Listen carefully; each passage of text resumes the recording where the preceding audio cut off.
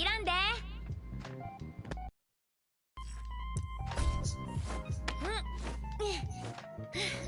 っしゃ、稽古つけたる。今日はこんぐらいで許したるわ。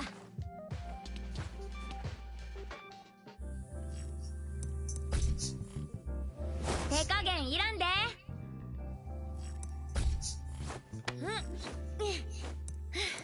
よっしゃ、稽古つけたる。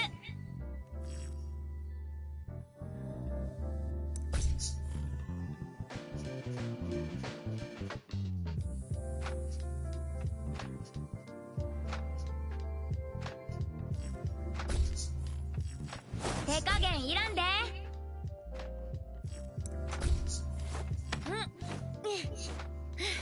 よっしゃ、稽古つけたる。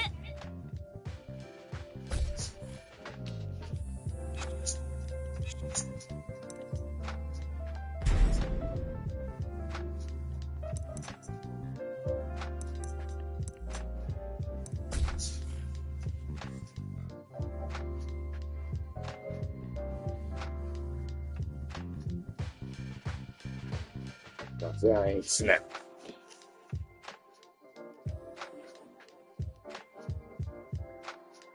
You can't tell me I ain't snapped with this one. You can't tell me I ain't snapped with this one. You can't tell me I ain't snapped with this one. You can't tell me I ain't snapped with this one.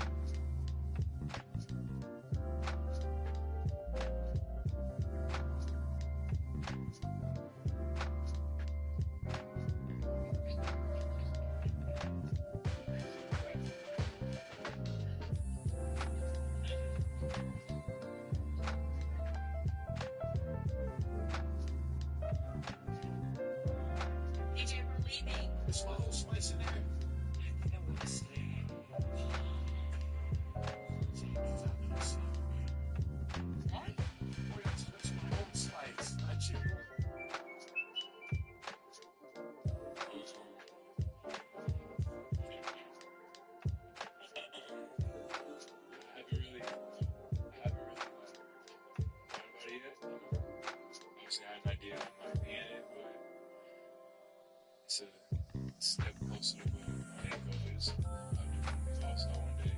Obviously, I'm going to be a really good player. So there's all glory to God. And this guy right here on my team. That's he paid my take.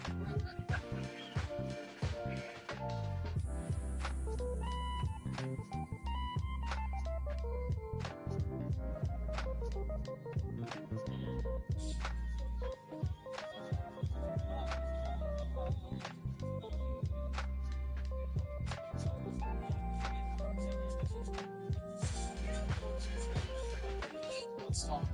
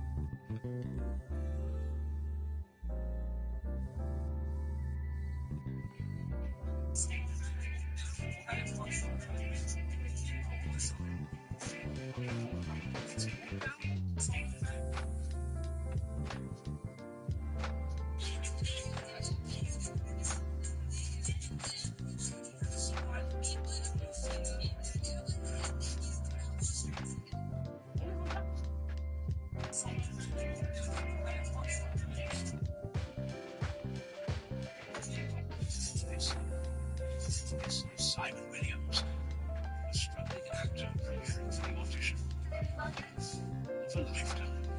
He's been obsessed with the classic film since he was a child. So when he reveals that Trevor Slattery, yes, the Mandarin, will be auditioning for the remake, Simon takes action. First, he catfishes as his own agent and secures himself an audition. I need you to sign this. I mean, of course, superpowers. That is, unless anyone discovers Simon's secret, in which case his Hollywood dreams might be ruined. Simon Williams, ready for one movie. This is Simon Williams, a struggling actor preparing for the audition.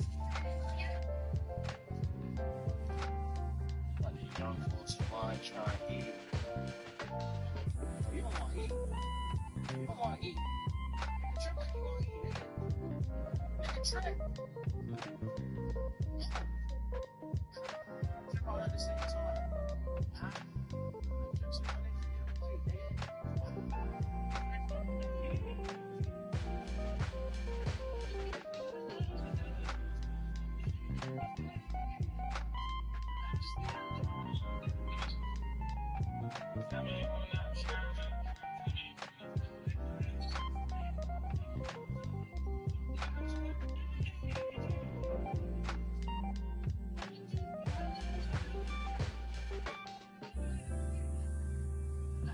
The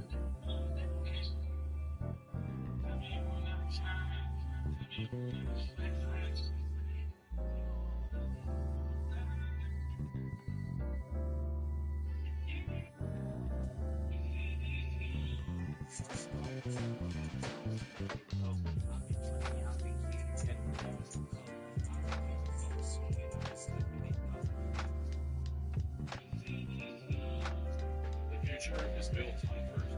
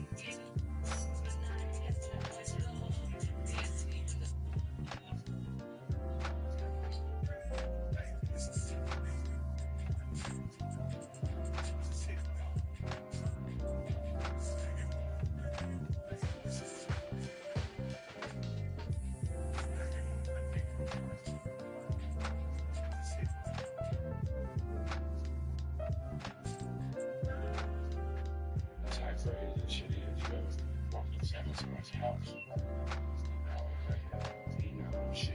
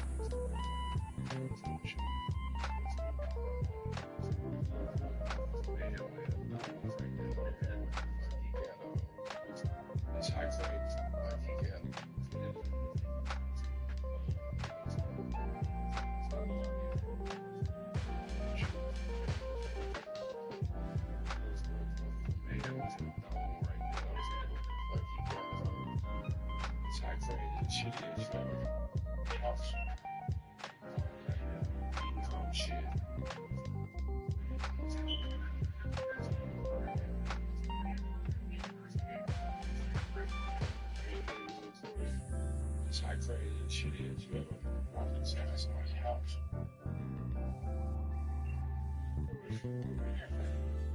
It's the bitch back.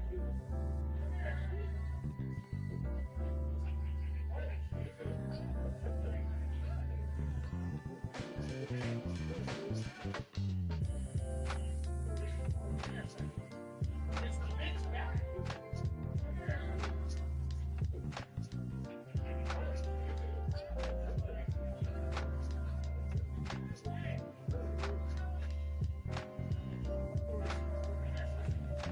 It's the bitch back.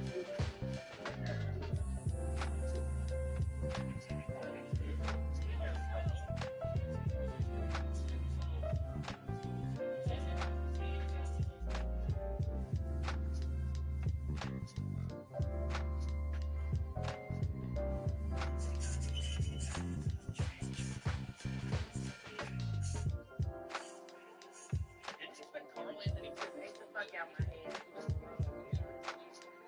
That shit was good. It's still fucking round in his fucking head.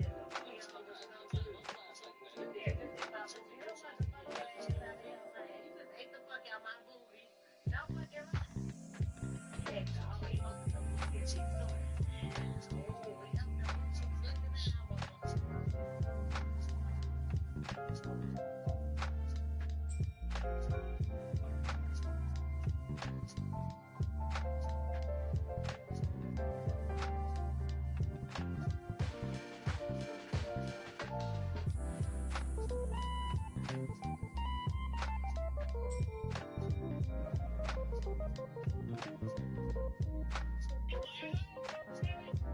Hey, man, tell me you got this fire.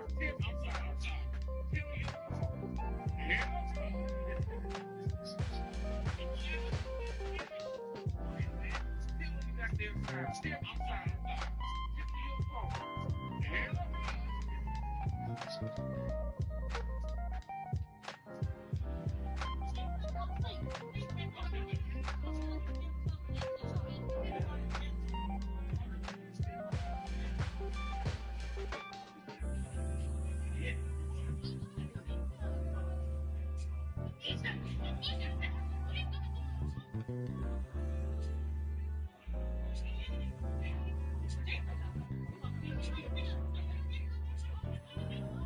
you.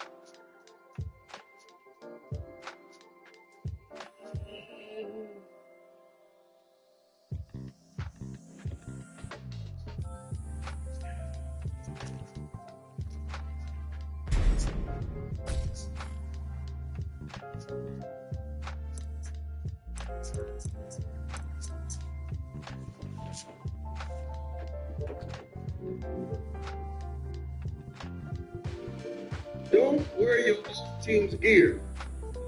That's disrespectful.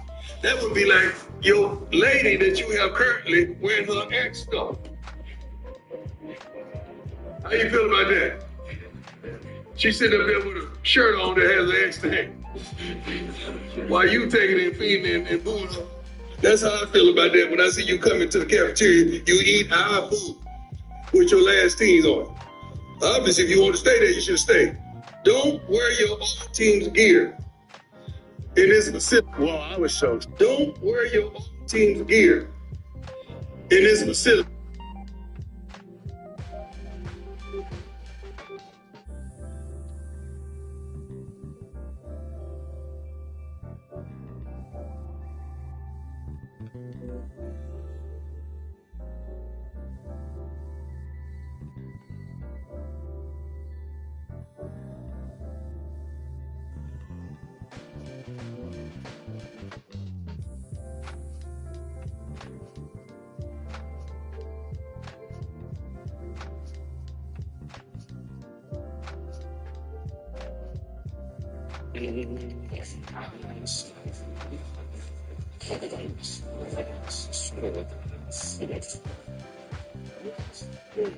Here's 3 useful Steve Fox tips that'll help you rank up in Tekken.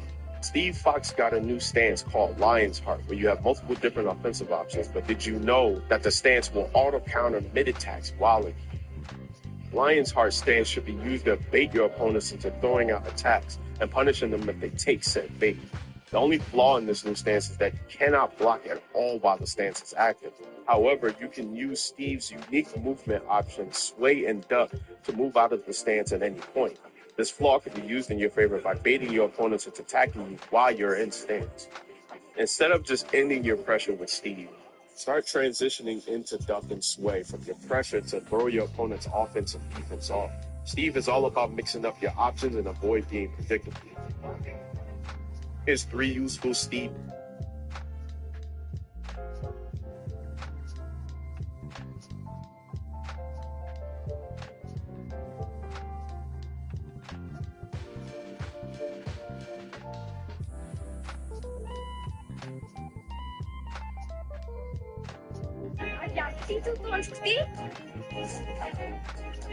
Yes, round 1. Fight.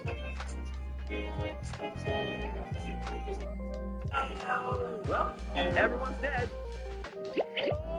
Crossplay, now available. Hunt down your opponents in Raid Shadow Legends. Use this promo code to get the legendary Cheshire Cat for free.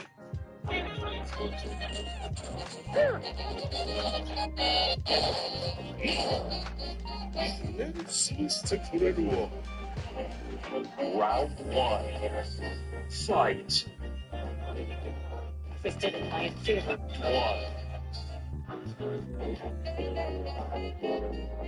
Fight.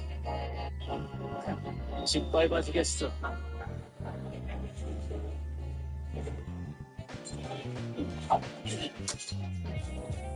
So that's a new plan. Going to that mode. Round 1. Fight.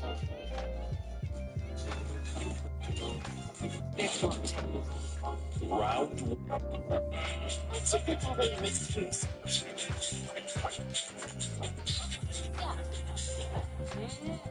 Not an excuse, but possible.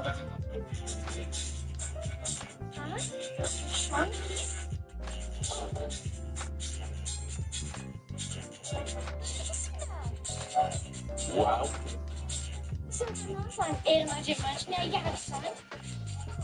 Alright, 諦める。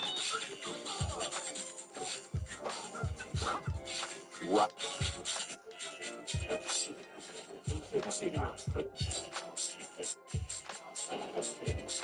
Fight.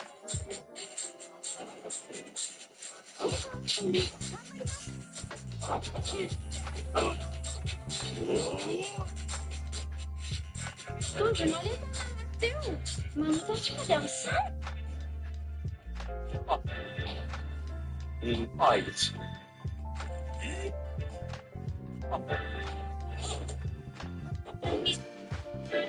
Heißt es. Round one. Fight.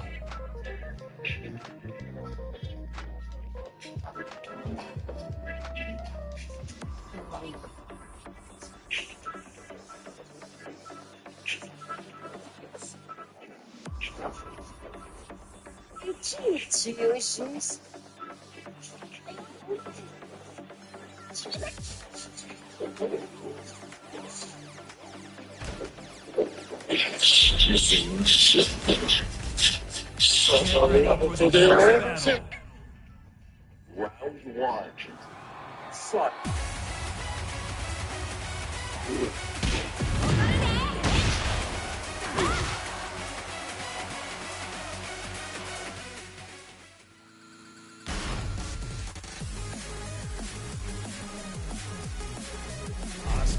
ちゃんちゃんとやろか。 Get ready for the next battle.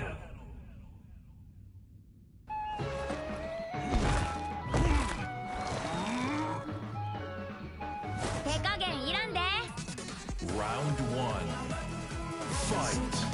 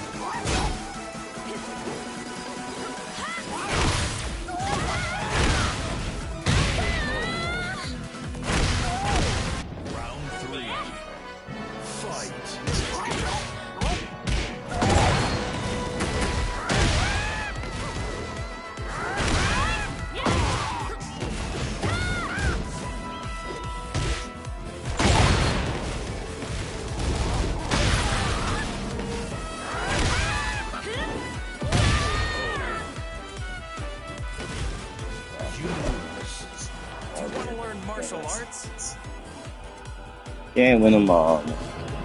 Fuck it. Fuck it, fuck it, fuck it.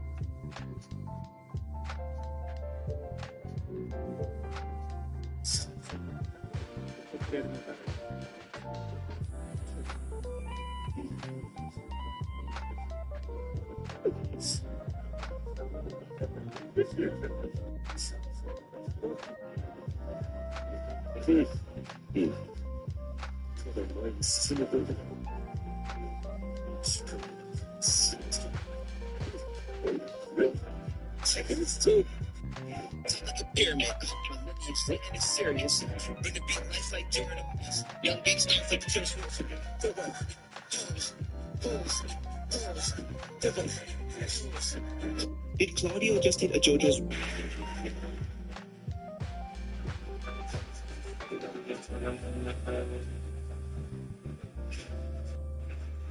The rule says anything other than the soles of your feet.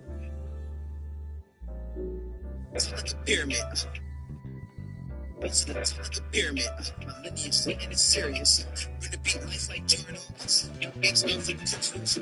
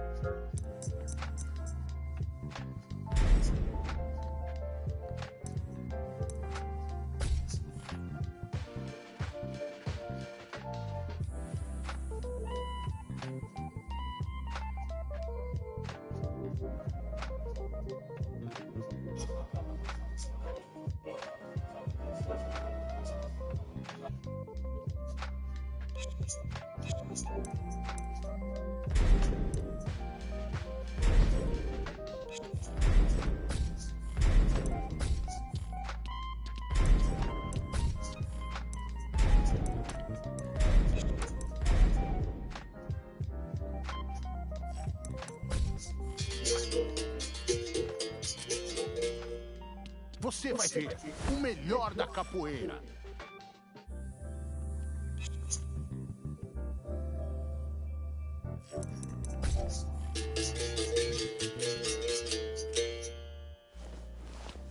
Você terá outra chance, como eu tive.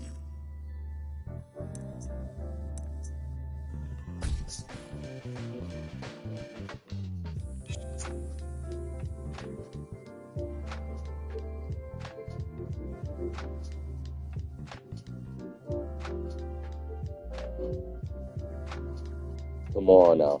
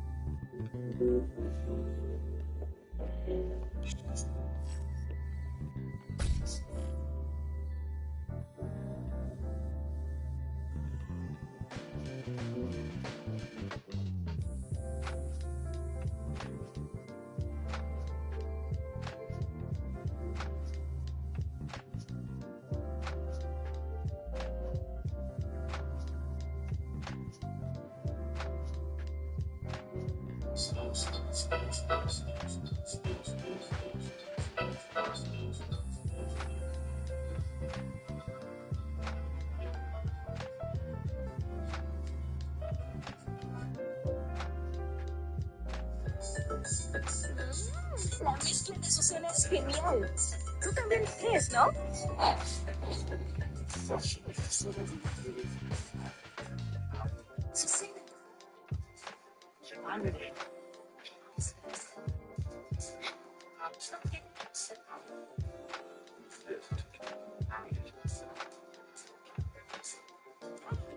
All right, y'all. So these are all of my custom Tekken 8 Xiaoyus. Let's go.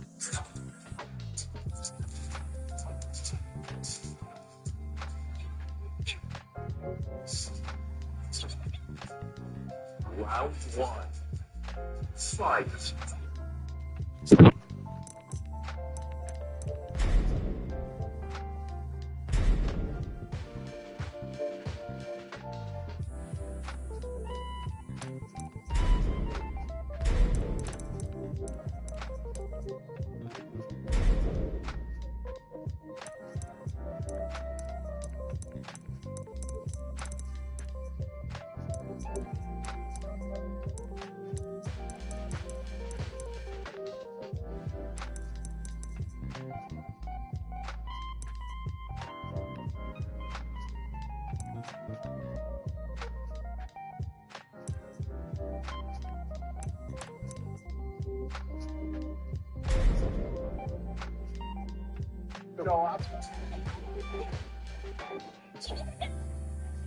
Wow.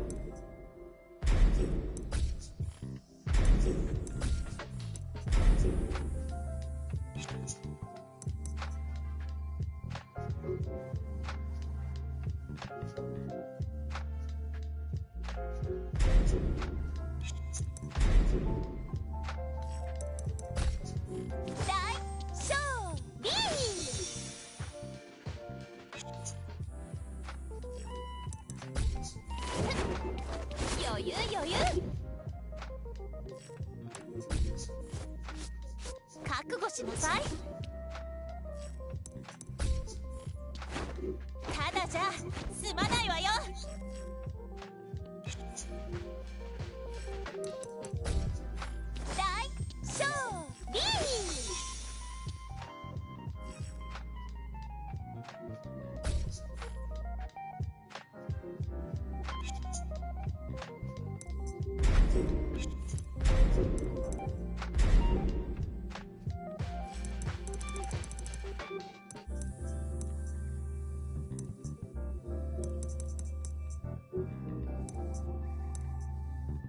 大勝利。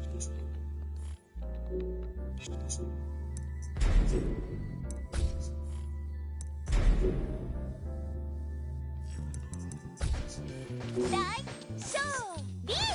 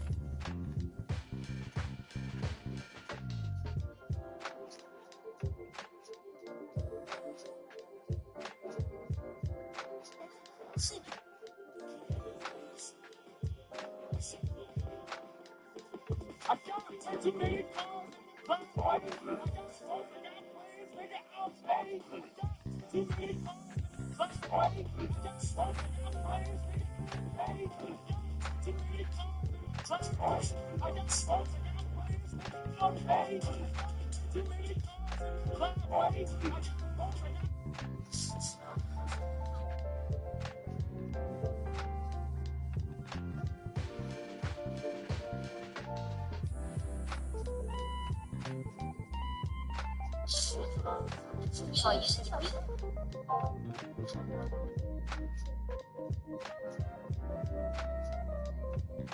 有余是有余。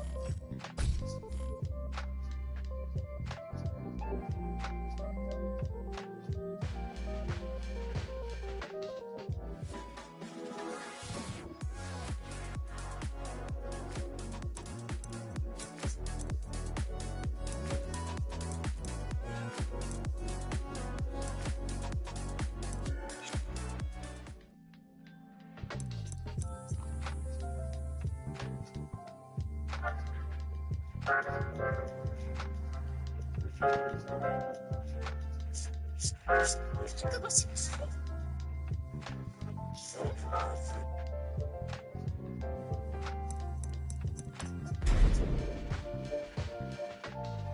余裕余裕。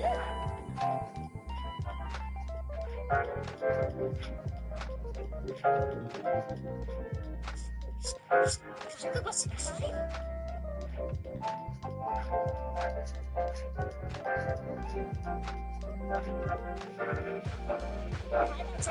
しません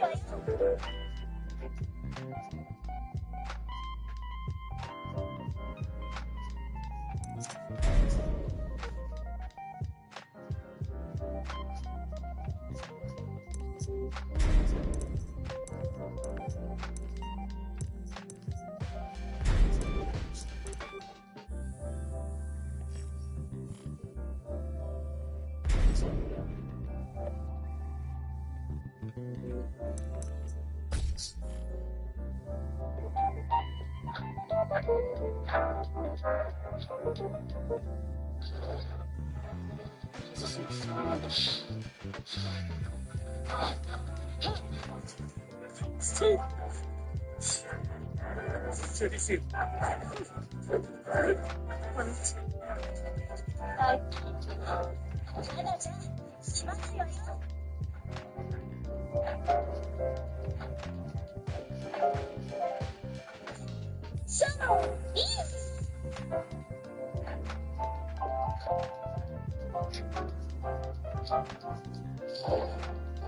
You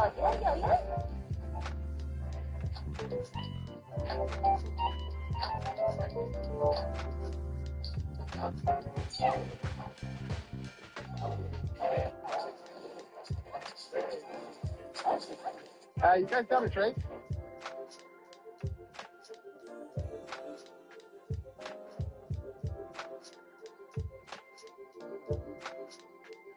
Alright, y'all, so these are all of our, yeah. This is, I just got finished performing and I'm going back to the hotel, shall you? Yeah. This is my katana, shall you? Yeah. Of course I got the Melina, shall you, too. You can see it in her eyes. Got the Sakura, shall you? This is my mom. I don't watch Demon Slayer, but this is for my Demon Slayer fans. I don't even know the name of this character, but let me know in the comments.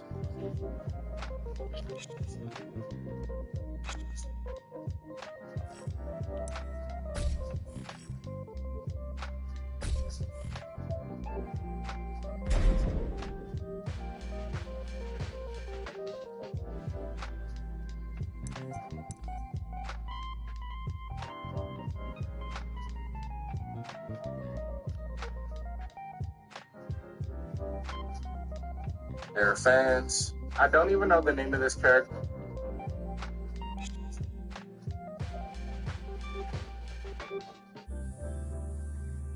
She got the guitar. Yeah. This is, I just got finished performing and I'm I don't even know the name of this, shall you?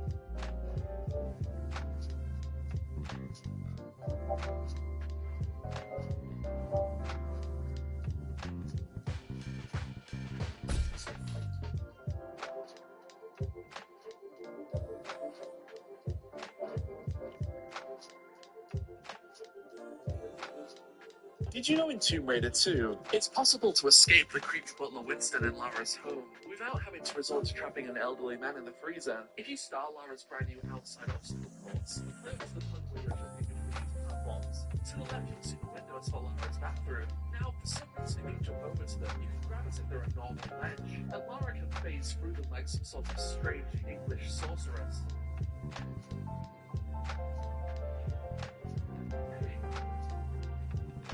This means that there's no way for the butler to get into the mansion, and you can't even open the main entrance door there, as the switch is only on the outside. The only way to reach the outside now is to take the side door in the kitchen, which will allow this evil presence to once again fart and throw its way into your life. Subscribe for more retro gaming videos, and thank you to Consumer Arena for bringing this to my attention. Did you know in Tomb Raider 2, it's possible to escape the creepy butler?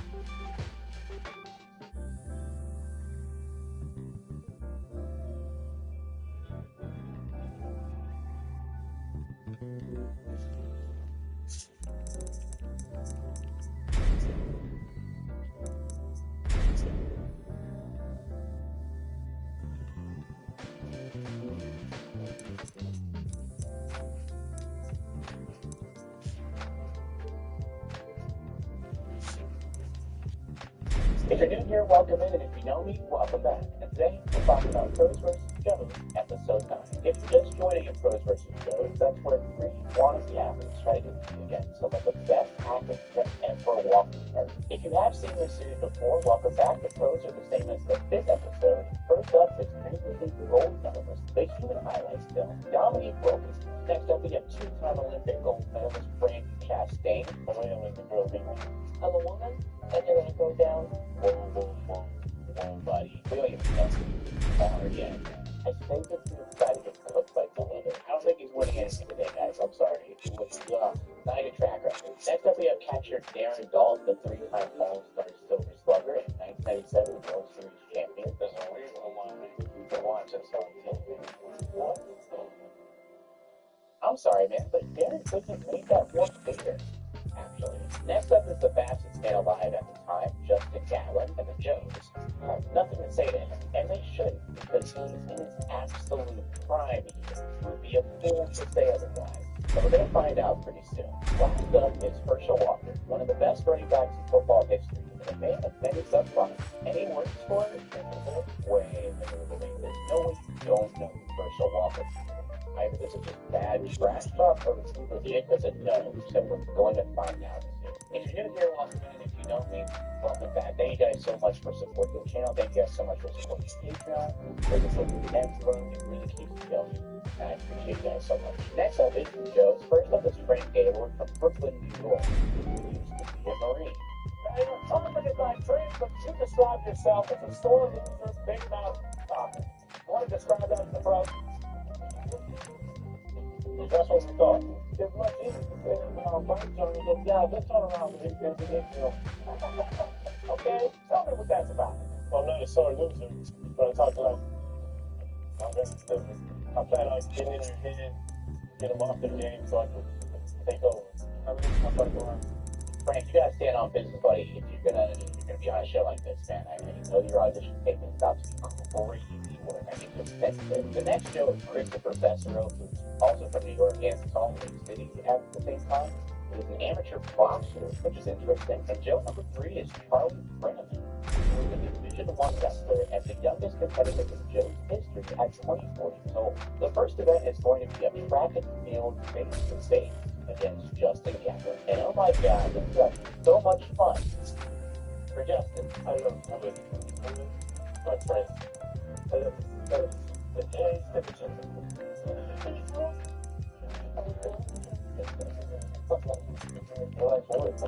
Brother, why is that in your audition tape?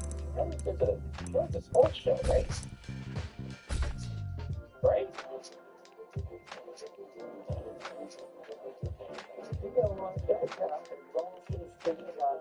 Also, this entire season, I love when Joe's running in their audition tape, and they're just not fast at all. Like, it makes me think about the footage, the rest of the footage that didn't make it. Yeah, to think show number 2 is Chris this year. Man, love the energy. Oh, it's a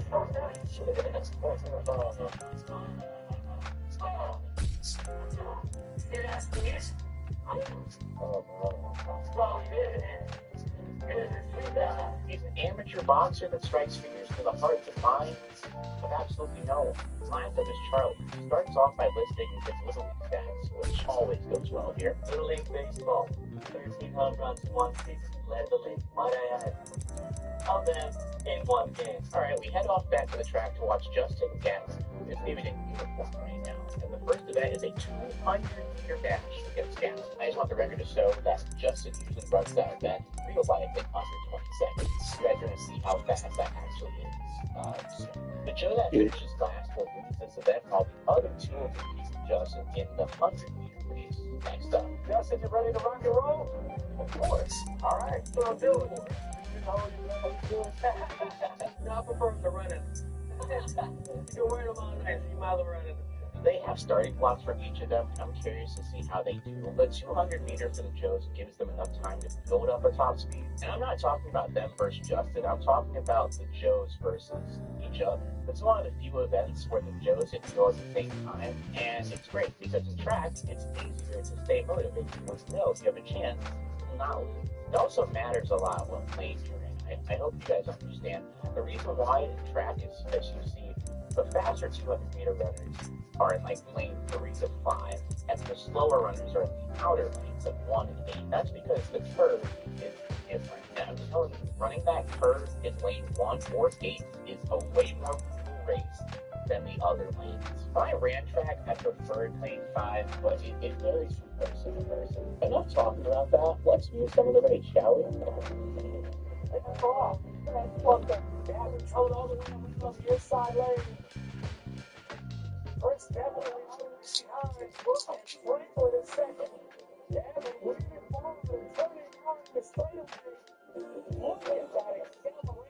So a couple of things here. You see, Gavin is taunting them because, yes, he's just that fast. Then you can see Chris is very far in last because he topped up as soon as the gun went off.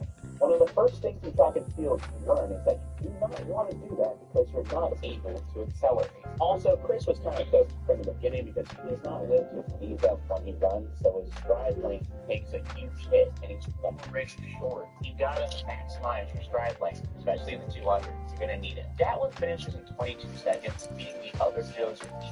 If you mind, he was taunting for a little bit. He was trolling for half of the race, and Chris gets last. Franklin gets first, and Charlie is second. Now it's time for Charlie to face Justin.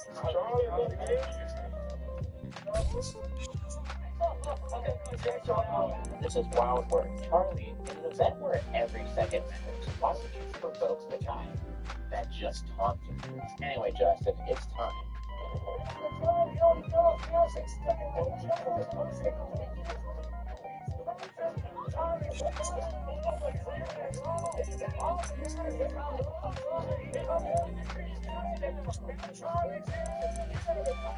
It's crazy how I can tell that Justin is out here casually coasting and he smokes Charlie.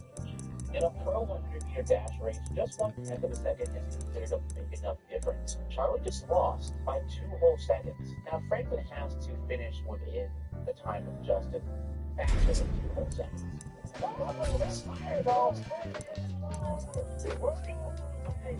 Gambling turning and blocking Galen as he crosses the finish line. Justin finishing with a time of 11.25 seconds. Franklin crosses the finish line in 12.29 seconds. That means he loses by 1.04 seconds. Franklin came in closest to beating Justin, so he wins matchup 1. So he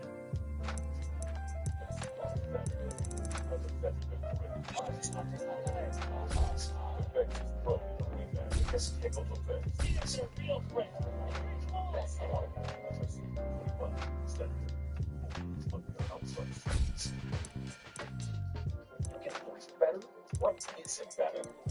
Because continuously worse days for men husband attacks. So girls' days are better. Game days are better. Even fun days are better. It's an add-on treatment for specific types of moderate to severe asthma. It's not for separating problems. It's people have like some people thought their asthma symptoms were going to isn't that better?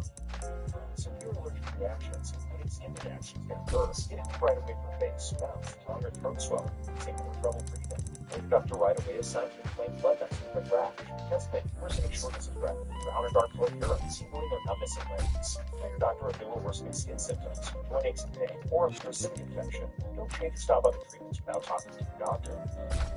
With less asthma, ask your doctor about Vixen, the most prescribed biologic asthma.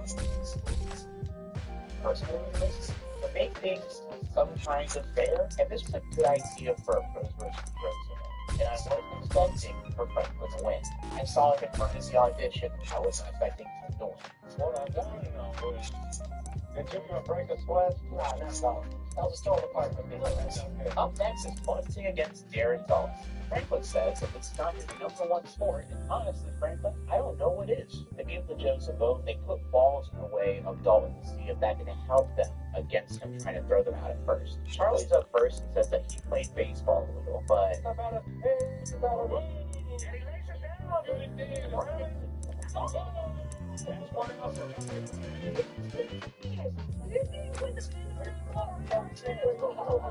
at that again. Didn't get it far enough away from Dalton.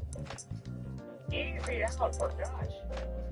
Wow, that's a hard throw to make, right? To get the runner out and not hit him. For the next try, Charlie's able to perfectly lay one down to the wall.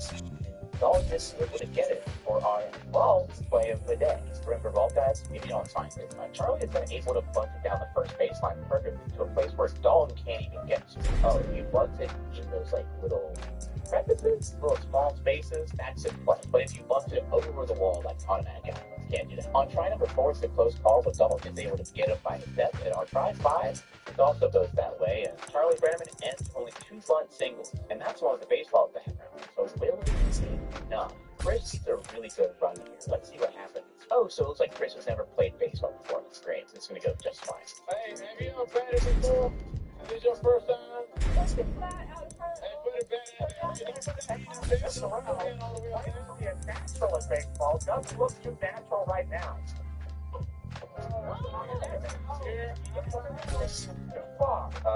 This might not be good for him. On the second bunt, he is able to perfectly place one near the blinders, and Dalton makes the errant throw.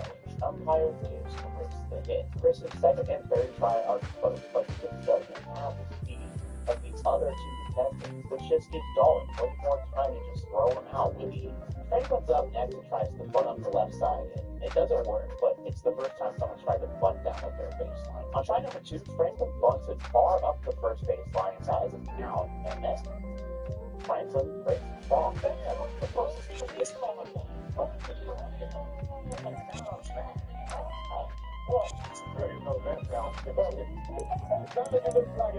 Let's see what happens to Franklin. He's able to bunt one perfectly through the gap for 1 hit, and then on the last one, looks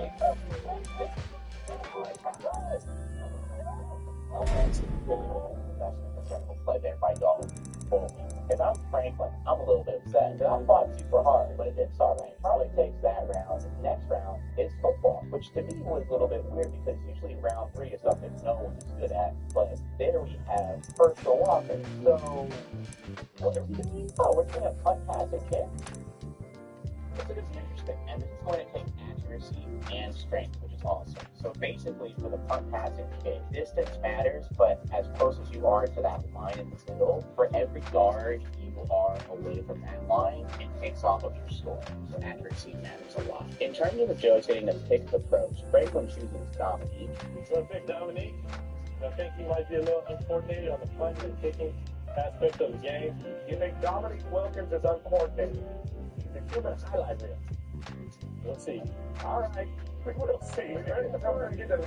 Chris picks Herschel Walker because he wants no parts of Brandy's vaccine, which I think is very smart. And Charlie goes up against Brandy. Brandy goes first and says that she's never kicked a football. He's done this before. First kick out. All right. Brandy Chastain. First kick out. Looking like military without the beard.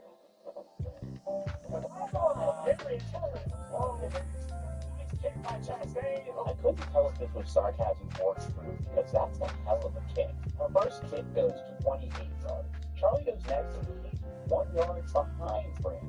On the throwing side, Brandy throws 28 yards right down the middle. Accuracy important. Charlie then throws 41 yards, which is pretty good. Most importantly, it's also accurate. For Brandy, it's time to punt, and it's 21 yards. But she was going for accuracy there, while Charlie has a longer punt, but it's not as accurate. But that's not necessarily the case. Match won by 22 yards. So not bad, Charlie. Next up is Frank versus Dominique Wilkins. This time, Dominique Wilkins has hit. Dominique Wilkins up first, 6'8", 2.4. Yeah, that kick is way off the ball.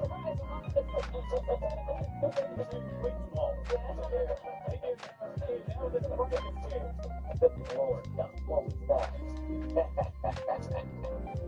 It's accurate, very accurate. It only nets 1 yard. It only nets 1 yard with the kick. While Franklin swims at 24 yards. Now it's time for Dominique to pass. Bam! Dominique throws at 42 yards. Franklin counters by throwing at 43 yards.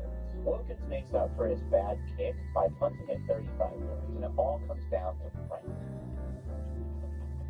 Nice kick!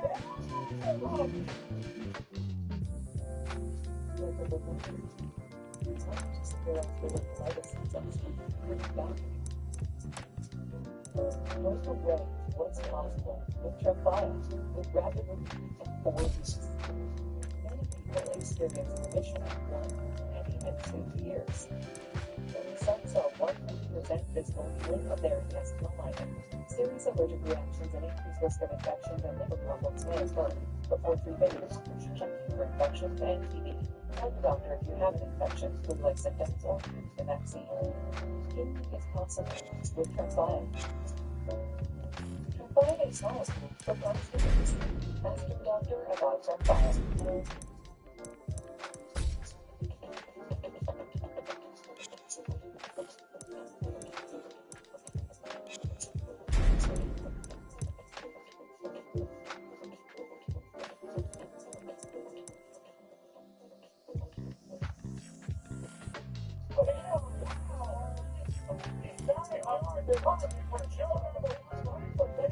Franklin wins his matchup and climbs into first, and Chris needs to beat Herschel Walker by more than 29 yards. Herschel starts by kicking at 35 yards and on the money, and up next goes Chris. Very home. I don't Chris, I'll be so for real with you. Just pack it up now, man. It's over. It's over. Herschel passed it around 40 yards. It's time for me to over. Here we just go. Like you're already over. Just around with the bro. Come on. I can't believe this thing is not a free throw. 24 yards. This is a whooping so bad that Herschel then turns to him and asks this. Are you sorry? Am I sorry? No. I know. Herschel ends up being up 42 yards. He banks the punt, but Chris needs the kick of his life. And while it is a nice punt to end on, it wasn't close. And it's time for Franklin versus Charlie in the overtime round. Today's overtime challenges are a shooting race with Dominic Wilkins, and there's chasing Herschel Walker to the end zone. Next up is running against Justin Gallen again, followed by an 8-thing challenge with Rick Chapman, and then rounding it out with 12 strikeouts game. So on the basketball court, Charlie goes up and instantly tries to shoot a jumper on the first two runs, but they both miss. But that is the strategy we've seen in the past where I'm not going to be able to beat the basket. I have to think outside the box. Charlie starts to understand the timing of it all and turns over.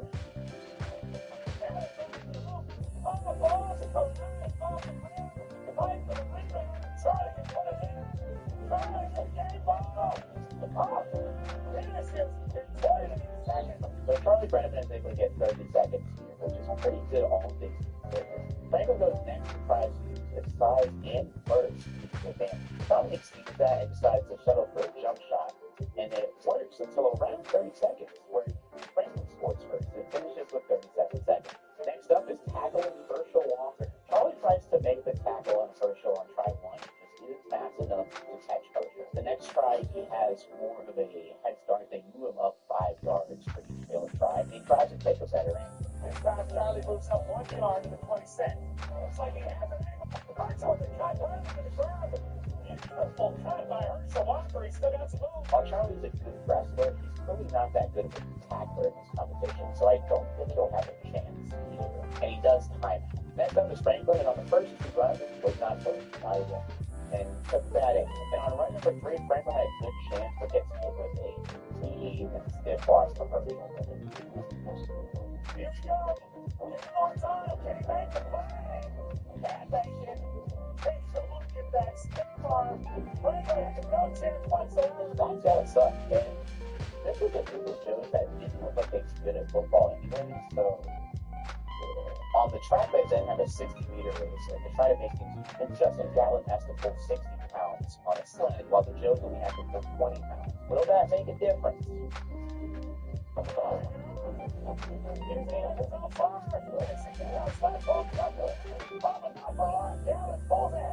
And Justin Gallen wins the race with a time of 8.80 seconds. Franklin has a 9.22, and Charlie has a 9.48. Oh my god, I feel like the weight helped Franklin more because it was the same weight for the Joes, while Charlie Brenneman weighs less than Franklin. But then again, Franklin was faster in challenge one anyway, so I might just be tripping. I don't know. In the second soccer game, the Joes have to kick the ball with Brady Chastain kicks it to a part of the goal. Their goal is like tic-tac-toe style, and the Joes have to match. After missing the first one, Charlie hits on the second one to advance in 17 seconds. Brandon keeps going in the higher ones, and Franklin has trouble with the ball. He gets it by the third try though and has a 16-second deficit potential for heading into the final round, which is trying to strike out there. Charlie gets up first and is throwing it way too slow, but Dalton hits one super long. Luckily for Charlie, it is a foul ball, so it counts as a strike. After a second foul ball, Dalton takes a called strike 3 at 54 seconds, and Charlie finishes the entire overtime in under 3 minutes. And now Frank has to throw 3 strikes in 42 seconds. Too bad Franklin can't freaking throw for shit. Charlie takes the last round and is kind of a thanks for pros. It's a pretty strong showing from all of them, all things considered. In last argument with Dominic Wilkins, he didn't do that well in the front pass and kick, and his OT round was just fine. 2, 3, and 4 are just about even, I guess, with Randy Chastain, Herschel Walker, and Darren Goff. They all did their daily overtime rounds. Dalton's exceptional in his bunting round, so I guess I'll give the number 2 slot. I'll give Walker 3 and Chastain 4, while number 1 is clear and above Justin Gabbard, who did such a good job of smoking everyone in the track race and the overtime challenge, where he still beat the Joes, even with 40 more pounds than he had to pull. Great work already. Guys, we have one more episode of this season, and then we move on to season 2, 3, 4, and 5, and 6. I don't know if we're going to do all of these videos would take a while for me to make, but this is fun. I know the seasons after this get better, so I'm excited for that. I'm excited to cover this all with you guys. As a longtime content creator, I consider myself a student of the game. I love nerding out and being constantly entertained and inspired by some of the best creators and projects in the space. It doesn't matter the genre. For example, one of my favorite sports creators, Mapify, has a series called Beyond the Bleachers. They break down the correlation between the geography and impact of stadium locations all around the world. Episode 1 compares European football stadiums to American football stadiums. Episode 2 examines the size and age of stadiums between Europe and North America, while Episode 3 explores the diverse cultures that stadiums foster. It's a riveting commentary that answers a lot of questions I had about stadium location choices and how it subliminally affects us as fans. Beyond the Bleachers is a show original to Nebula, the creator-owned streaming service that I am very proud to be a part of. It is the home of incredible content from some of the best creators in the world, and is the sponsor of this video. The best way to support me is by signing up for Nebula with my link. There are multiple plans that you can do to help support me. There's a one-time lifetime payment of $300, where you get Nebula forever. But if you want to go year by year, that's more than fine too. With my link, you get a special discount for the annual plan, while supporting me directly in the process. A nice portion of that money will go directly to me as long as you are subscribed. That helps me with the consistency and quantity of the content that you'll get from me. Support me and the many other awesome creators today by signing up for Nebula today. Thanks for watching, y'all.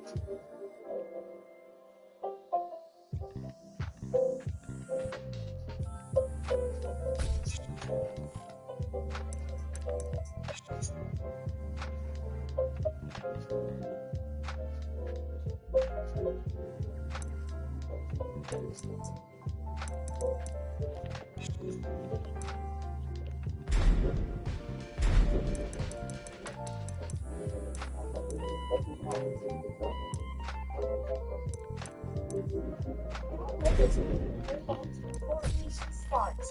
Homes providers can be sued at any time, even on day 1 of your new job.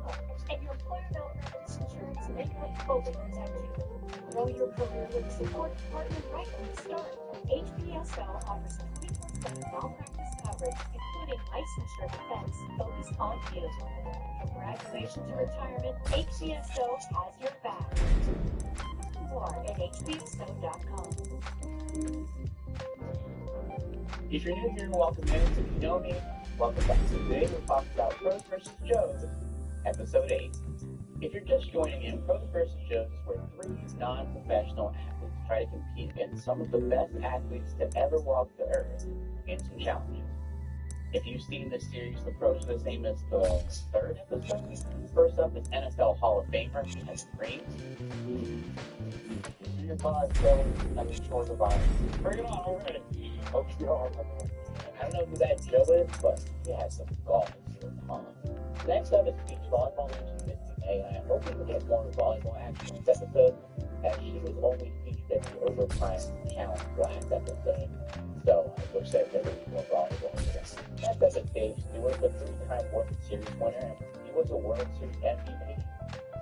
We have Cooper and ex-NBA All-Star Xavier McDaniel, and I gotta say that these Joes have a lot of sass to them. They're over there rolling their eyes and everything, and usually the Joes are either looking at them with respect or having some kind of friendly banter, but these Joes seem extremely cocky this time around. Last up is U.S. Soccer Men's National Team defender Alexis Wallace.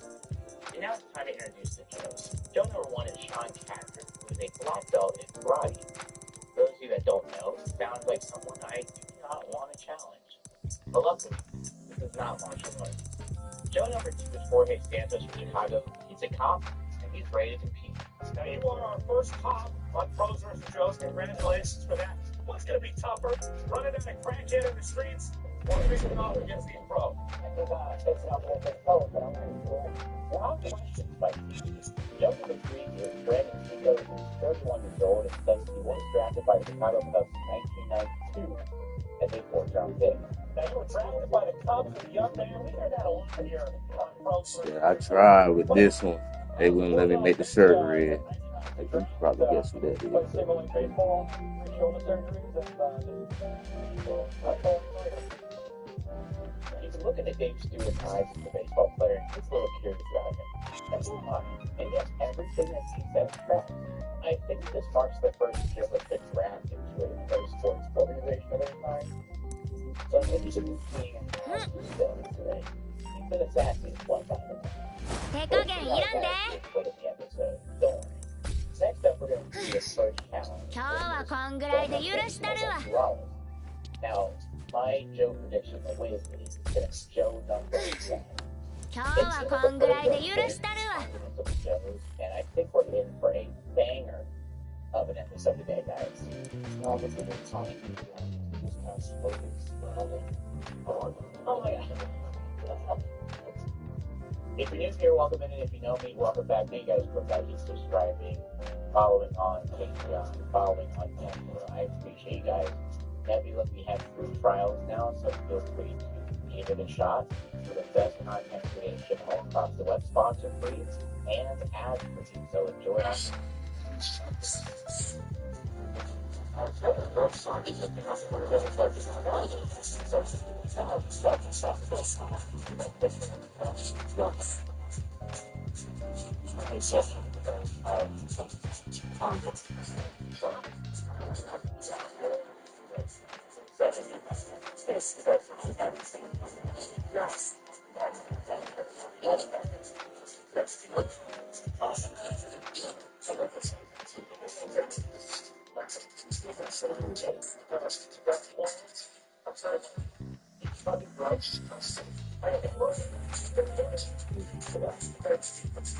Yes, Brandon, I'm scared of all of you. You're in for a long accident. They bring up his audition tape first. Honestly, if this was Brandon's on the wrong show.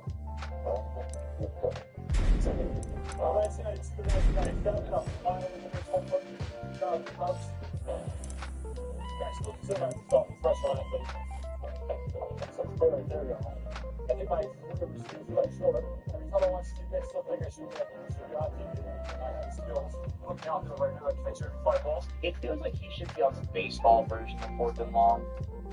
If that makes sense for maybe a Major League Baseball team, maybe the Yankees, or he needed a 4th-string outfielder or something. We see a healthy cutter from swinging the bat, and I'm going to ignore the 11.7 100 dash time because I ran that when I was a freshman in high school. But his audition tape doesn't look that crazy to me otherwise. Jorge's audition tape mentions the fact that he's triathlete and has the endurance to hang with. Again, this is the second audition tape with no real athletic feats to them. But Sean Catner gives us what we need, luckily, which is yet another dude on the series running a race against their dog. Track into my game, baby. Obviously, I'll blow anyone away on a basketball court and football field. You get me on athletic turf like that, I'll beat anybody. It will get me the ball to When I was in high school, I was sitting on the bench in the stadium, started chanting my name. Catner, we want Catner, we want Catner. Rudy, Rudy. I don't know, I can't play me. This is why we watch the show, ladies and gentlemen. The other two Joes are way too serious right now. It's time to get to the soccer field and it's just not get shot from a left line. Oh, man, Joe.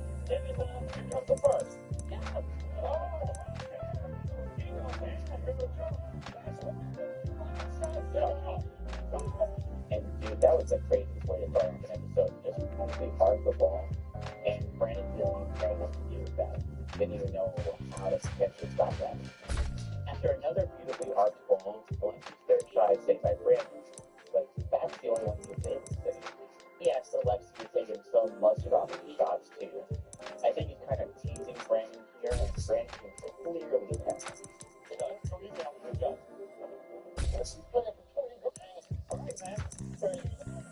Sean is up next. He's going serious, man. Next up, Sean Cantor. Get your clothes on, get the goal. No, Sean, no. Joe.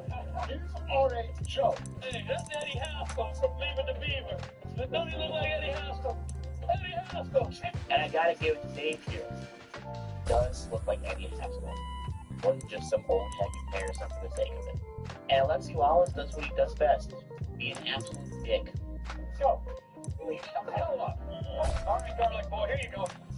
There's an easy one for you. Here's one.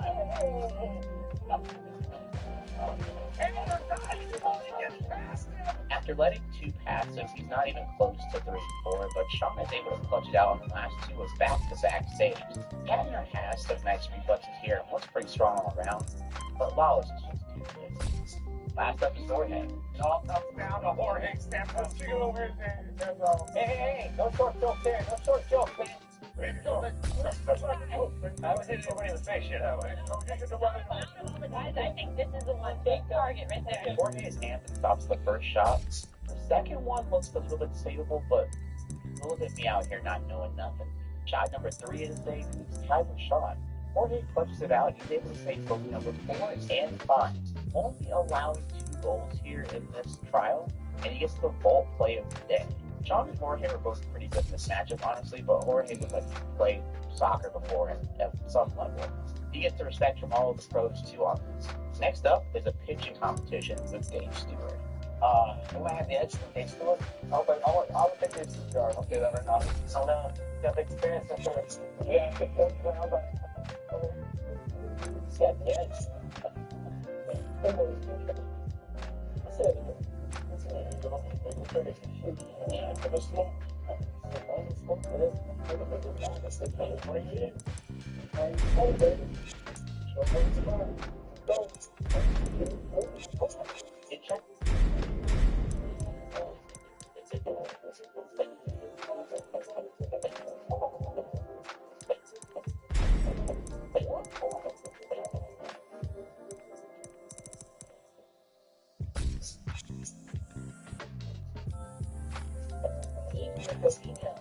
The first and only FDA-approved GLP-1 weight loss pill.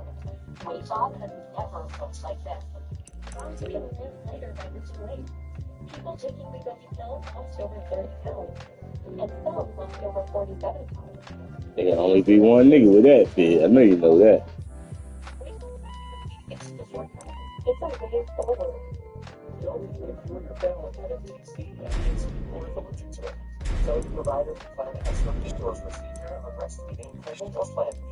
Stop taking and get medical help right away. Get a lump or swelling in your neck, severe stomach pain, or any allergic reactions. Serious side effects may include pancreas inflammation, gallbladder, or severe stomach problems. Call your prescriber if you have any of these symptoms. Wegovy may cause low blood sugar in people with diabetes, especially if you take medicines for it. Call your prescriber if you experience vision changes, heart racing and rest, or any mental changes, depression, or thoughts of suicide may occur. Side effects of nausea, vomiting, and diarrhea can lead to dehydration, which may cause kidney problems. Live life by losing weight and keeping it off. Get started with Wegovy today.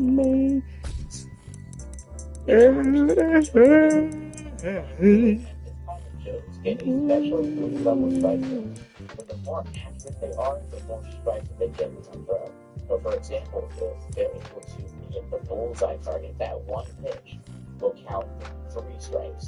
Here we find out that Brandon Pico was an outfielder, and even though he played baseball before, this might not be his bet, buddy.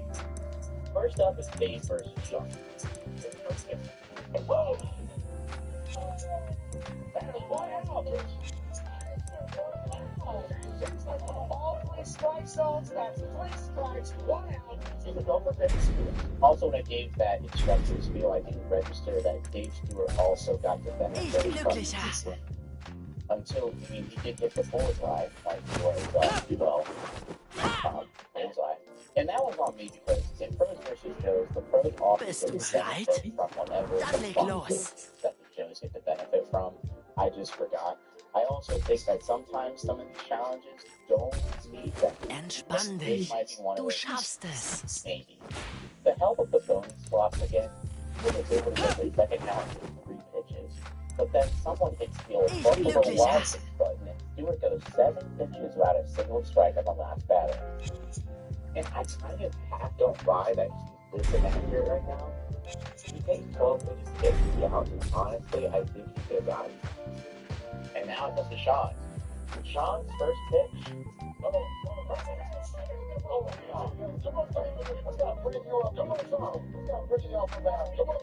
Sean's buddy. When I need to be serious here. These don't have to be actual pitches, but oh my god, man, he would be better off under a hand than some of these. It takes Sean 7 pitches just to get the first out, and he's getting less and less accurate as we go along. On pitch number 8, they would have bullseye it, and then he gets again into 22 pitches, which might actually be alright, but I kind of don't buy it. And then now he gets Brandon. Stewart gets 6 pitches to get the whole line up. Gets a bullseye but out to the 2, and then gets another strike to a total of 11 pitches. Now it's time to see what the fullback baseball grabs. He's gathering it. Not so you can camera baseball grabs. Brandon is a lefty, and he has trouble seeing place. Now I will say that Brandon goes and goes to baseball. So that makes it gets one out, and it's just the 7 batters and just to the base. And then he gets the full ball on the 15th pitch, which like the first bars. Around 3, and then 48 bases, and out in the first pitch. Gets the second out 8, and then gets the first ball again. Got that Actually, fine. Joe that wins this round has the best margin of that pros currently. So, Abe Stewart has 10 pitches. 48 needs to I think 2 or 3 pitches to win. Santos won the soccer challenge, but let's see what he can do. He gets the first 2 strikes on 2 pitches, and he gets the first out in 5 pitches total, so he's making good pace. He bullseyes twice and has a chance to win it all. The thing with Jorge bullseyes is that he bullseyes both on the second strike. So, and those strikes don't carry over.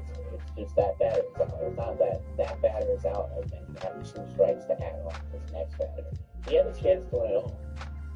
But it all comes down to the 13th pitch.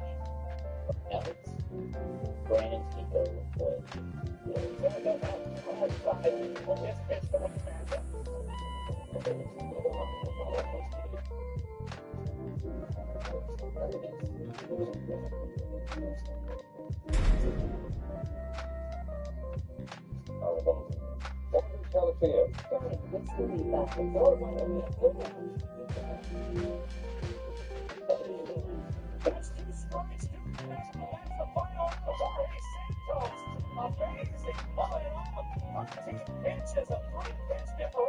Wow, what a freaking clutch. And now Jorge Santos has the bye. He doesn't have to do the next round.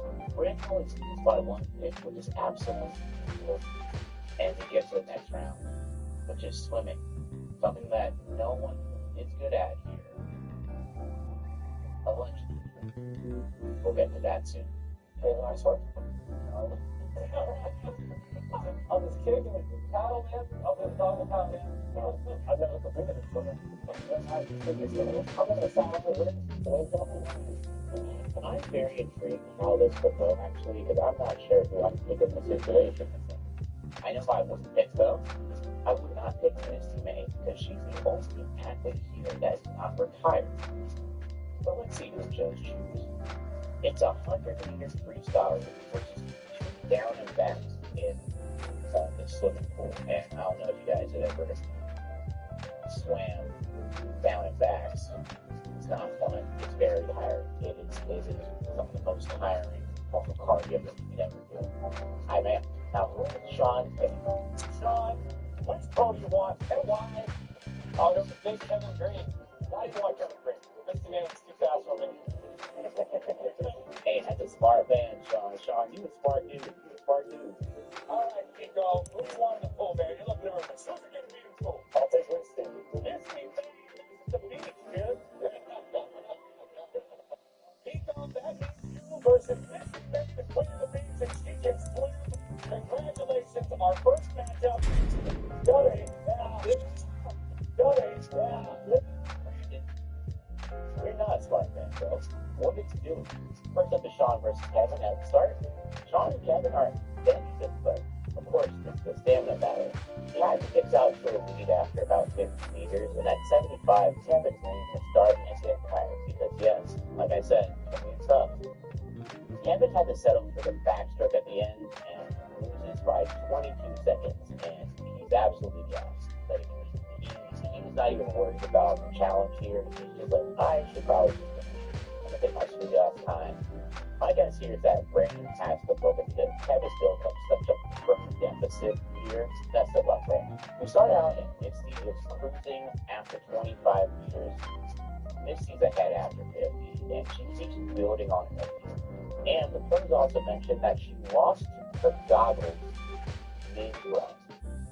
So now she's not swimming with goggles, but bro, Brandon, you're getting cut, buddy. You're getting cut. It's over. Misty May heads back and finishes in 1 minute and 22 seconds. Brandon, what did I tell you, bro? When we get to round 6, something which Joe says, you should not pick. You should not pick the athlete that is retired. Doesn't matter what they say, that's my rule. That'd be my rule if I was still on the show.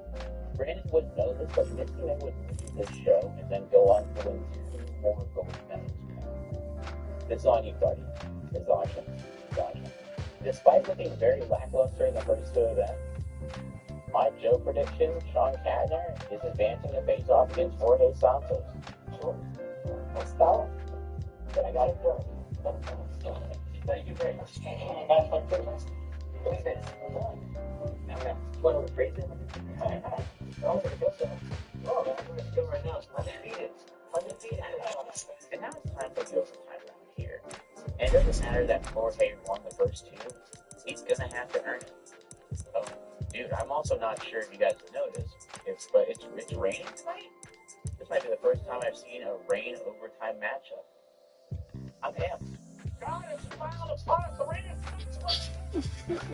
is so sorry and everything else, but I'm curious to see how the grass sports will be affected here. So to start out, we have Xavier trying to defend against Xavier Daniel. Sean's up first, and Xavier just plays bully ball with him. And starts it off with easy. Who else gets the ball? Back in the back.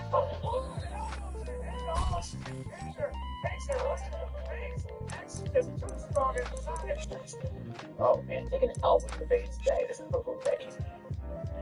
And you still have like 30 seconds left. If you want. John's gonna have to dig in to try a new strategy.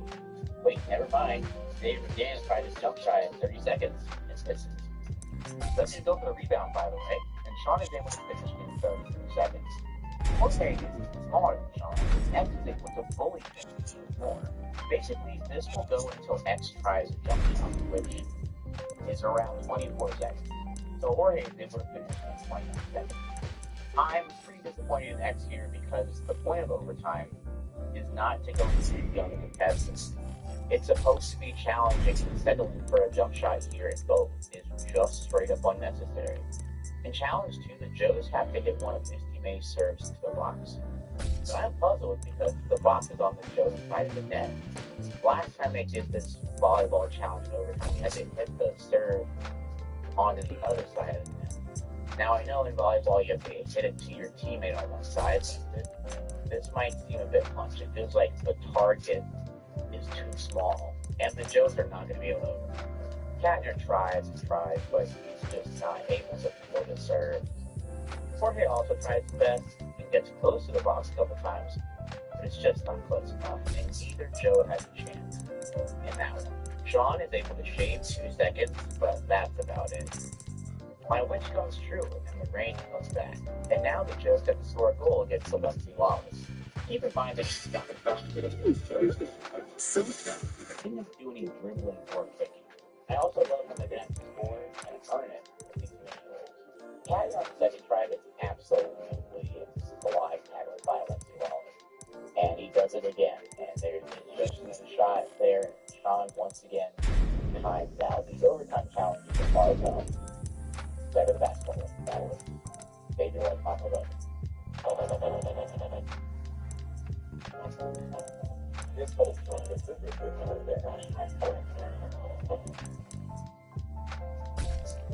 Here's what you go, okay? This is the system that you need to shine right down to the L'Oreal Everpure Emulsion system. In just 3 steps, your hair will be as shiny as a mirror. This shine lasts up to 5 days. Time to look at my hair. You guys need to try this system out. Before he goes back, and Alexi Wallace is just Square. But if you don't know, I think Square is the slide tackle button still in the soccer games. Alexi, the police coming!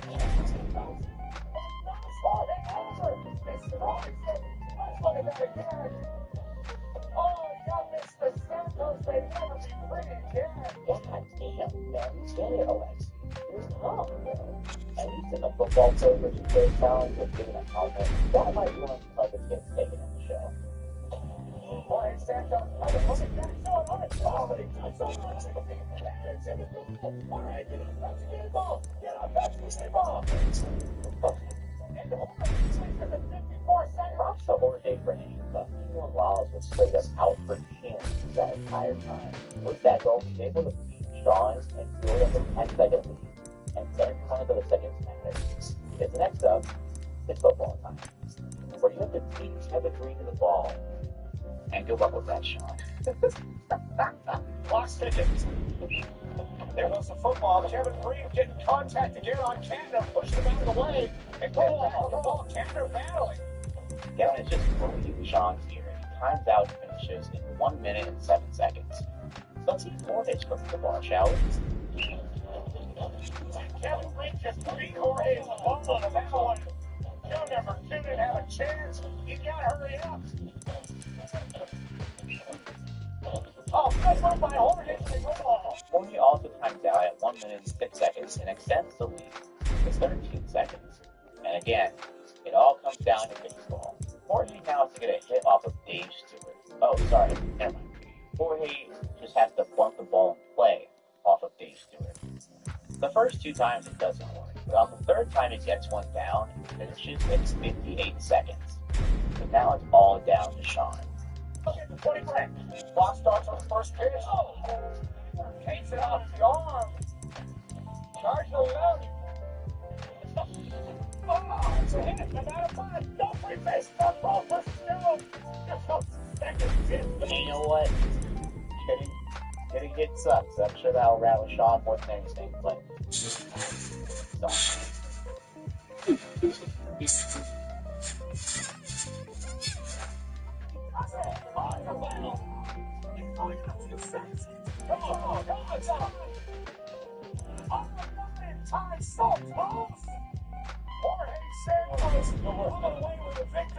Sean finally got one down, but that's gotta suck to come 1 second away from winning 20 grand. But Jorge takes this episode, and it's time to take on the countdown of the Joes. It's the ranking countdown of the Joes. At number 5 is Xavier McDaniel, because he only did an overtime challenge this time. He's not that good at it. It felt so lackluster compared to every other challenge, which everyone basically timed out or got to 50 seconds. At 4, I'm going to go with Kevin Green. He didn't do that well on the Pros vs. Joes swimming competition, but he did make up for it on the Bumble Drill Swallow Swimming. At 3, I'm going with Dave Stewart. In both baseball challenges, he did epic, in my opinion. Number 2 is Alexi Wallace. He did a great job of challenging them in both soccer drills, but number 1 absolutely goes to Mr. May. Not only for timing out both shows in the volleyball challenge, but having the fastest swimming time out of all of them. He goes close to goggles. That is 100% true pro behavior there. And that wraps up another episode of Pros vs. Joes. We have, I think, 2 more episodes left until the finale. And again, we have 5 seasons for this. If you guys want all 5 seasons, I know that the show changes over the season. If you want all 5 seasons, feel free to let me know. If you want to binge watch this series, I do have all of these videos in a playlist, so they're easy to find. So enjoy. Have a good one, y'all. Bye!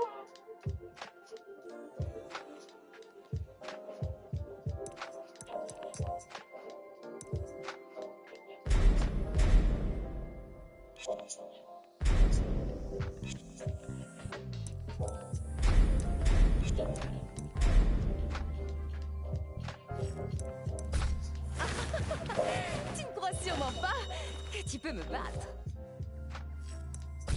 Ne le dis pas à mon père, s'il te plaît.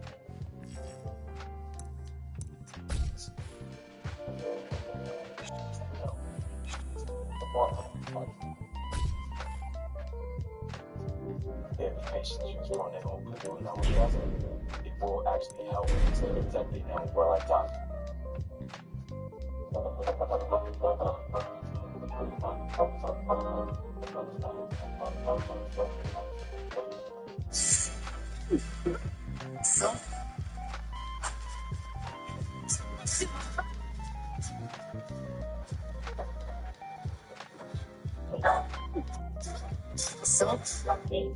Saints Row is a series I'm fairly new to. It wasn't until the lockdown during 2020 that I actually played the series for the first time. I started with Saints Row the Third, which I really enjoyed. The plot was dumb, but it was a lot of fun. The mayhem and gameplay kept me engaged, and I really liked the new characters that introduced, except the auto-tune guy. That got old really fast. Then I followed it up with 4, which I got bored with and gave up halfway through.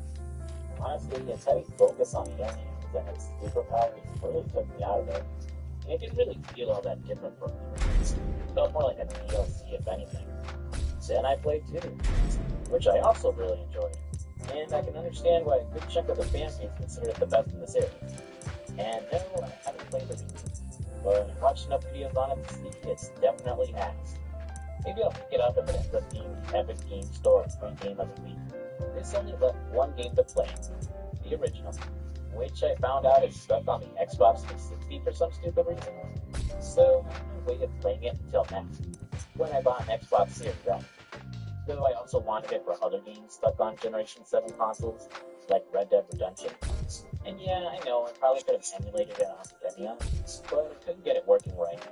Not quite sure if it was my computer that's the problem, or me. Most likely me. But despite never playing the original game, I do remember commercials and ads for it. There was advertising it as next-gen game. As the game came out in 2006, the GTA 4 next-gen consoles by so I could see how this game would scratch that crime box itch, especially if you didn't own a PS3 to play the portable GTA games. And while it did get some good reviews, it doesn't seem like a lot of games talk about it. Is it a hidden gem? Or just another forgettable GTA clone in Ocean of Underflow? Let's dive in and find out. When you start the game, you're greeted with a character creation screen. And while not as robust as the games, it's still not half bad. I'll be honest, when it comes to team character creation, I don't spend a lot of time trying to make a character. Usually I'll pick a guy, animate his buff, or just a hot chick whose ass I can stare at as my playthrough. I like making characters that look like me as it feels kind of boring, mainly because I look like every other retro game YouTuber you've seen. Besides that, that's kind of why I changed my avatar from something like me to having a TV for a head. Just helps stand out a little more, you know? But I understand the appeal of being able to create your own character. For one, GTA didn't do this until GTA Online, and it lets you feel like you're in control of the one running the show, instead of following someone else's story.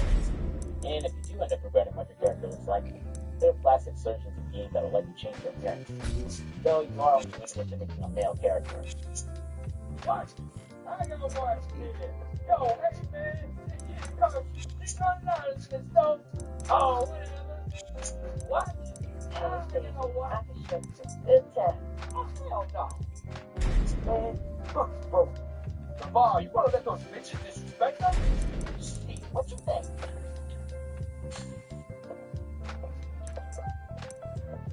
Once your character is ready, the story kicks off with him wandering the streets of Stillwater before he's caught in a three-way gang war. Fought between Team Red, Los Carnales, Team Yellow, the Rice Kings, and finally Team Blue, the West Side Rollers. The character is about to become just another statistic before he's out of nowhere by Steve Ripper. The third season.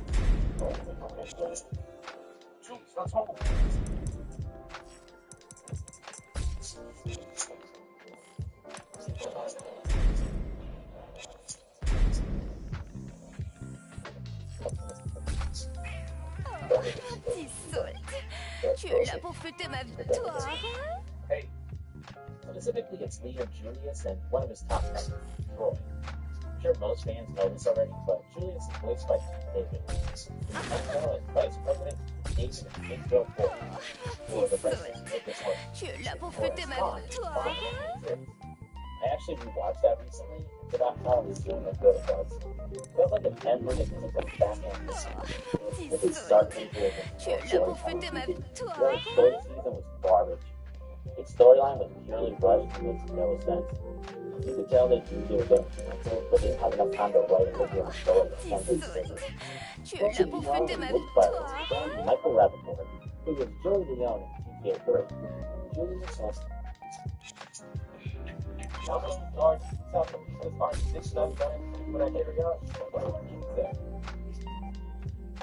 the hero from Golden Star into the night.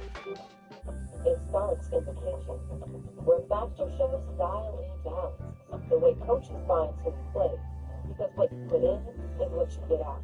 Baxter. Here's some more of my Victor skins. I've been using this one a lot. I really like the helmet and wanted to figure out some way to incorporate it with Victor. This one was my best attempt at creating Nanami from Jujutsu Kaisen. I went with the full suit to get the straps that he has in the show.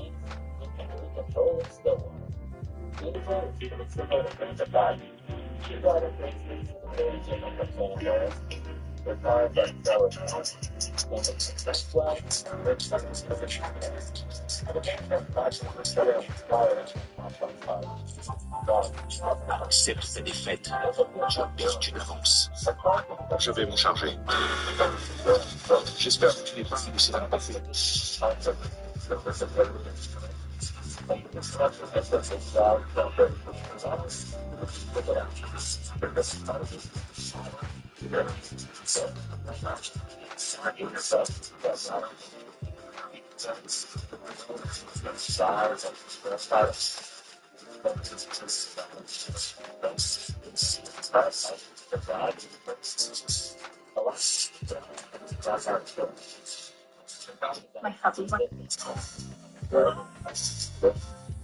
Damage is transferred over if you didn't get it fixed. And if you destroy your car during the gameplay, you have to pre-patch the guard. Accepte ta défaite. Tu as perdu d'avance. Je vais m'en charger.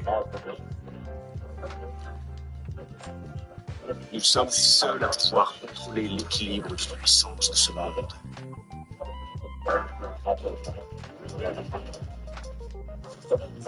Actually,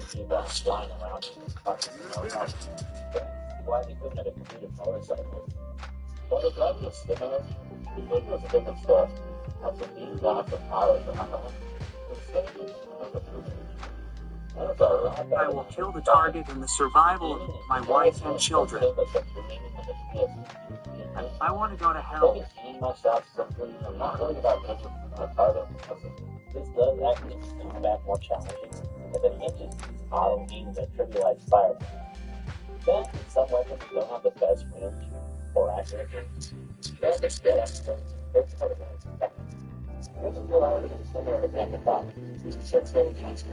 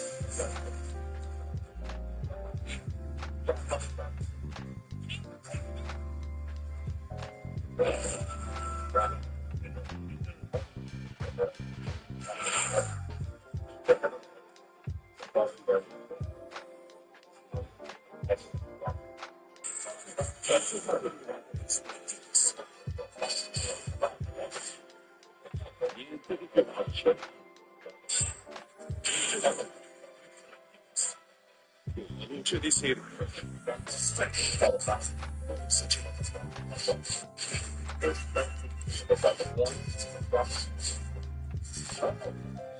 Niente di più facile.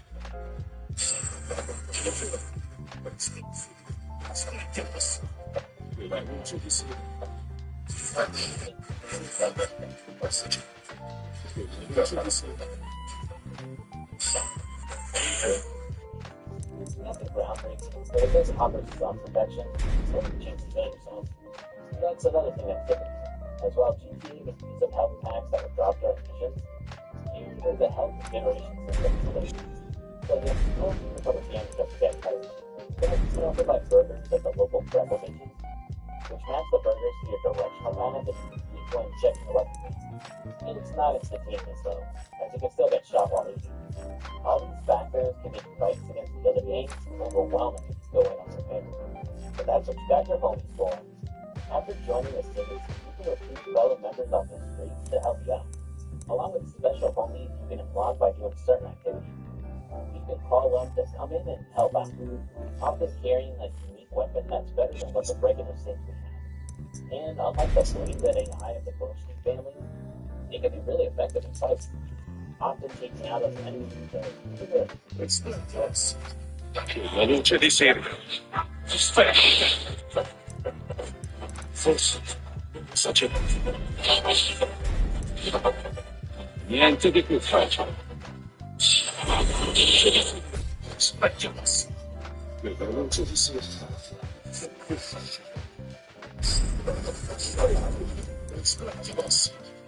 La luce di sera. Forse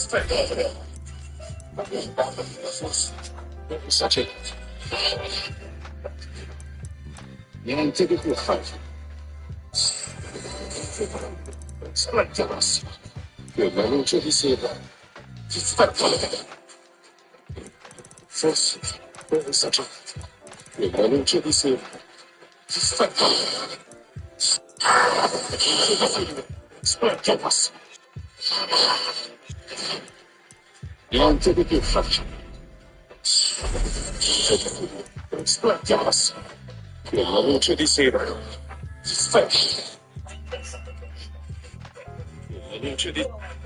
luce di sera. achieve. Along with jewelry and tassels, and you can customize individual pieces of clothing by changing their colors. You can rock a skin color with what the right clothing will also provide a respect button. Increasing your respect score when performing side activities. You can break into stores at night when they're closed in order to rob their sleeves and set up a quick pawn shop. Almost guaranteed you'll do this by accident when you try to buy a weapon or more ammo at night and end up breaking into the West stuff on things. You can also rob places during the day by holding Trump's beautiful road products. Their system conference or skyrocketing.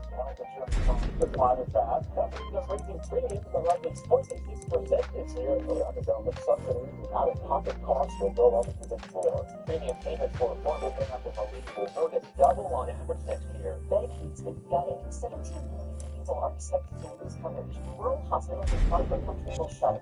Our system is flatlining. Trump wanted it. Republicans in Congress let it happen. While look around, if you steal a car with more than one passenger inside, after you throw out the driver, you hold whoever's left in the car hostage.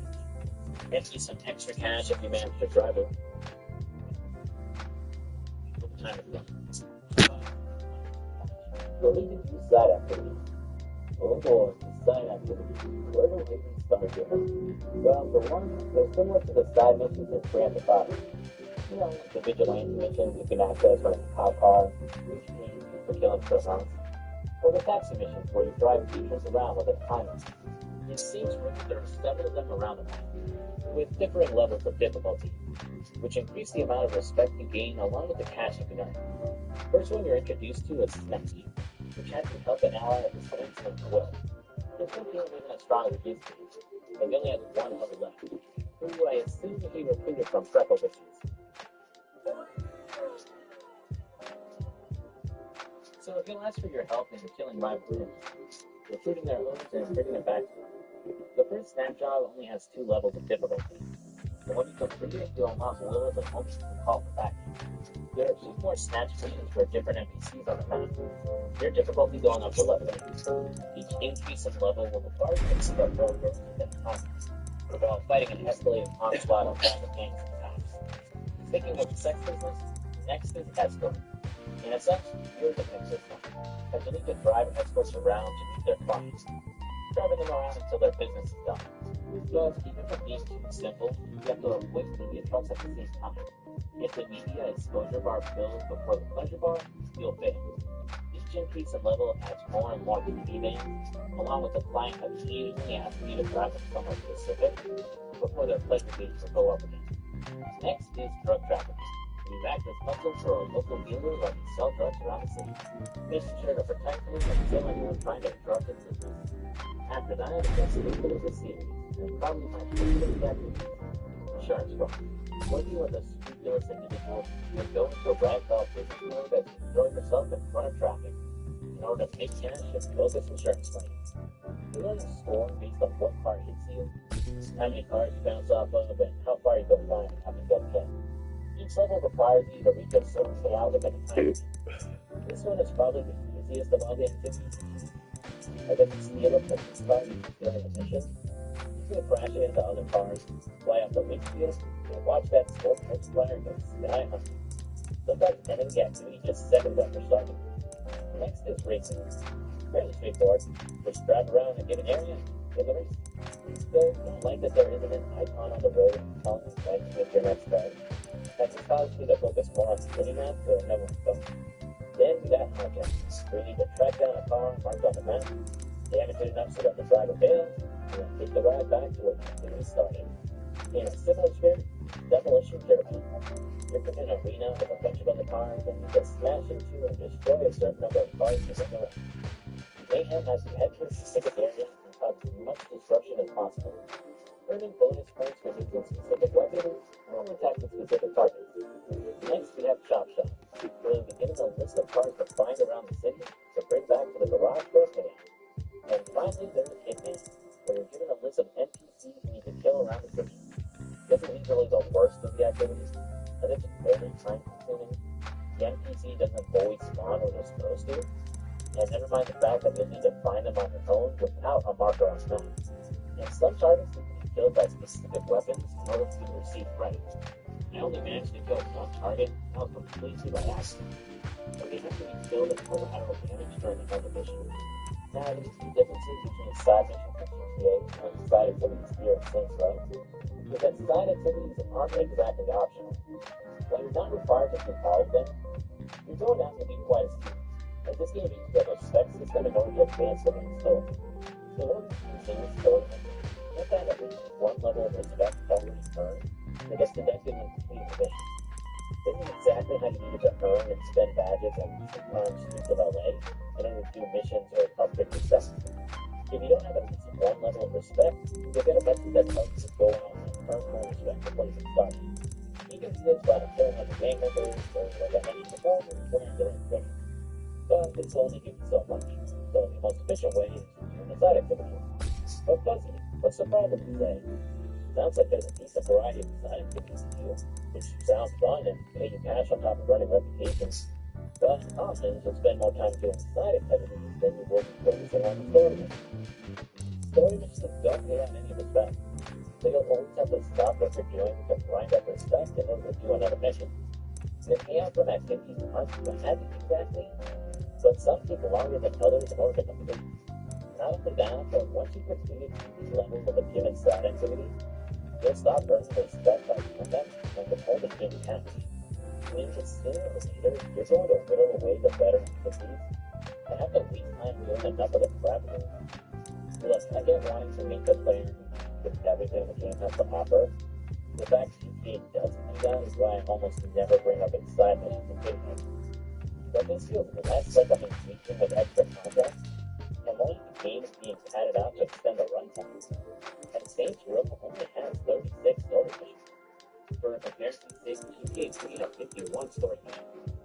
Sure, a couple were just a glorified cutscenes, but that's still a lot more than Saints Row, which was released 5 years after the first 3D GTA.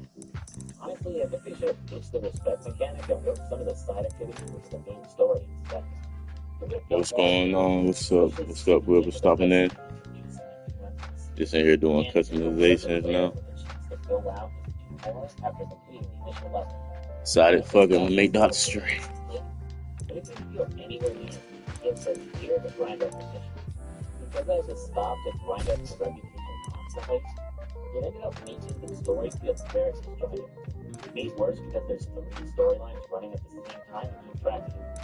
So for the sake of keeping this video focused and consistent, I'm dividing the story portion by storylines instead of the actual order of the video. And before that meeting, I just want to say, no, I didn't forget about Stronghold. I'll get into those later in the video. What is first is discovered by Stronghold. With a success long-lasting guide, the better way to experience right here on Earth. Discover level 1 motivates to make the move. Explore. A hot sub you dip into hot shit. Firefighter approved.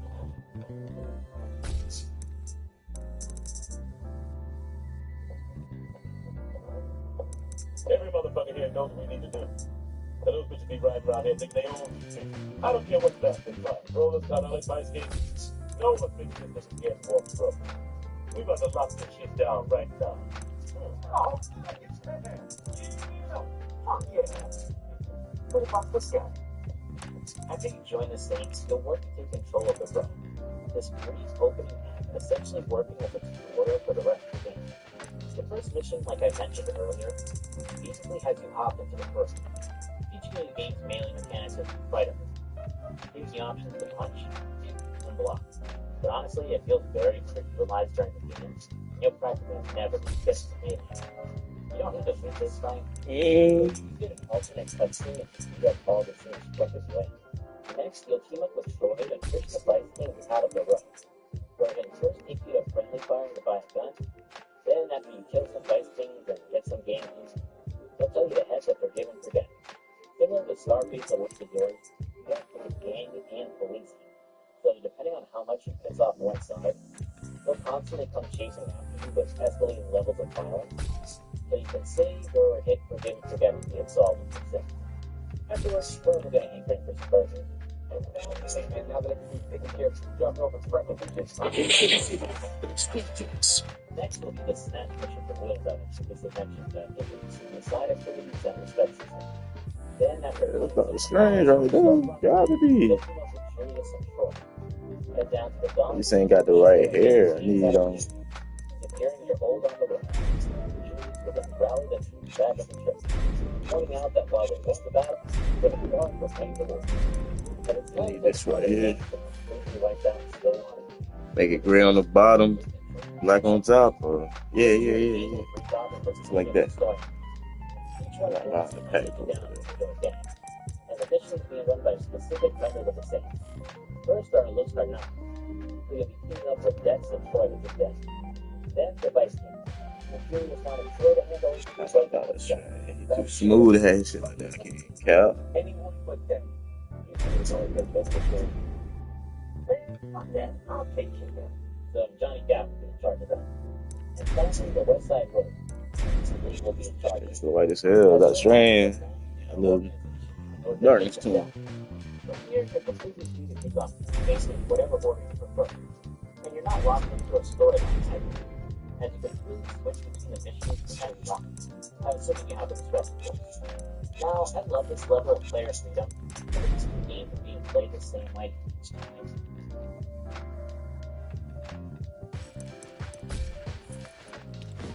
Forse ho esagerato. Che la luce di Sirio disperda le tenebre. Luce di Sirio, risplendi al massimo.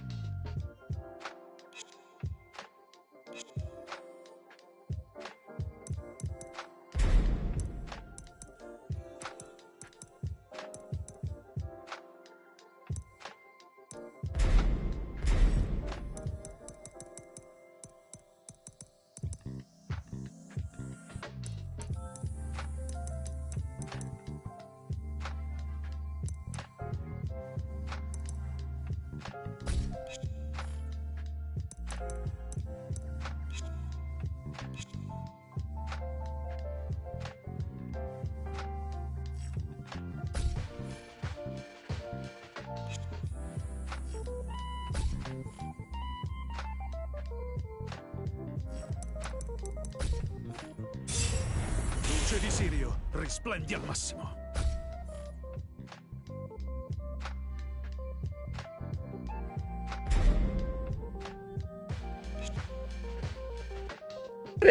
That shit hard. I can't lie. This is too. Back to the garage and things go.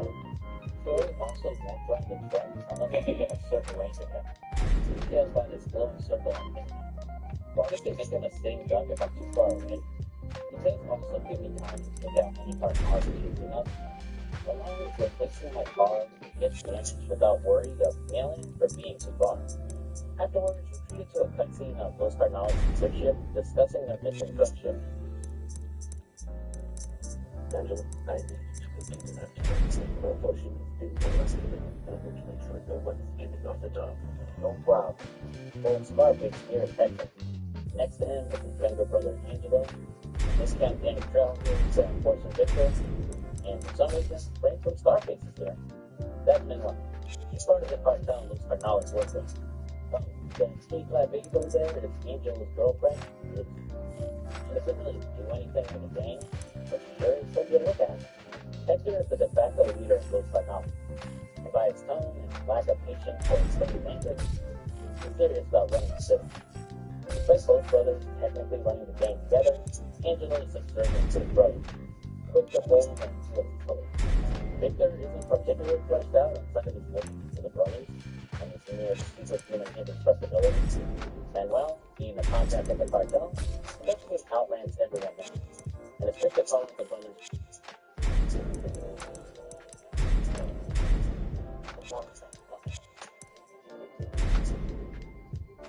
If you're someone that suffers from having sensitivity, but you want them wider, I recommend subscribe to Go Away. In addition to organization, what's it say? And just a very obvious thing for him to show. During this cutscene, they find out the Saints were responsible for the missing drugs.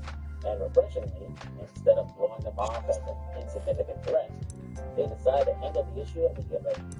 With Hector ordering his brother and Victor to release Los Cardinals and attacking the Saints church, which leads us to the next mission.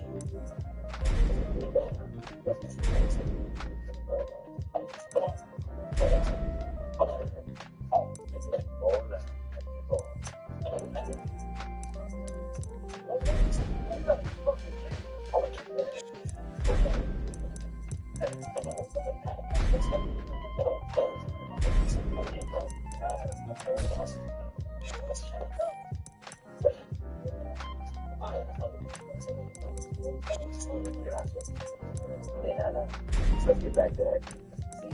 They'll make that a lump of what you gotta break the beaches. Cool.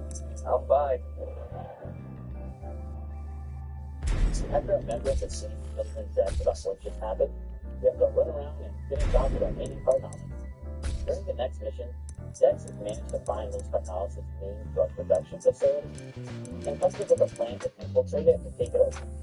Using the truck and pistol, he uses it as a Trojan horse filled with Saint drugs in order to get access to the facility, and then kill every Cardinals member guarding the place in order to take it over.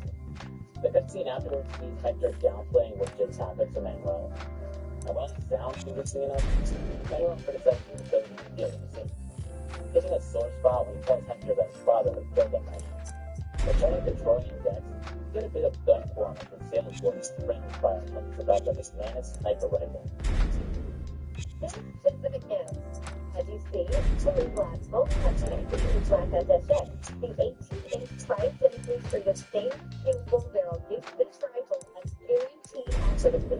A .2 minute pistol has 600 yards with match-grade ammunition. With its featuring chamber and match-free trigger, the McManus is designed for the marksman who wants to reach out and test the bird's artificial thickness. I'll thank you. We're going to use this sucker to take out Hector. About the need of the Columbus down at the docks. The mission is timed as they have to race down there before the mission is over.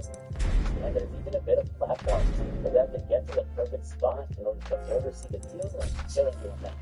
Mission complete. Returning home. Some Cardinals down there, rocket launchers, but it's one shot me off the building from my building. I also made this a lot better for myself, so I was able to figure out how to resuming mission. The mission was done. So basically, I have a Mason shows the front drive with Hector. After my work is done, the house keep up the remaining Resist technology and be system as well. eliminated. So we miss Victor, who managed to escape. But we're thankful. Resuming mission. Filling him in about his brother's death. But you don't know the scenes were behind the hit.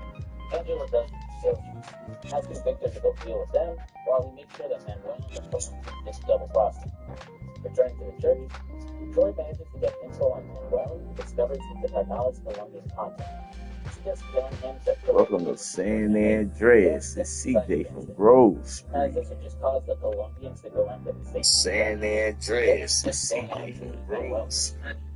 Maybe coming to some deal. San Andreas. It's CJ from Groves. Heading to the strip club and trying to war. San Andreas. It's CJ from Groves. To make it back to the road while Dex tries to keep us alive by killing our kids.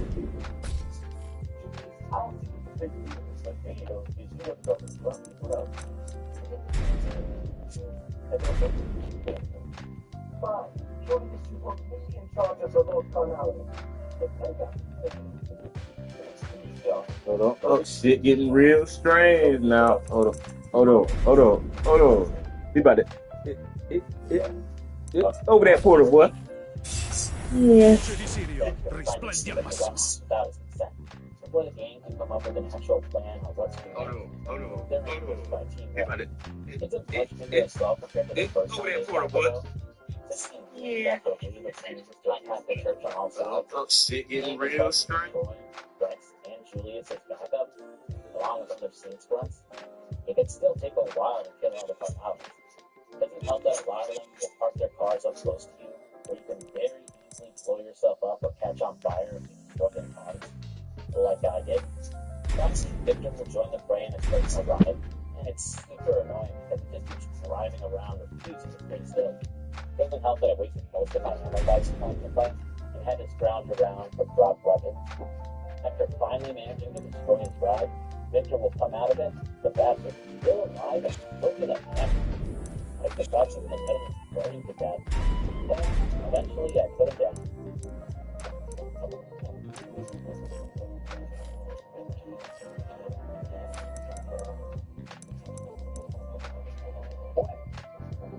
Catching up with Dex and Troy, Julius went out and met with Manuel, coming to a deal with the Colombians.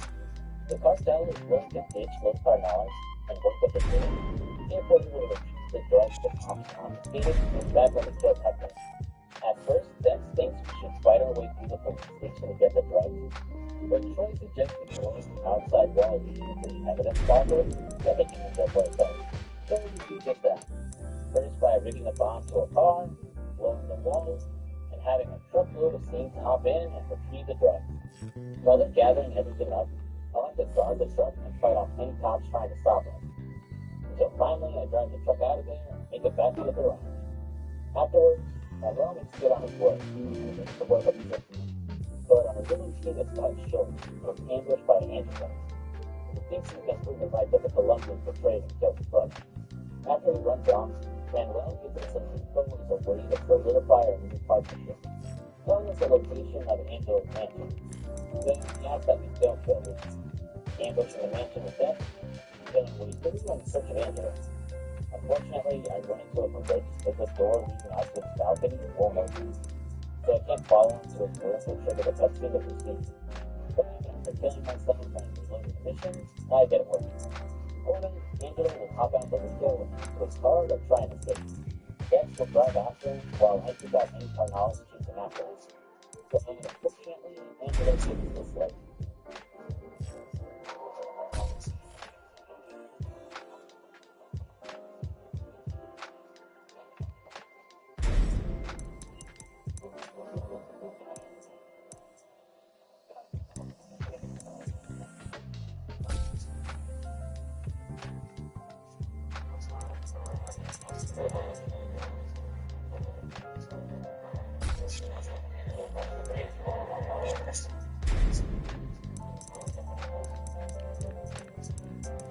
Don't worry about it. Take out some places to go.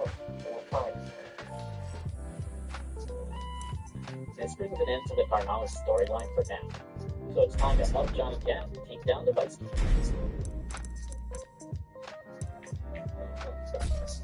exciting, huh? I see you this week.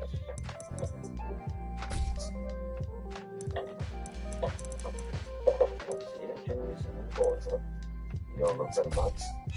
Then again, I don't look like I have 8-inch cock, so I guess we're both missing that. Good old Johnny Gap. Hey, Joestar, you idiot! You keep if you stuck me in here, you going to keep it moving! When your opponent starts boasting, thank you! Hey, Joseph! Respectful to just about everyone, but it's good and hard and fiercely loyal to the Saints. Not a fan of that bleached blonde hair he's rocking now. Glad he goes full black in the future games. Like I mentioned earlier, the Vice Kings came to power when their leader, Benjamin King, rallied everyone and his neighbors together to fight off local narcotics. While they succeeded in pushing them out of the hood, the Kings just ended up becoming another street thief. So Benjamin King has worked to become a more legitimate businessman, as he runs a successful record label, Kingdom Come Records, and has ties with the police and City Hall. He uses his influence to keep the cops from messing with the Vice King. His introduction has Johnny receive a call from his friend just 11 for the Vice King. Venture is held back. Her sister was snatched off the streets by the Vice King. So it's up to you to kill the kidnappers and bring us a date. It's the usual game mission, but instead of a dumb kilometer, the game has a radius around the car that people belong to. You need to stay in the outer circle to stay in the car, and avoid the inner circle on the scene. Catching up to the girl, kill the kidnappers, rescue them, and get them back home. Returning to the room, we're formally introduced to Aisha, who's in the middle of arguing with John. She left the States some time ago to become a musician, and landed her big break when she was signed by TEKKEN Tourney. But her contract with them is finished, so she's basically being extorted by them. So she's come to Johnny and the Saints for help in escaping her contract. Johnny's big brain idea to solving the problem? Well, let's just fake her down. Seems a little extreme, but considering the predatory contracts that artists are forced to sign when joining the actual music industry, it may not be an unrealistic idea.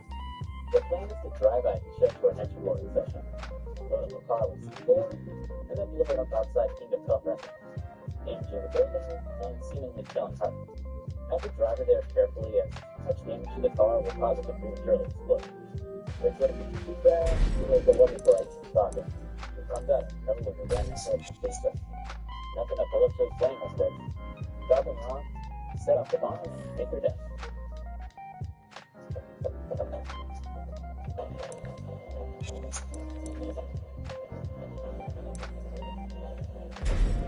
Catching up with Aisha and Johnny as they enjoy a romantic dinner at Freckle Bitches, the next mission is to go after Tanya Winters, who runs the prostitution racket for the Vice King. First, we take out to patrol the Vice King protecting her brothers, before busting in there and showing every guy we see, so we don't get caught. What's this engine that's going to set us back? I mean, I'm sorry, and that's the motherfucking for my shit. I didn't realize it ain't no vampire. But the corner lost as much as somebody's death. I think we talked to Blue. The cutscene that plays after will introduce the heads of Vice King, made up of the stars to the character voice actor. We got their leader and Doomsday, Benjamin King, voiced by Michael Clark Duncan. I mean, you know who he is, right? I don't have to explain why he's seen it before. You know, nominated for Best Supporting Actor for his standout appearance in, yep, that's right, the 2003 masterpiece, Daredevil. Next, we got Anthony Quinn, or just Stark. He's King's bodyguard and voiced by the original ghost of Sparta himself, Carson. Then, Tony's girlfriend, Tanya, voiced by Mila Kunis. You know, Jackie on that 70s show, Manic on Family Guy. And finally, Warren Williams, the number talented king, character running Kingdom Come Records, voiced by O.C. Benson. You also know that Scorpion and Naruto were Miles Morales and Ultimate Spider-Man. They've got all the wrinkles and sunshine in the same course. And while he's trying his best to stay calm and handle their current losses intelligently, his underlings have too quick to try and fight fire with fire. Specifically one, who disrespects and undermines his boss until it's put back in place. While he's not taking the situation with the Saints seriously enough, he does decide to have a police chief on the road and the squeeze on the road. After this mission, Johnny will follow warning you that the cops have begun tracking down the Saints members on the streets. At the same time, those are called that Tanya and the Vice Kings are trying to keep back on court after we just finished capturing. But if mission is treated as its own thing, it's technically a pushback mission. Similar to San Andreas and Turf Wars, after you captured an area of the city, every once in a while the gang you took it from will try and take it back. But it's nowhere near as obnoxious as it was in San Andreas. For one, pushbacks will only happen to a given neighborhood once. You don't have to constantly worry about fighting for the same spots over and over again. Second is that you don't have to drop everything and rush to that spot to go save it, as the gang invading it won't work back. Instead, you won't gain any passive income from that area while the pushback is active. Honestly, the whole gang mechanic in San Andreas really worked in this, especially towards the end of the game with Falcon and Mission focusing on. But here, it took out the more annoying aspects and repetitiveness, made game mission actually fun to enjoy. Returning to the church, John has found out where Tanya is hiding. In an abandoned police station, he starts at Vice King. Together we storm the place, find and choose out the Tanya, then try to Vice King Margaret. Fortunately, Eric comes out as a fact, as Tony Beach gets the job on Johnny.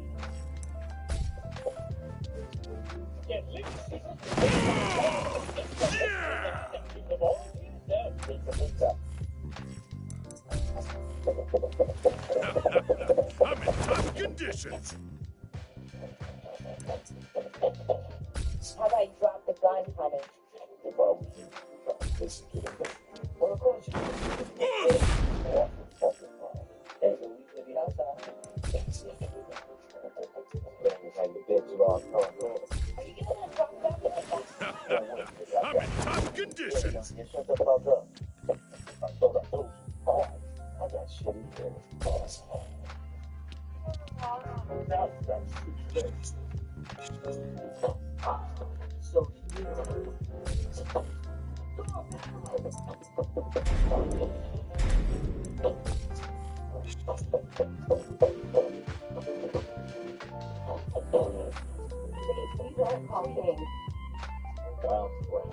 We better get back to the church and have a fun with Steve John.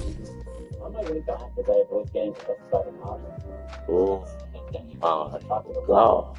satisfied that he's captured Johnny and Oh, let the flow will take care of him. Before we went together at 2 and storm the church to finish the rest of the song. Pardon me. Holy shit! As I fucking see holy shit! The firefold oh, the 1,000 interest! Stacking us! That's great! That's stuff it, bro! No King once again puts his hot-headed lieutenant in his place, reminding him to just focus on the record label and stop trying to prove himself as a gangster. It works for now, but Benjamin King has really got to do something about war before he gets too big-headed and does something stupid. Back at the church, he suggests that Gambit Bandit takes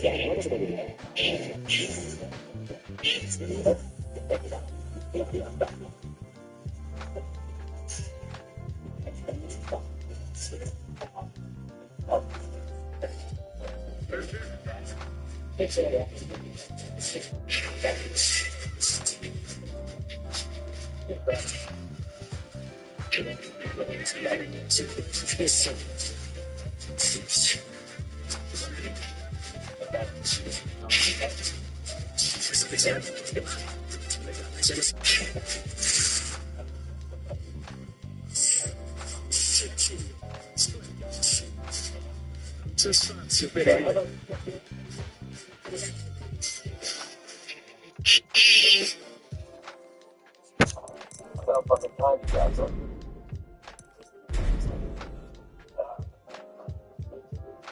One is for me.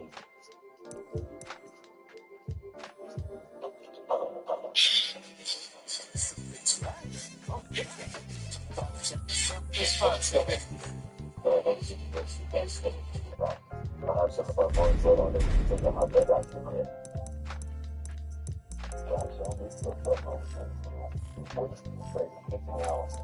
Fried chickens from Northern Farms, and cut fries.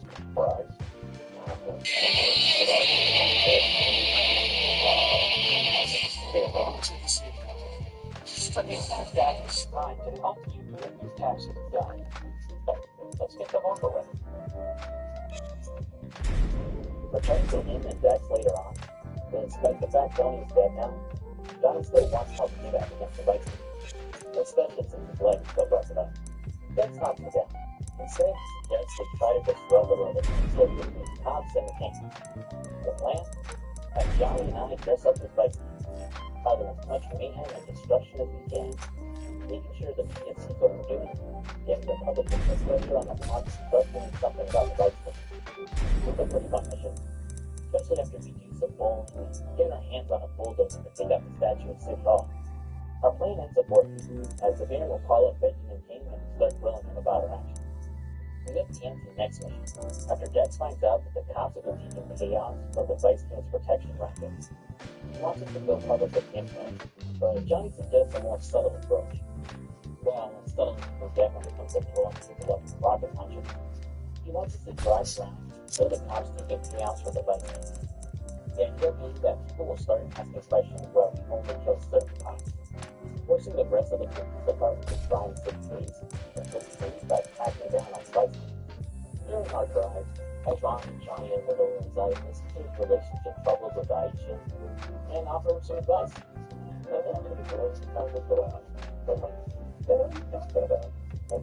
Check at the fire, and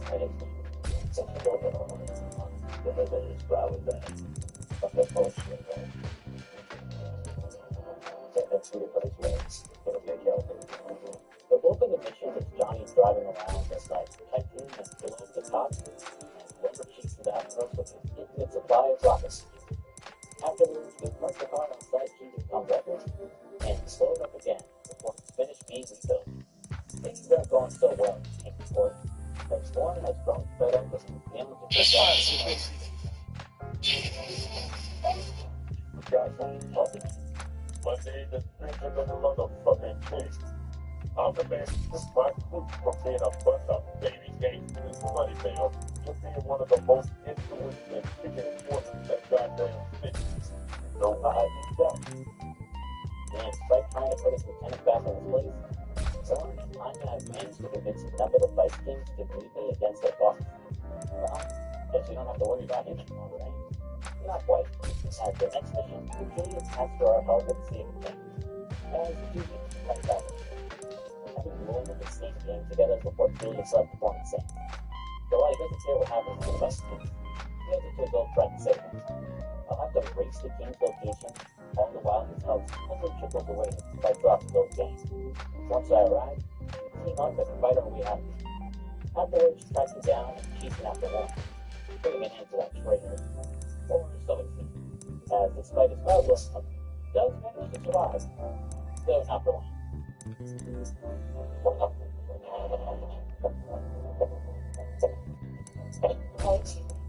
The fuck you standing around for? Keep your fucking hands!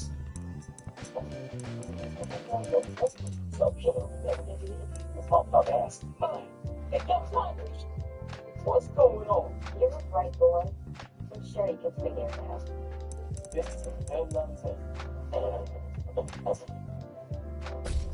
for the advice. Returning to the church, despite the fact that Steve Benjamin came, Julius and his gun beats down the Vice King, giving his friend the ultimatum to either walk away or die with his foot. He chooses the third option, insisting on taking down Time as now in control of the gun. He suggests sending out the ranks of the Vice King, first by heading to their hangar, and then leaving them to Fleet's ambush. They're right among the progressive. And it's basically the inverse of the usual scaling mission. And after I get the Vice King's attention, I need to keep them inside the red circle so they fall into the top. After the police are done taking out the Vice Kings, we only have one mission to wrap up. Time. But for now, the missions for the Vice Kings are done. So let's move on to the final gang, the West Side Rollers.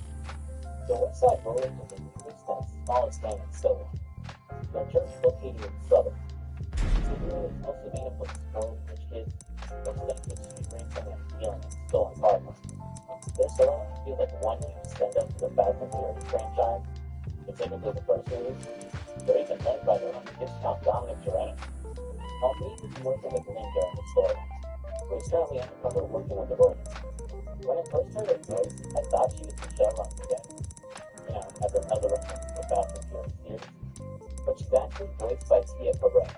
You might know it as Sandra Wong in Queen's World, but I don't know if you know that it's the voice of Nani in the 50s. That doesn't right, right? But you recorded. No, I did it myself. The spoiler looks like Donnie Cook. No way, that ought to blow strings for you. Yeah, I guess it does. What is it, fucking third grade? What do you think? Forget it, I'll see you tomorrow.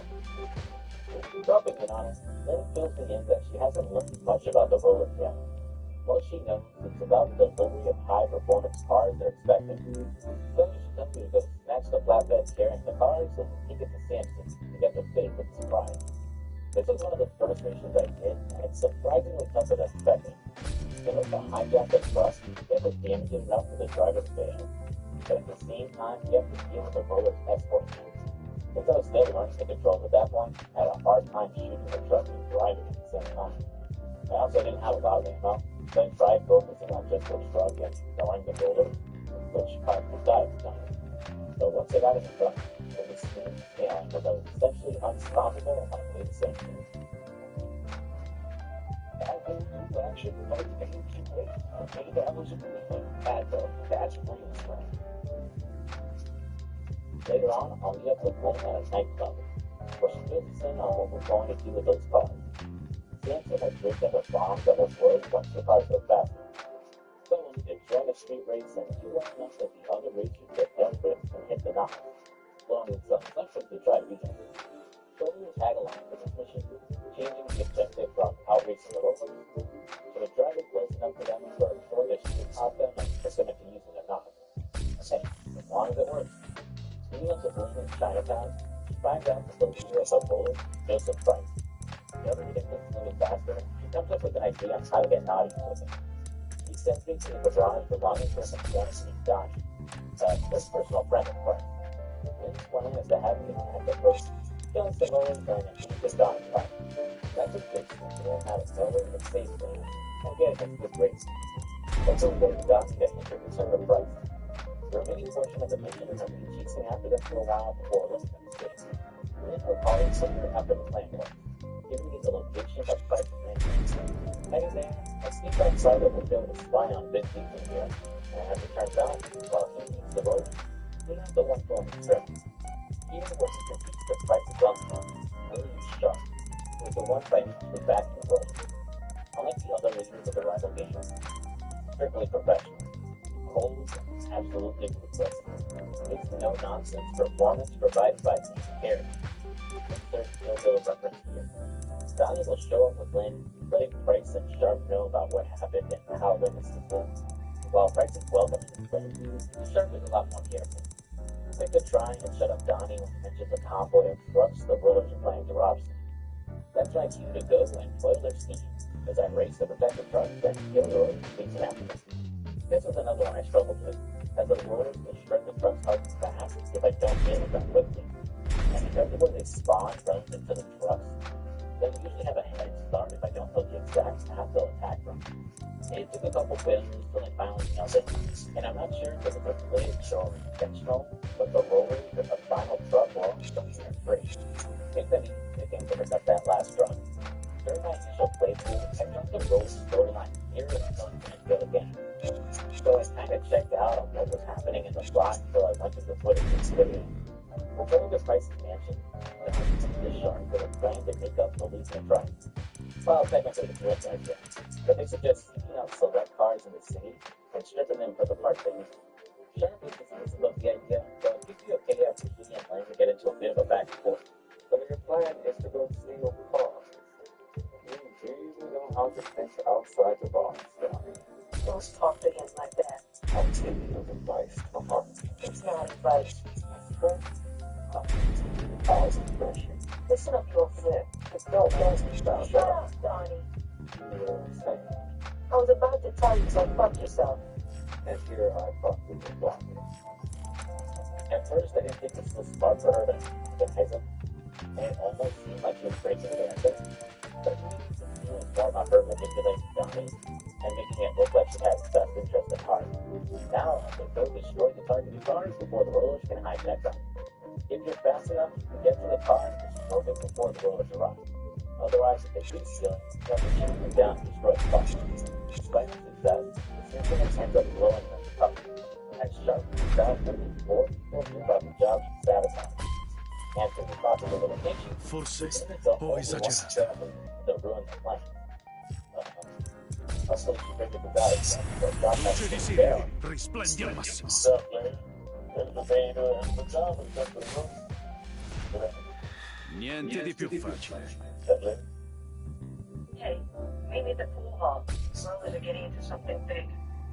So let's go. You know that Go fuck yourself.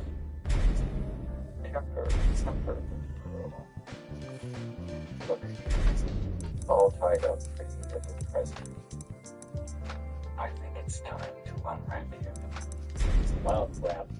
Let's go on to an ambush, where I have to fight my way through the romance and eventually find her. Too bad Shark was still one step ahead. That's one of his monkeys gets the drop on me and knocks me out.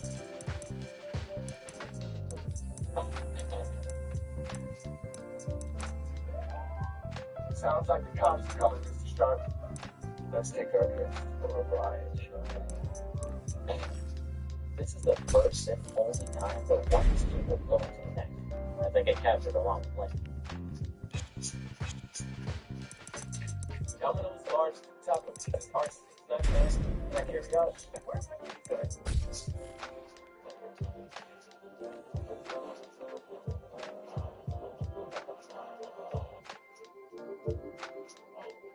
Stop moving. You see? You can alive? It's something. Oh, ow. Look at the girls. What the fuck's going on? Yeah, son, right there. Yorno. Yorno. Right, Mr. Sharp. I'm glad you could make this down. I'm something I want to Yorno. The following cutscene has Sharp calling up Don to reveal he's captured us and exposed you in front of the prey. So to have to very about it, I can't get you what the bullet is just. I want to picture it as Scott's as unexpected. And the hard start is Don.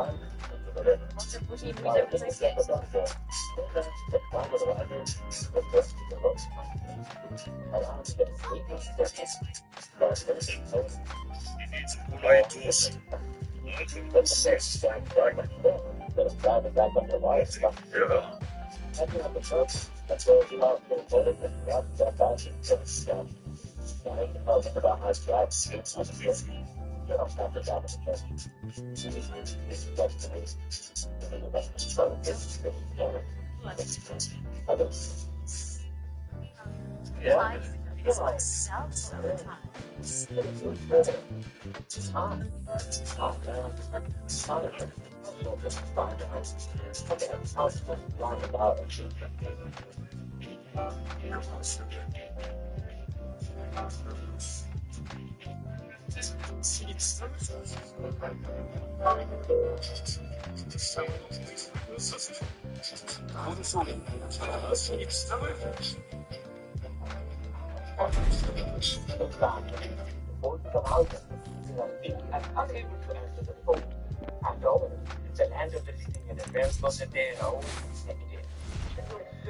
Niente di più facile.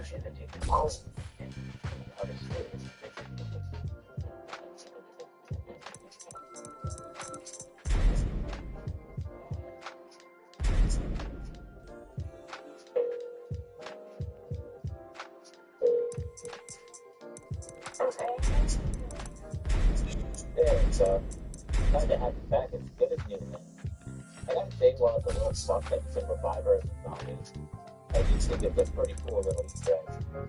As the phone number for iFur and iFur supplies was only played on the radio. Any player that decides to try the number and call them may not even know it actually does anything, as it only works out the written noise. Of course, nowadays, things that dang old internet is pretty much an open secret on how to do it, which is why I knew about it. Also, I learned that there's in fact fast travel in the game, as you can call the number for the taxi depots in town to have them drive you around. I only used it a couple times, because it really wasn't too big a hassle to drive around, but still pretty. While the saints were warning him, Ron is rallying his band. Shit does not come apart like it should. The Russians try to not control the world on the impact. But they're on stage, so Julius and I decide to head out and cut them off before the finish the show. Once on the highway, Julius gets the wheel, while I close the door, the rocket launcher, wheeling them down till it's just Bryce. But going about Bryce, I think that about coming out.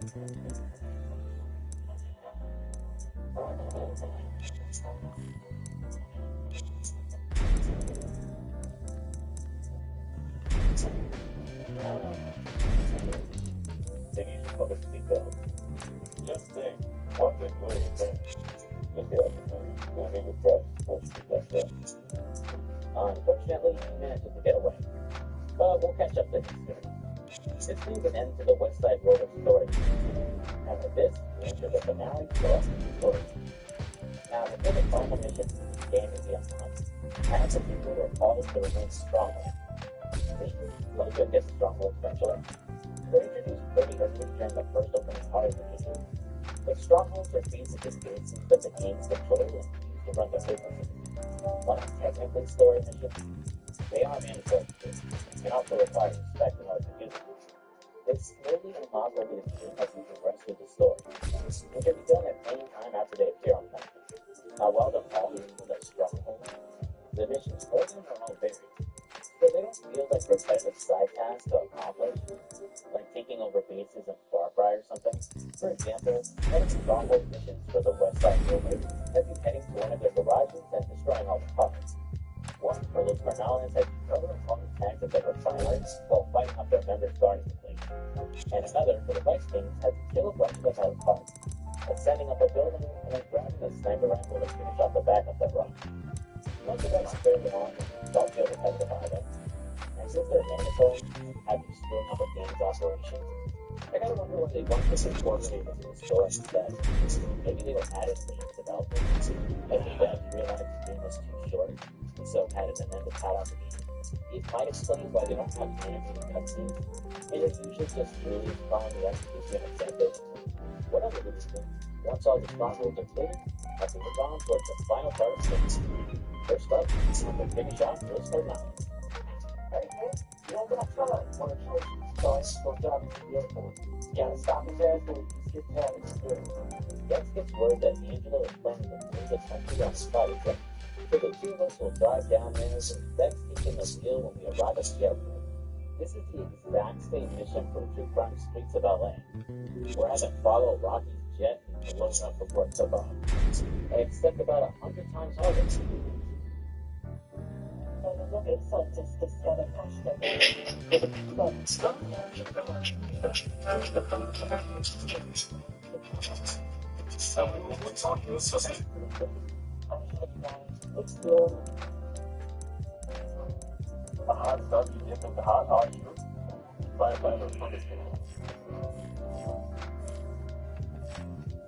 That's the night in the airport fence with some Carnales following behind us.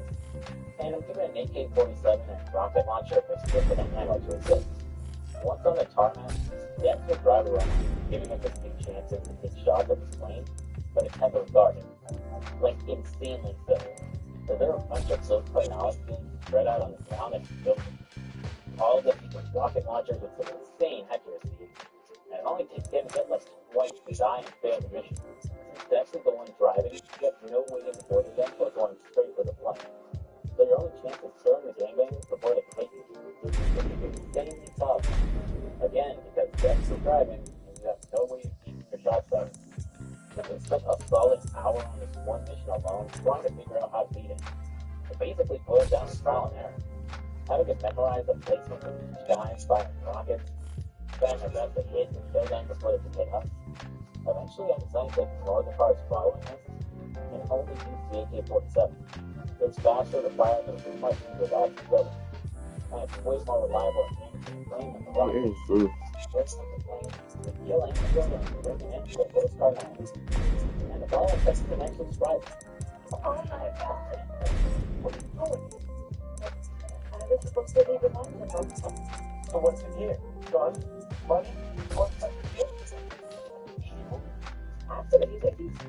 Bullshit. That's these false predictions. That's not true. Let it go, man. Don't reason to piss off that way. Just keep going. Yeah, I had no idea my character spoke at all in this game. I thought he was just a silent music Saints Row 2. I think it's a fun little way to cap off the end of the story. Next up, how to get rid of Tanya and the Vice King. Giving us the King and Johnny for this one, we won't be able to reach Tanya until we get the elevator code to the Vice King's penthouse. So first, we'll kidnap her fashion consultant and use some enhanced interrogation techniques to get the code going. We should go King Taylor's and Uncle Rico and start driving around town until he finally spills the bit. Then we'll storm the penthouse, fight off what's left of Vice King, and ascend the elevator for a showdown with Tanya. I'm gonna skull fuck that bitch.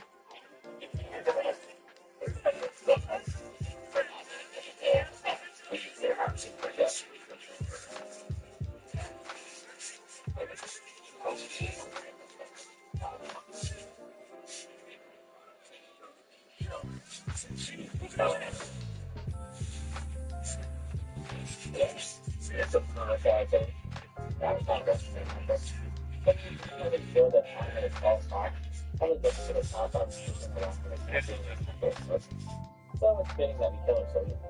With King Dylan defeated, that just leaves the West Side Rollers.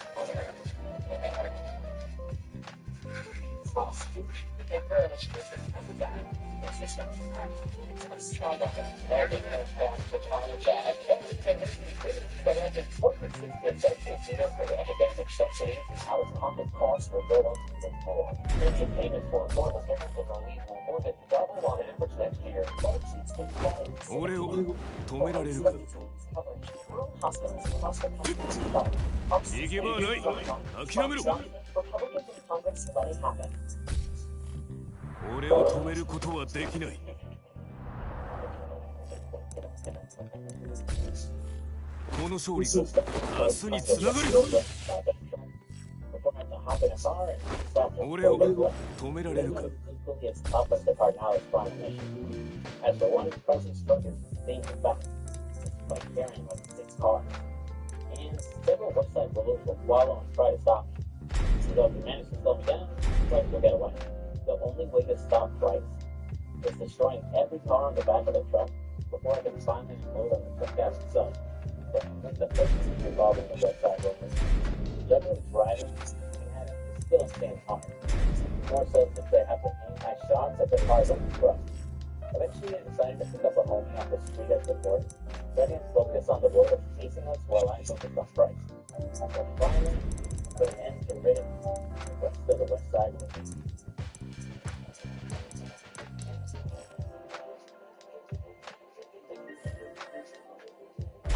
That was a hell of a close.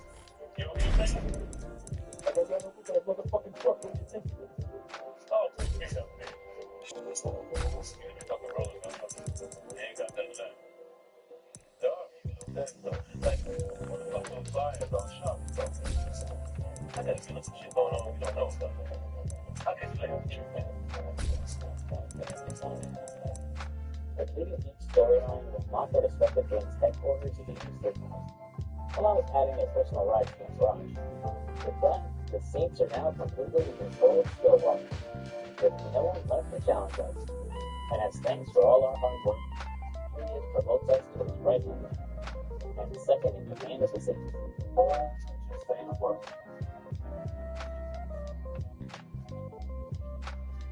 And now we'll Saints Row. So what did I think? Well, wait, there's still more.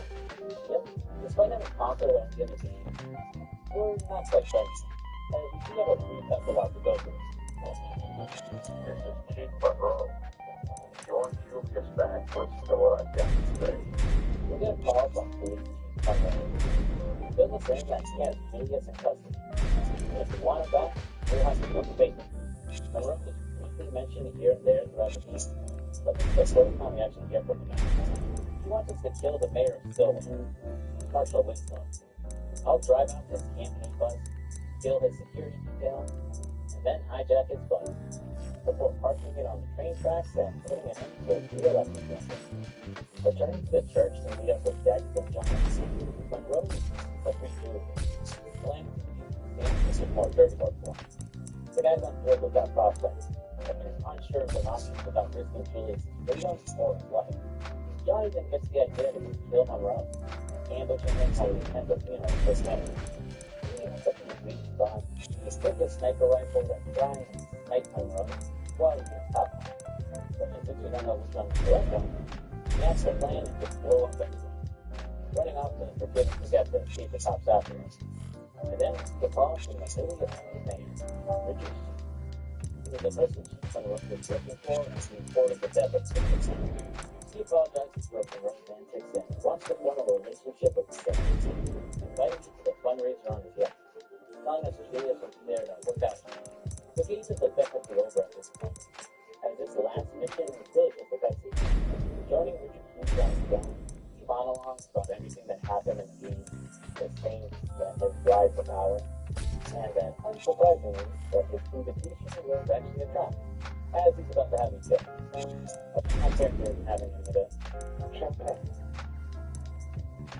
As you get older, you quickly learn that there are only two kinds of people in this world. Rich, money, gender, and other status. That's what you say, you're right, real quick. Or you say, now the sad truth about our situation is that in order for me to be a winner, I have to step into a neighborhood and stop here. Hold on. Stephen, could you come in here? What's that? Oh yes, don't you do that. Now I suppose I could try to take you on, but what's the point? Just so you know, burn your face, stand there with the beginning, right exactly where we started. So I figured I'd cut the little band and get right to the point.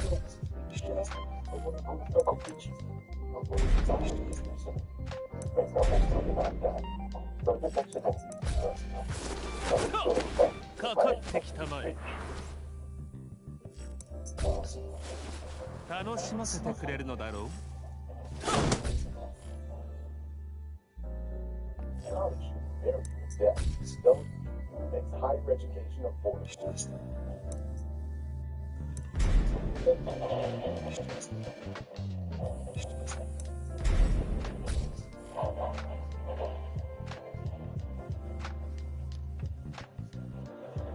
That was Saints Row. Man, that ending felt kind of abrupt. So much to unpack here. First, Troy was apparently an undercover cop this entire time. It's all really caught me off guard because it seemingly comes out of nowhere. But apparently the original instruction manual actually heavily hints that this is the case. And going through my footage for this video, I just found some subtle hints to stuff. First, it's way back at the beginning, when Troy refused to go out to the game. It just didn't give a good reason why. But knowing that Benjamin Keith had a good with the cops and Monroe, it makes sense he wouldn't want to disrupt that relationship.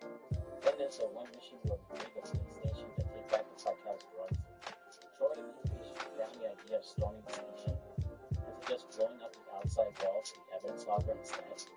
Being a cop himself, he wants to avoid killing his fellow officers and would know exactly what the evidence locker is. I too still end up killing a lot of cops in this mission, but against the thought that counts. He also explains how the cartelians who were at the docks got arrested, as the deal with the Colombians is totally easy. The Saints and Troy were the only ones who were informed about Lebanon. But at the time when acting as Tanya chauffeur, he just so happened that Troy could end up Troy was trying to get rid of it. That's how Becca's confession. It's interesting because specifically it's also how the stuff and the scene before the credits, along with the ending on the cliffhanger of the player the character is supposed to be being blown up. Do this and why?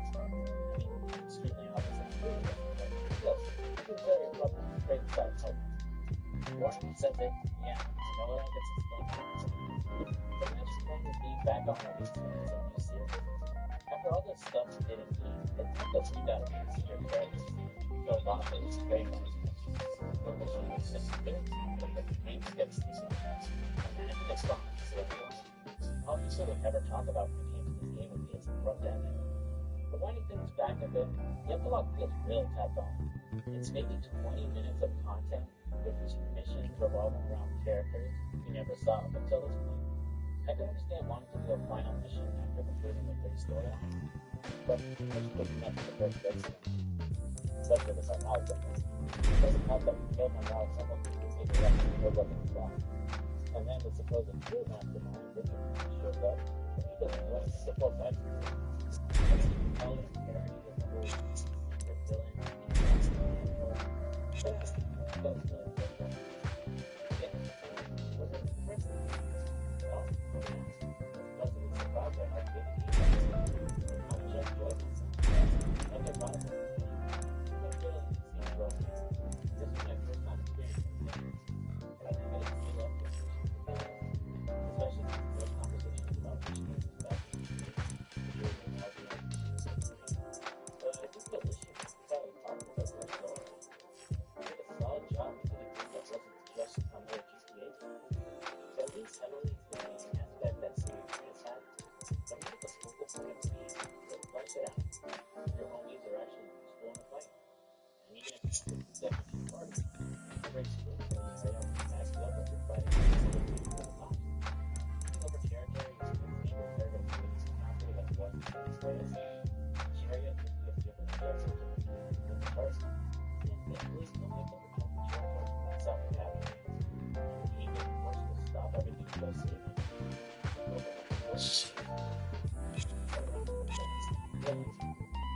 Some of these can be attributed to the Xbox Series S. The characters actually have to be pretty good. It's a nice detail on the animation that I was doing. The color goes really nice. Well, that was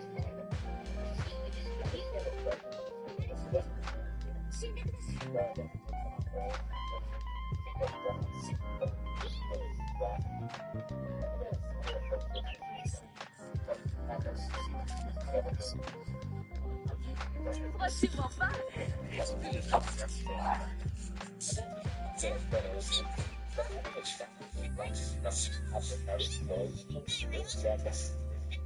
It's just rather than take them off road. Because I also hate the game's day and night cycle. I know it exists because of realism or whatever, but most story goes up night is a real thing. There are so many times where I have a real recipe for products. Just like it's so much more if that kind of flower like sleeping or something. But outside of being to cheat on your phone, you're stuck waiting for the moment to go by so you don't have more ammo. I think the story is fine. It's not groundbreaking, but like the simple goal of it's grounded and doesn't really go off the rails. Nothing wacky like fighting villains or feeling that distract from the game experience. The character is also good. Like the story. I actually dig this matchup because I kind of know what he does. Pretty much. The character editor in Tekken is crazy good. I think I'm like 50-50 right now. Who would your dream guest character be in Tekken 8? Probably like Luffy or something. Luffy!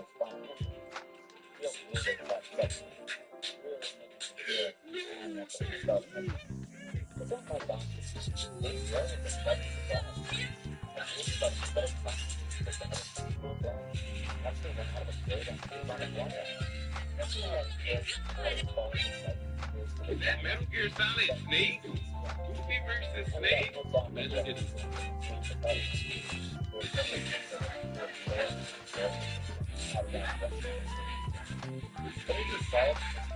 I actually dig this matchup because I kind of know what he does. Hello?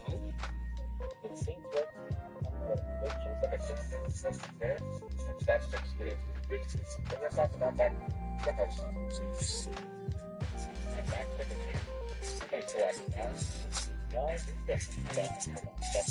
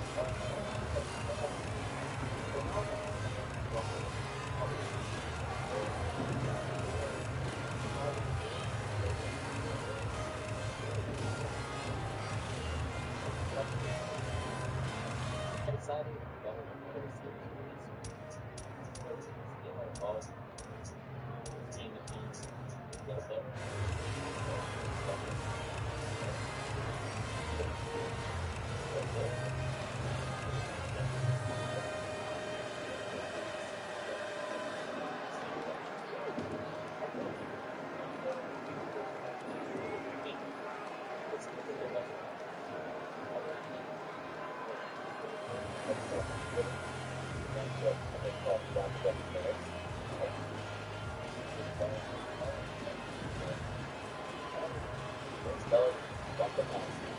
Our creation,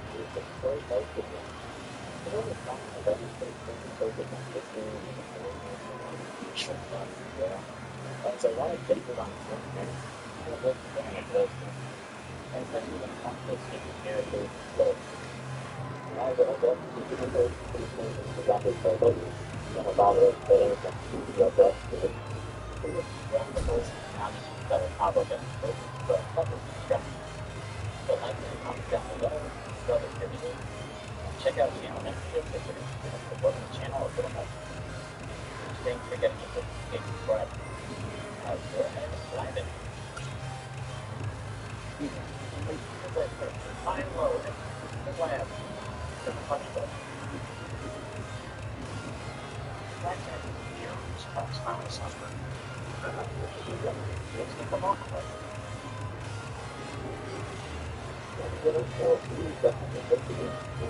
Which ends with like a dragon.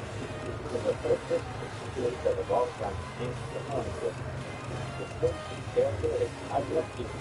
A member of the social station that serves a large outfit over the two their best friends. Two of the most responsive to two partners who are more players of the value of loyalty, honor, and justice. Which puts it at odds with the more ruthless members of Young. One for the protective nature, it's the one yourself to help and defend those who can't protect themselves, whether it's friends, strangers, or even enemies. And it's also a amazing character. All the streets and scientists are very such a striker fight. Even if that's one bad, the same group is like this. All drugs, guns, and work that do radical things. Executing the first team, against the Holland's gun for the Project Land. It's the free the inner dungeon.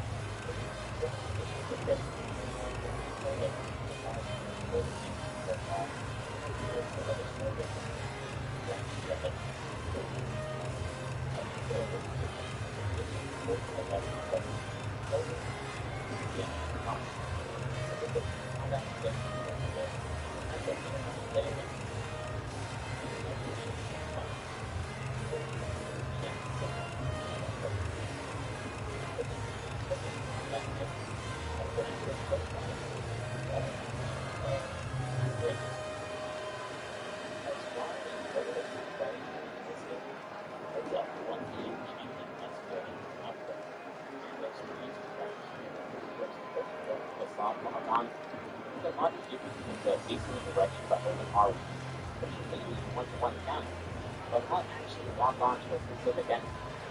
that means when you start a combo, you'll deliver points in the direction of facing.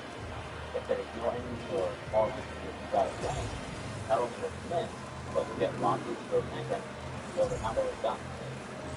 A lot of people from fighting good, open yourself up to everything. One of the so bad, especially if you're very common where and a bunch of together, that's a really concept. The camera, really exciting, and very different character. The camera doesn't follow the direction of your face. Instead, you surround the area. You can press L to get the camera in the direction of your face. So people with that option, so pick the camera and get moving some more to the screen. Of the missing attack that you need in the wrong direction while the camera moves. Effective sound control is considered possible on the given weapon for the noise. And forget the faces and enemies, you gotta turn one over the other. Your best bet is to get one for one side of you. Look the camera, wait for them to come to you to affect them effectively. It's not outright awesome, because it means it's on the relatively time. The bottom is like it just it's just really hard distance to especially if you feel one of the movies. Or if it might be because I was playing the action fit at the same time. What's interesting is how quickly control and places that you Get ready for the next battle. We'll talk about that some other day. Switching back, for one, the keys are very fast. Round one. Fight.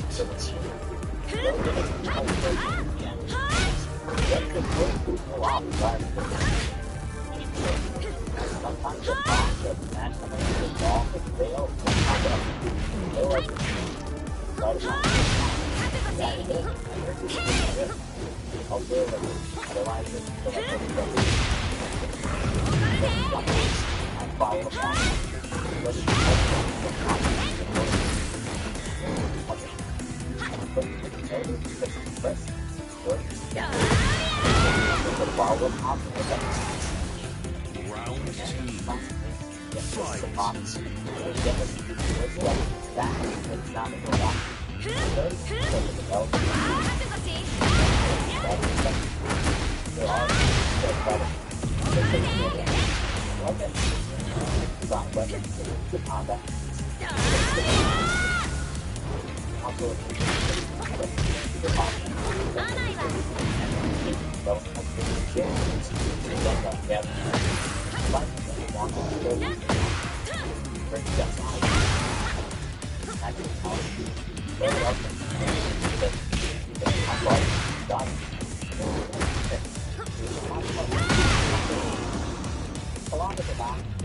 Round two. Fight.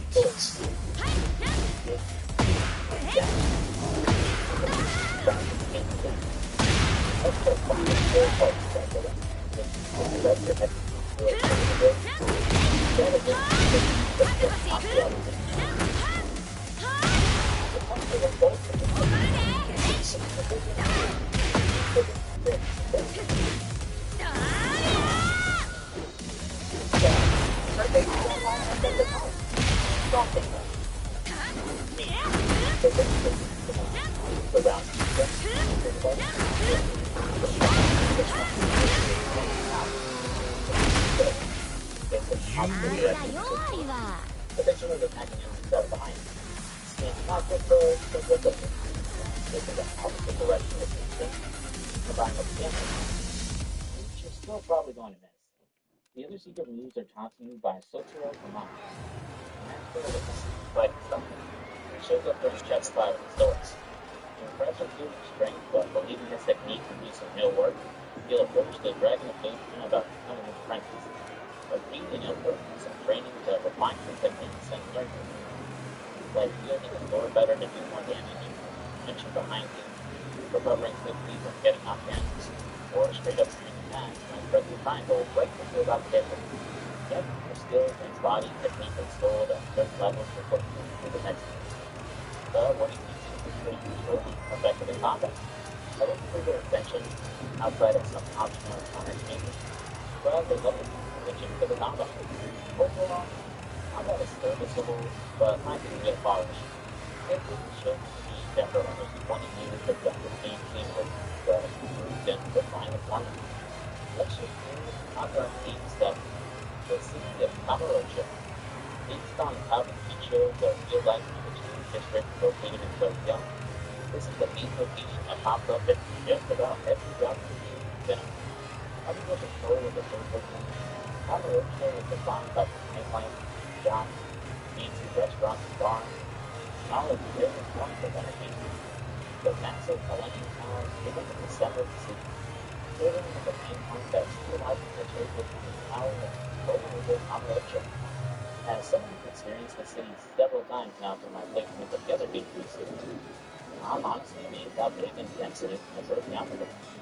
Yeah, it's no big Santos or Liberty City, but still, it's pretty impressive for a game on the PS2. Functioning as a semi-open world, you experience the streets of Kamurocho entirely on foot. This is too bad because you can quickly move from one part of the country to the other. There is an option to use taxis for quick travel, but only gets to 3 different locations at a time. Unlike future games, the city isn't loaded in all at once.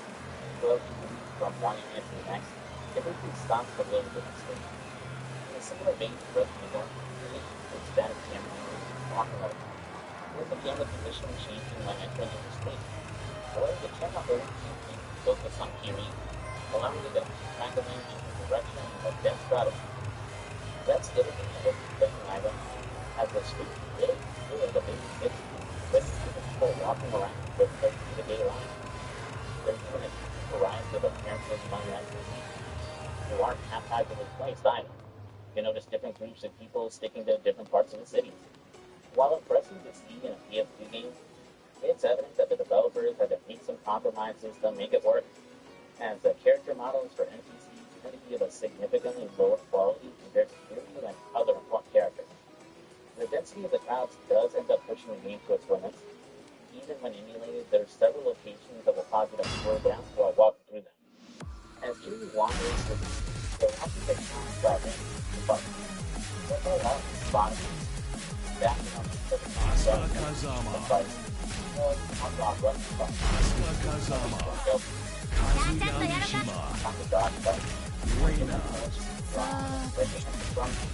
Bringing guys with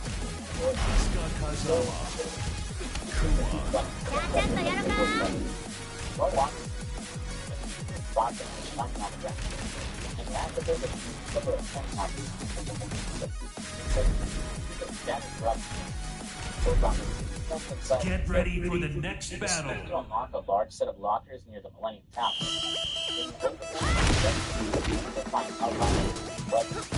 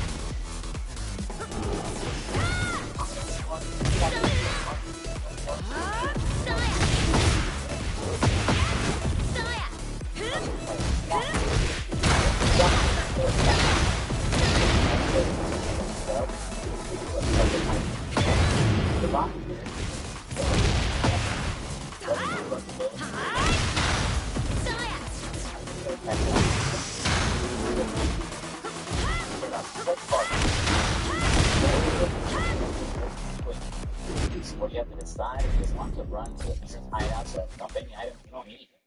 Run to a heavy soup pond in order to sell them off for money instead, or just throw the item away. It's so getting tedious and annoying, even more so if you want to equip armor to raise Kiryu defense, as it still takes up a slot in your inventory on foot. Later, the game's word addressing issues by reducing the inventory size and making the item box easily accessible to all components and services. Returning to the Kamurocho, the game itself that things like getting people the badge stuff, or heading to the Club Sega arcade for the UFO Patrick Bobby, we're trying to approach, which feels just as awkward and strict as it does in real life. And just for a little feature where you learn the story of the Monkey Spoon, Renegade Casino that was discovered during the sub-story, buy some casino chips, bet it all on blackjack, then walk around with Kinko, for the right items in the casino shop. Items themselves or lots of cash, sure to check yourself out with really good weapons and items. Since gambling is all luck-based, outside of safety coming in place to win, you can use your odds at the different games by finding or buying items that you can get on a if you have a need for more social system, you can hit up the strip club, watch for again inside the side thing, which is just a more hard to so why not get the salary from what's on your first game guide? Salary is also a simple to use again, but then how much faster that you can get the very again. And that's it, one is something again what you're doing.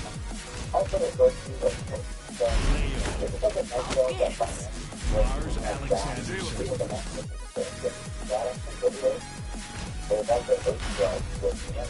Get ready for the next battle. Which also pops up in Kamurocho in the form of Stardust.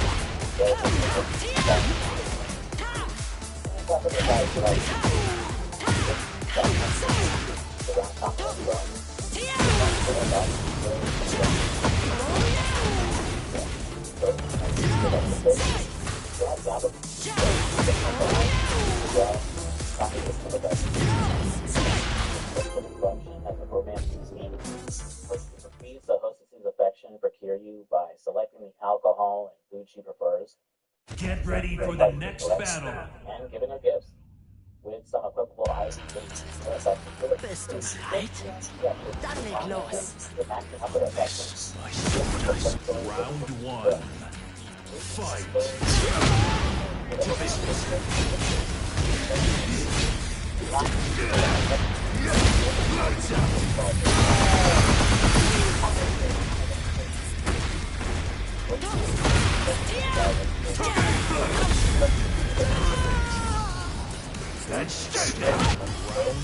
I just hit him, man.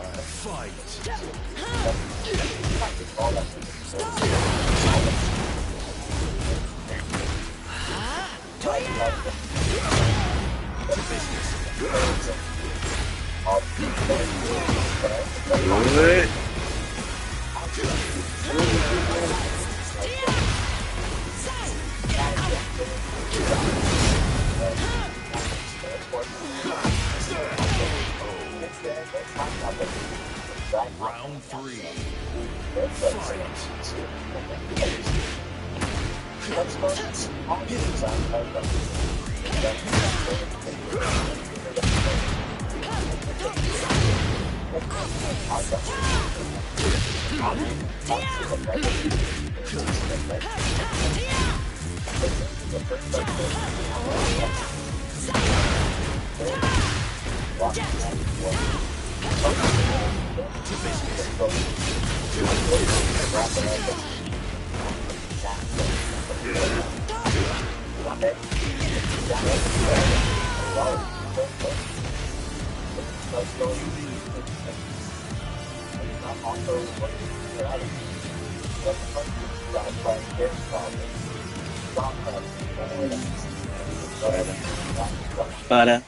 Get ready for the next battle.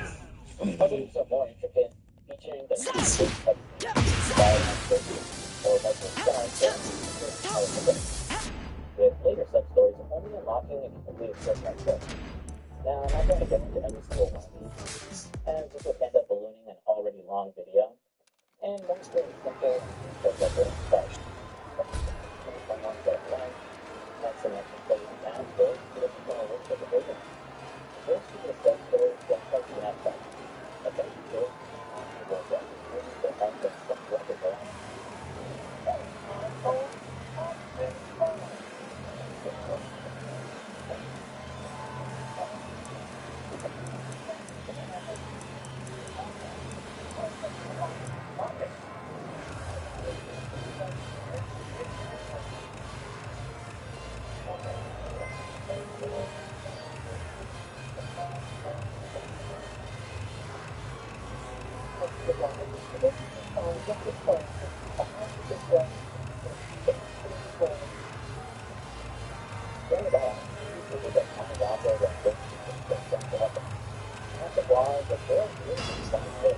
Trying to seduce you and get the end of the album and tell you the denying her request for time without trying to get hurt and making her get blind to the fact that her call is just the sound of the rock.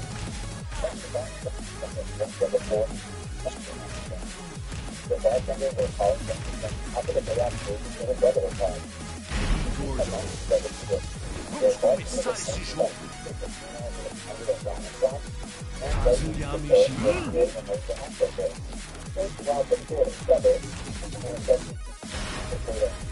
Get ready for the next battle. You end up permanently missing it if you take the payment instead.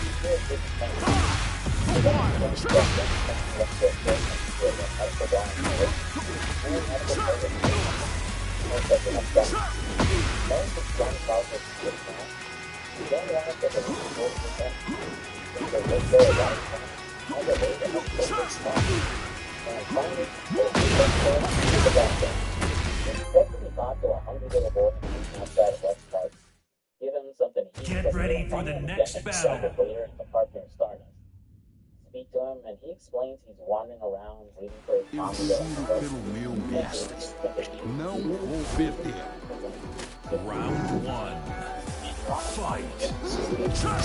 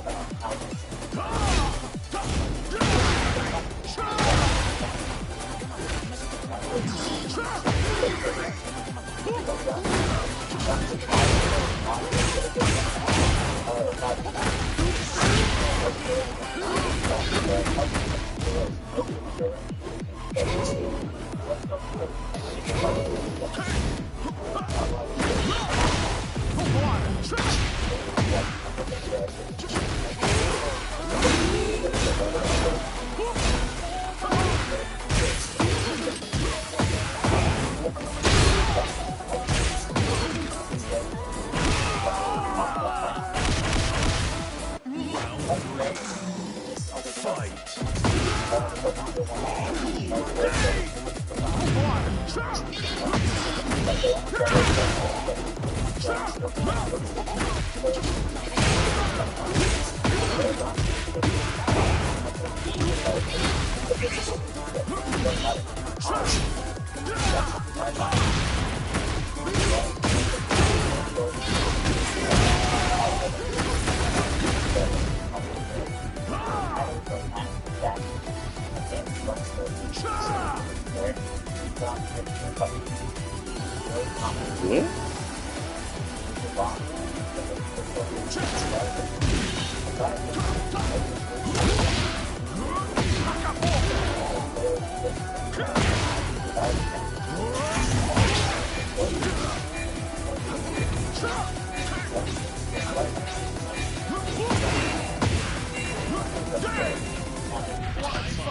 valer a pena.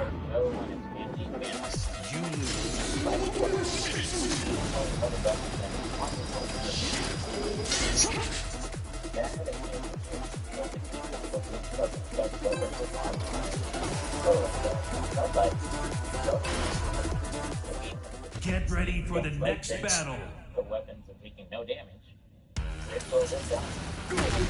Family tend to have tons of health, can guard or escape most of their combos. You can't have a lot of cheap moves that can interrupt your attacks or can kill you in no time if you're not prepared. Full transparency, I've pretty much never gotten into trouble like when boxing and fighting them. This game included.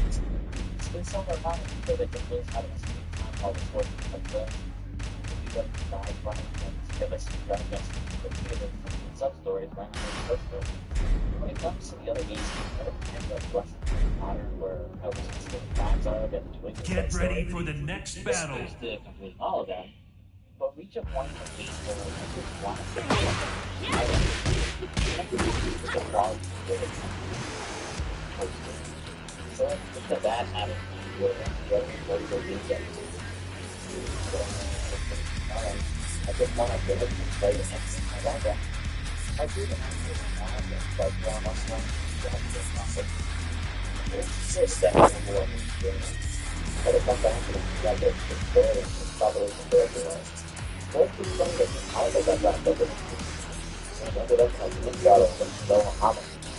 Instead of so much more, I might actually look for this hammer versus so yeah. Get ready for the next battle. There's side quests done right that avoid feeling too repetitive, have interesting stories, good rewards for completing them, and if we're doing all of them, and we'll film not to beat the boss fight. Round one.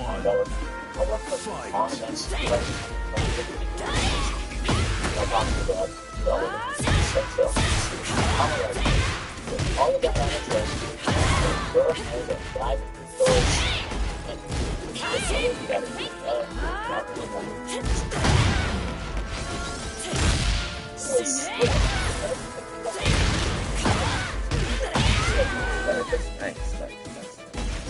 Round two.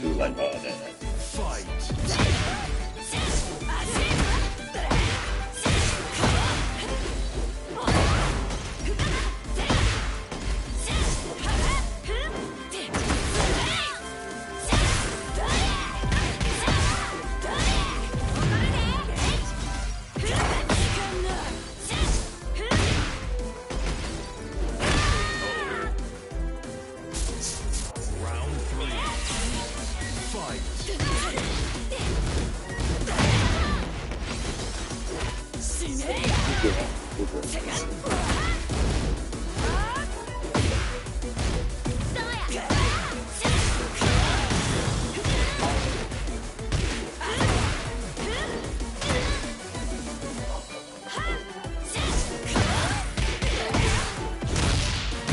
Oh, good grab.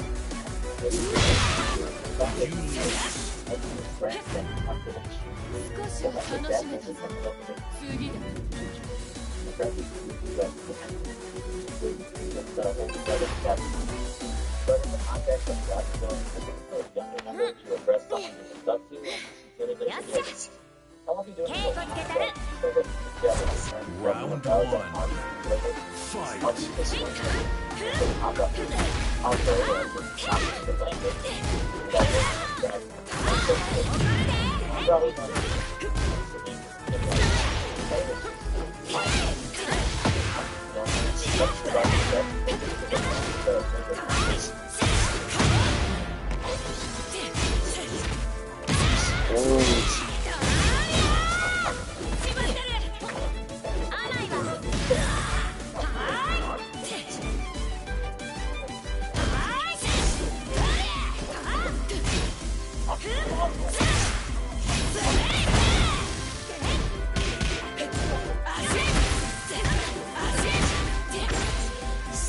Oh, what a grab.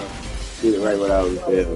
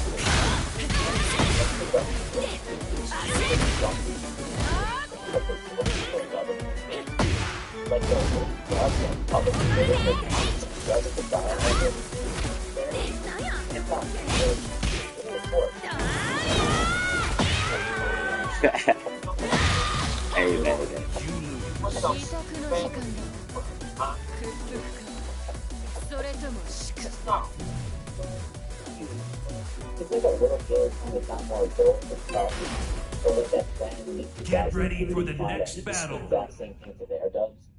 Trying to make this Jonas Joe look good to good at the previous stages. I really accept this as well.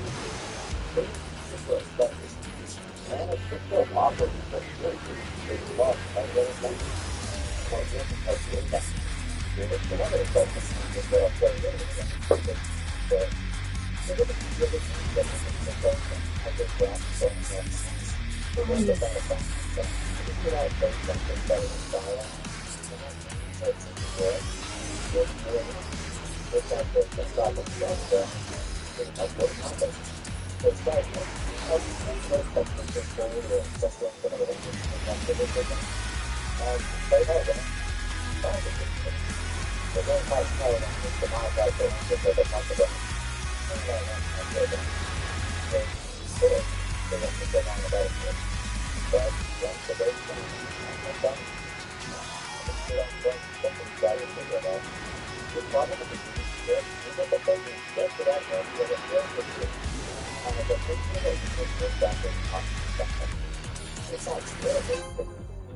They're forced to say.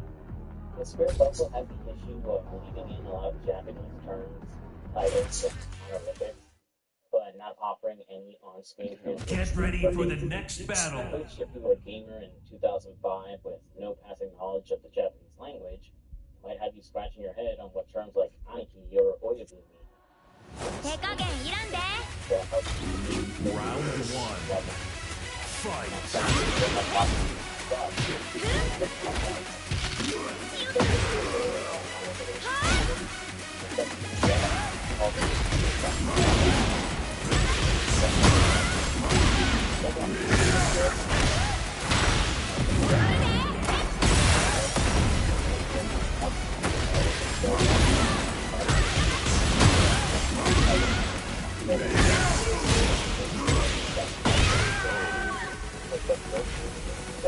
Round two.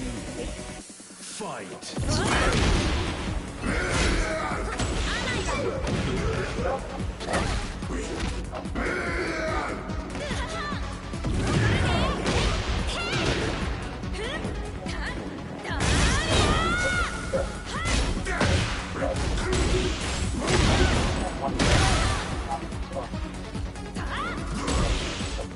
Round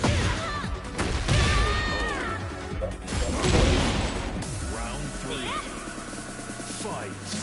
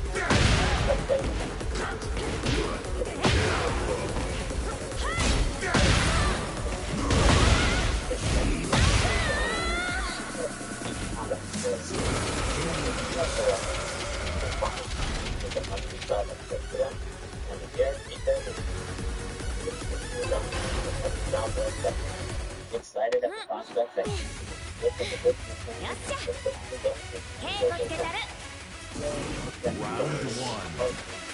Fight.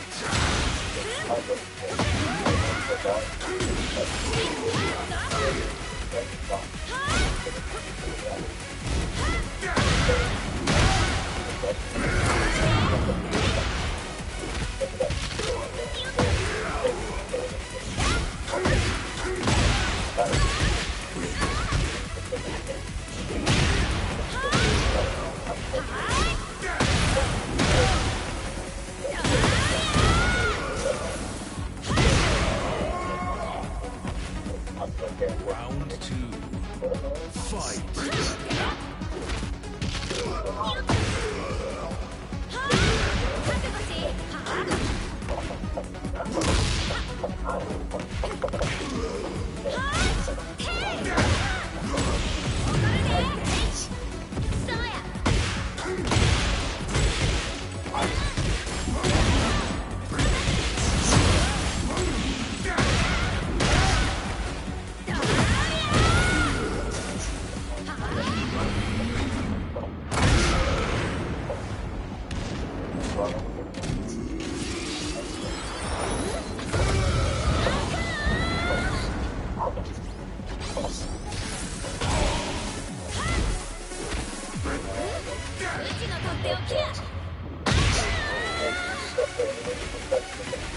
Round 3.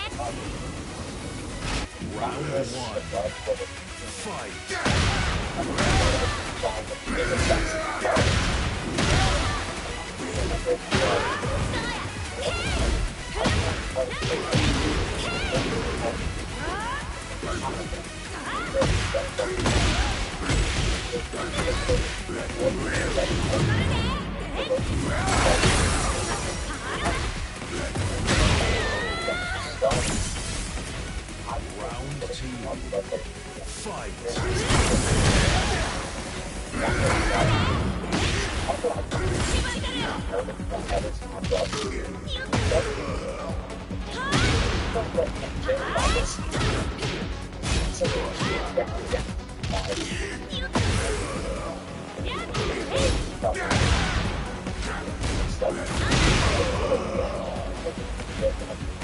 Round 3.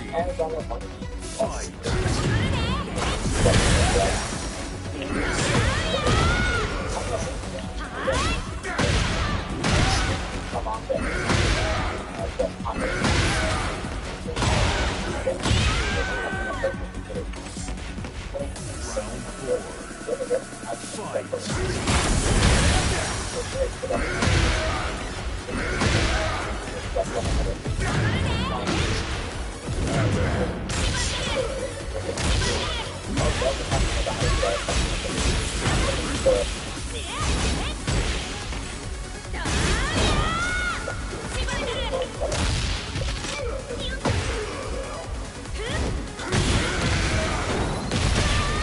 Waiting for that. Nice.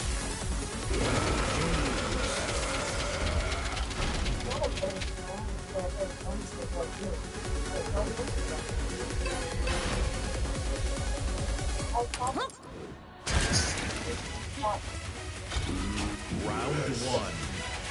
Fight.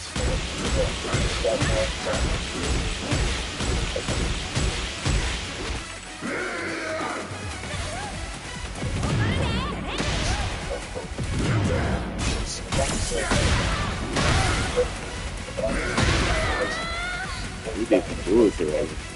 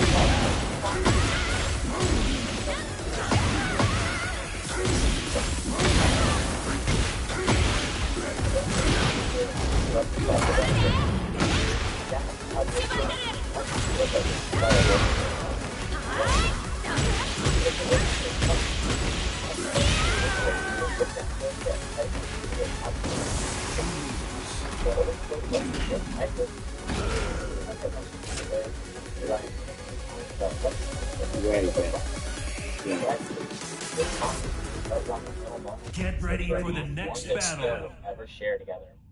Waking up after being down, you will leave Serena and head to the Cosmo Dance office to the Liquid Team Select. On the way to the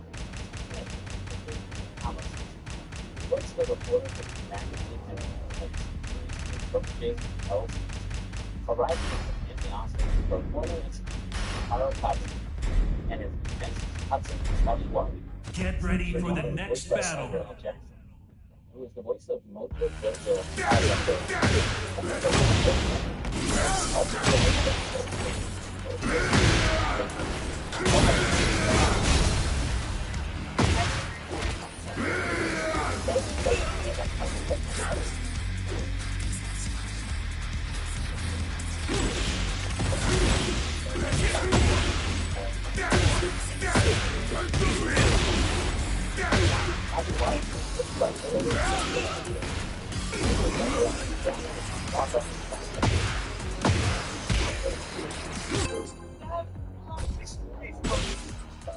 God, I want to do a video on that. Get ready for the next battle. Earlier, but Shintaro is Kiryu's adopted father, who raised him, Nishiki, and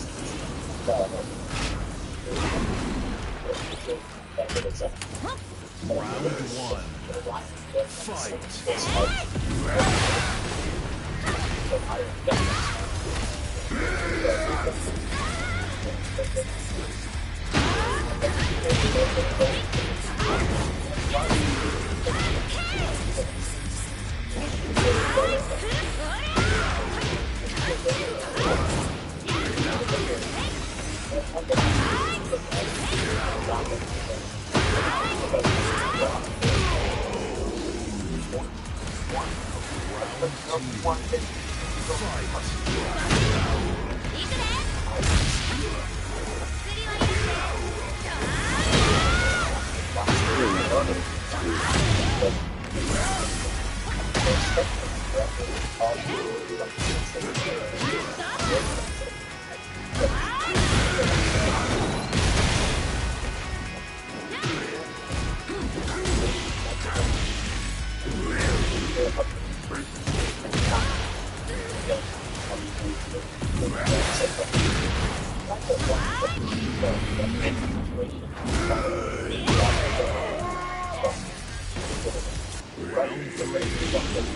Fight.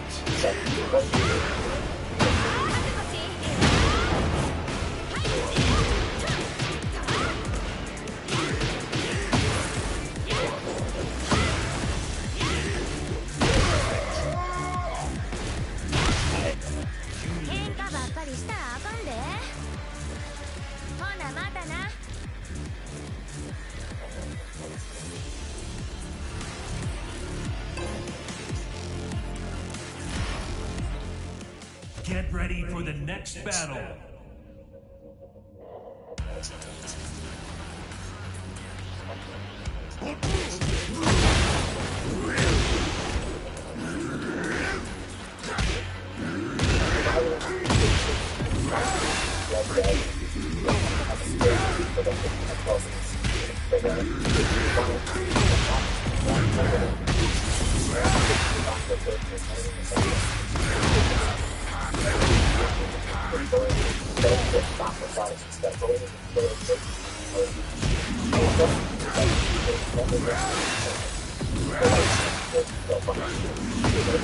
Outside of the front. Much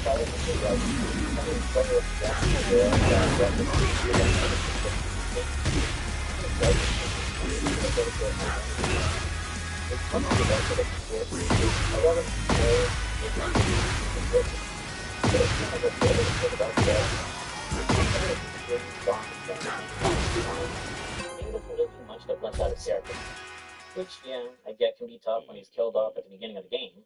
Get ready for the next battle. When he shows up later in the game, they could have done some work to expand on him through dialogue or flashbacks, which they end up doing with another character who dies. Round one.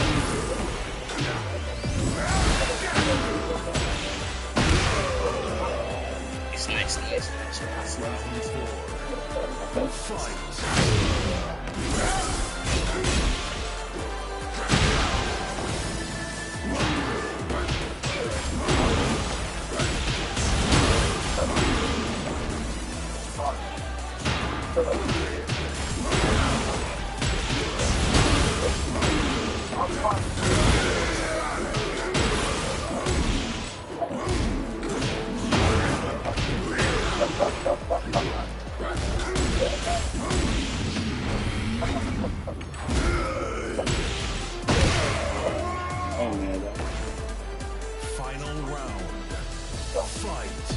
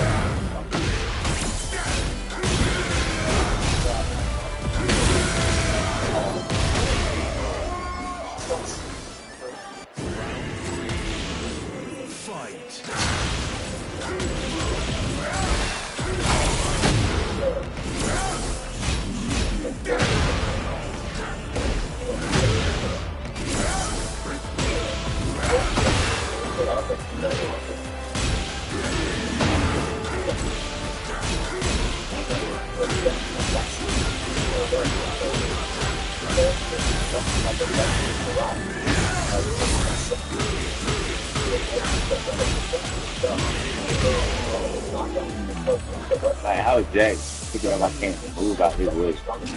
Shit, ass.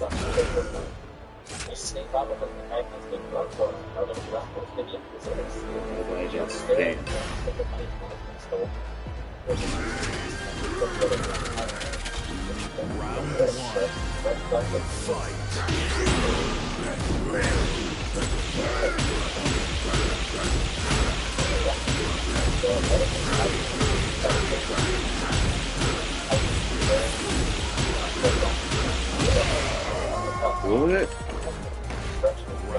I'm sitting land and everything.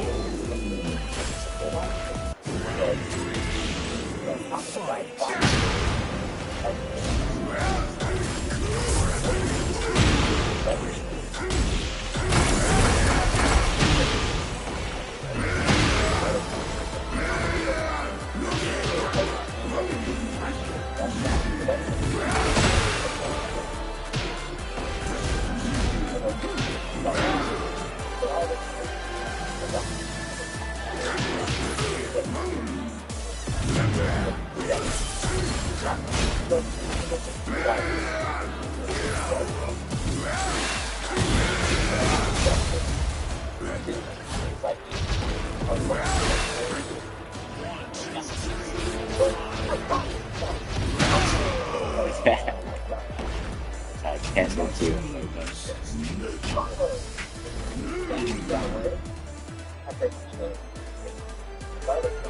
Cool. Get ready for the next battle. I respect that. He explains that he's been the ocean for quite some time. He dropped by the other day and acted a welcome when he arrived in Pomerania. Decided to spill the in that the whole promotion going on outside. As Chairman Sarah was murdered the night before.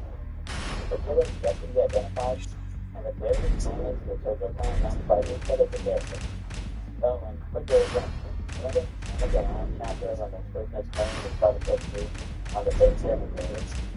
It's like the Get ready for the next battle. That plot point gets dropped and it's never addressed. The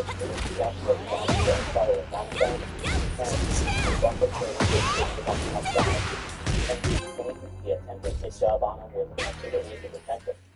As the act of killing Tojima and disgracing the Get ready for the next battle. Off a lot of people.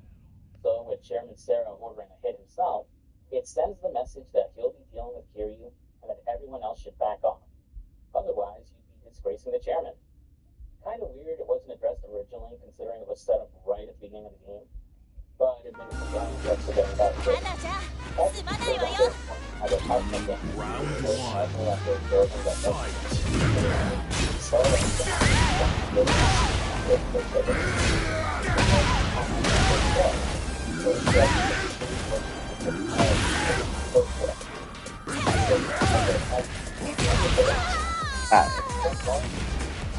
Round 2.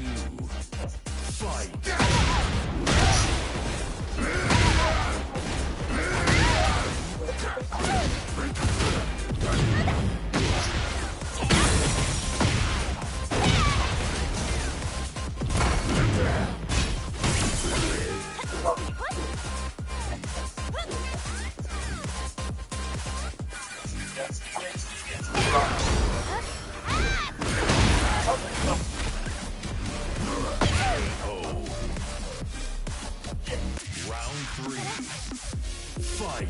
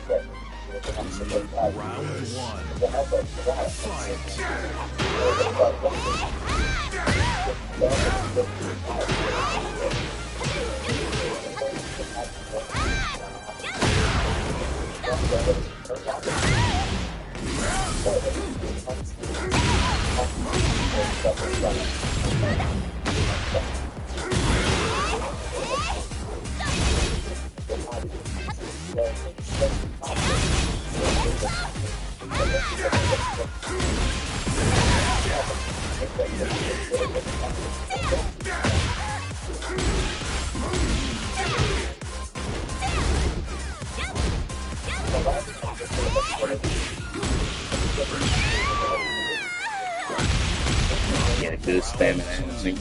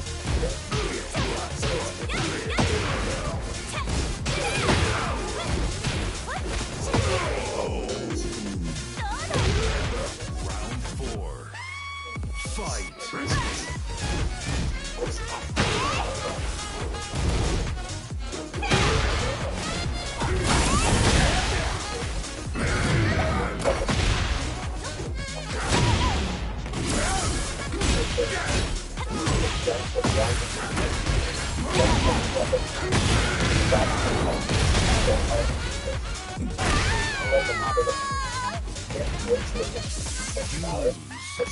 shot and knocked down by an instant tornado. He lets out a crank the attention of the Shimano champion, but he drops out. The Shimano scene Get ready for the next battle. For the 10 billion yen, before Kiryu jumps up to legal defense. After a fully long sequence that has us fighting down red slopes and seemingly beating up every member of the Dojo clan, there's only one obstacle left before the opponent to defeat. Come on. Start them off.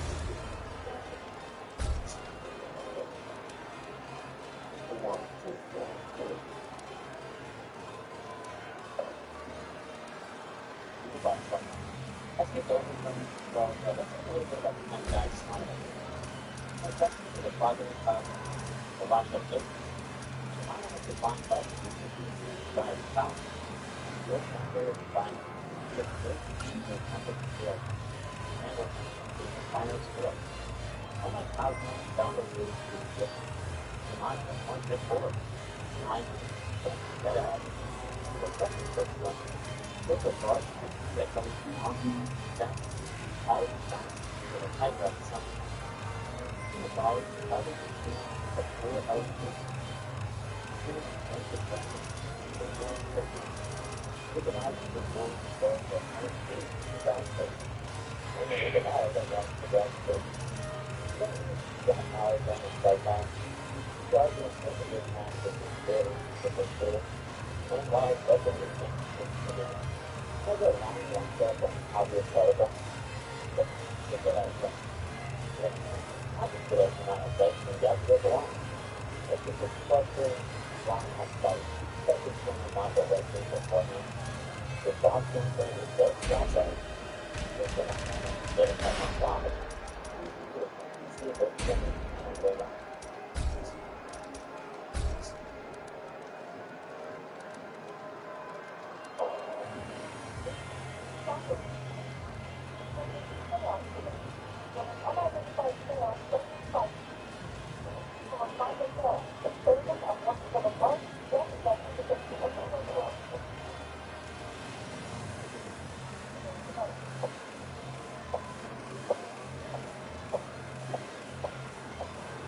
With the help of the second topic.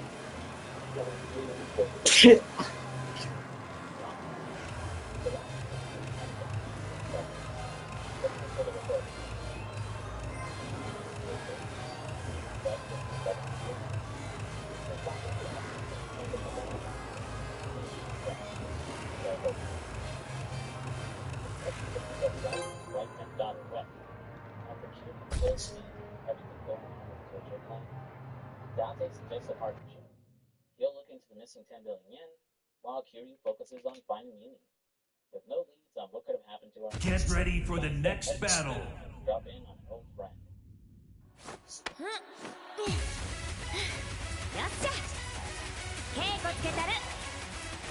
Round one. Fight.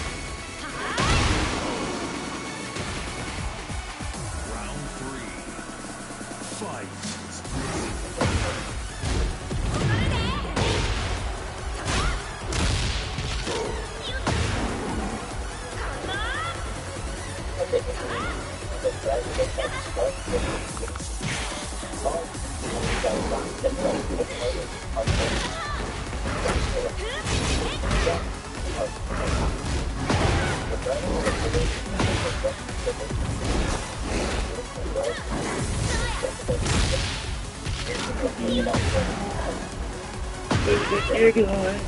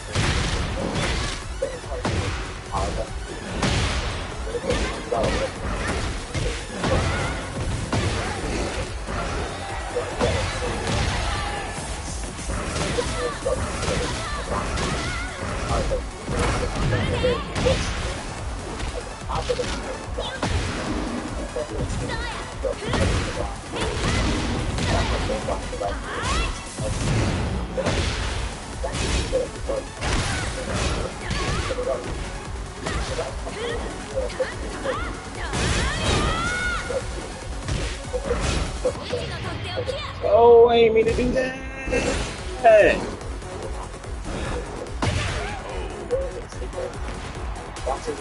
I do.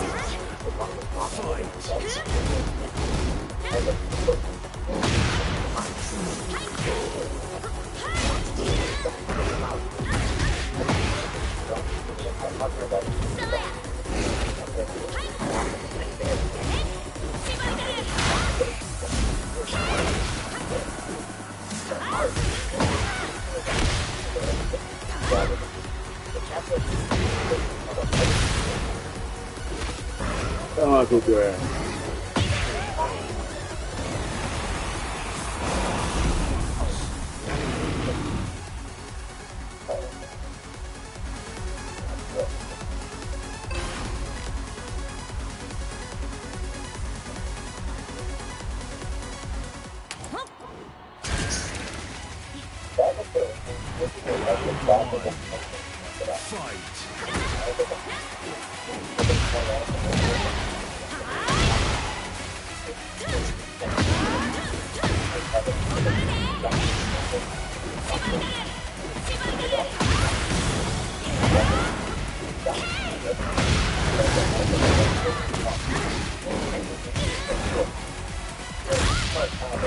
Oh, good girl. I'm spinning.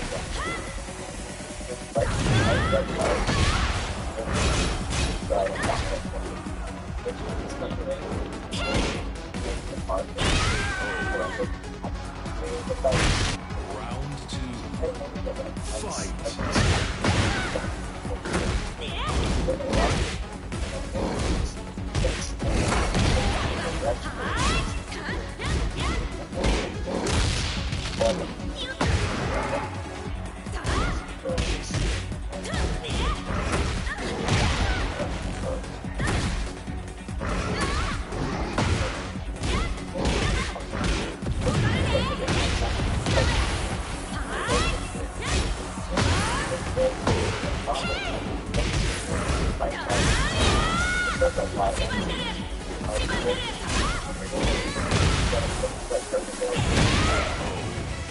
Rock this shit. Yeah.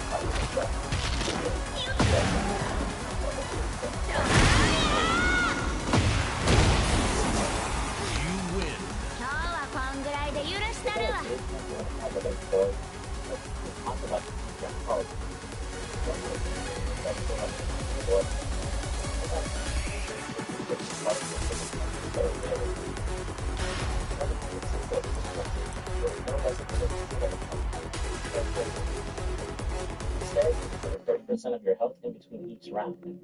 As the story goes on and you beat tournaments, more will be unlocked, increasing the difficulty.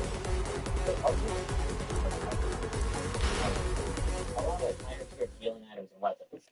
So while not exactly a cakewalk, especially with pilot, still only justify investing the time to understand. And then it works, the floor tells you what moves are easy and fun. Which is a hard person that we don't always have.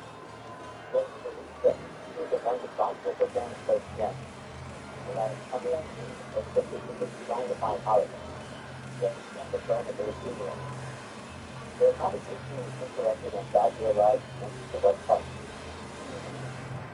Facing the sky in the camera, you discover he's struck by a people unknown man. Your car is getting shot. The west goes back to death by some of the headlights. Before the floor catches up with him, the president is after laying the power set to a side.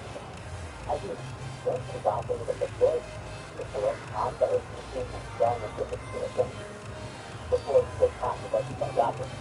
The guy goes in for a while before passing the machine playing the door. By the way, the machine has the bonus and especially in the training.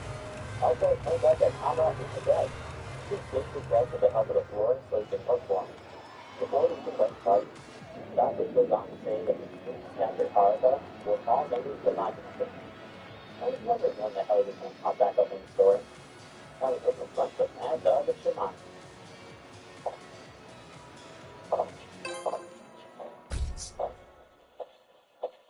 Long time no see, Kazuma-chan. Get ready for the next battle.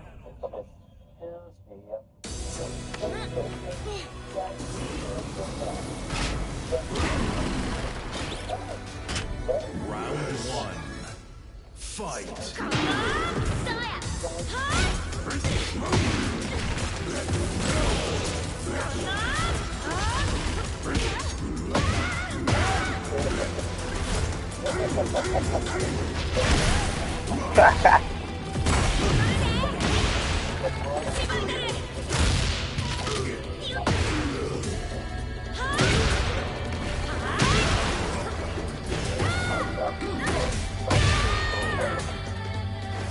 Stay your ass on the ground.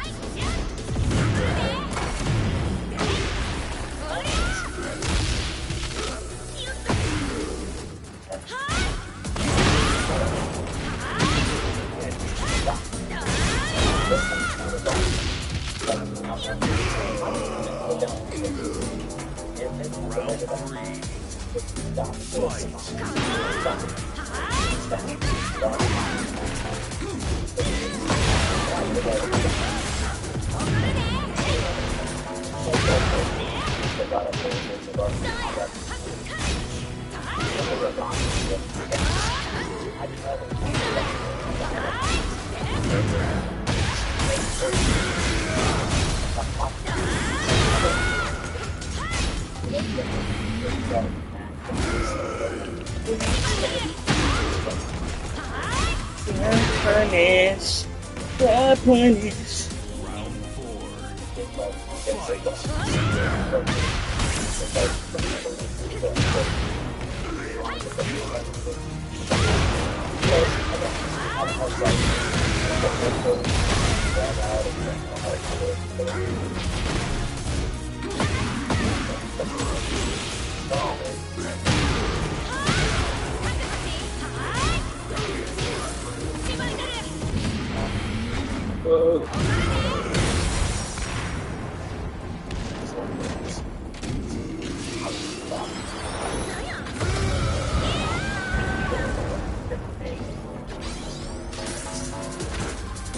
Oh, good girl, man.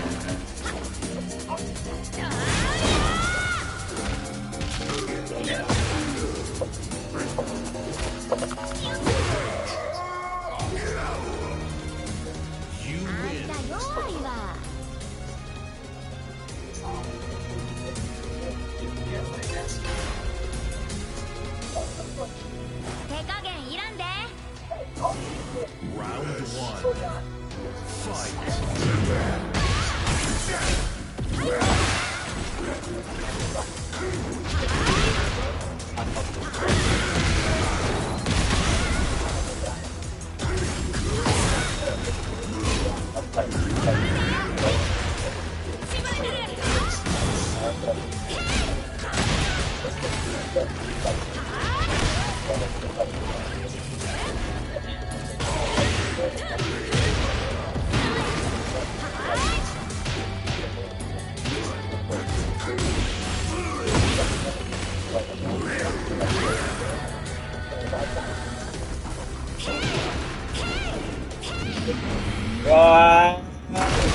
Got him.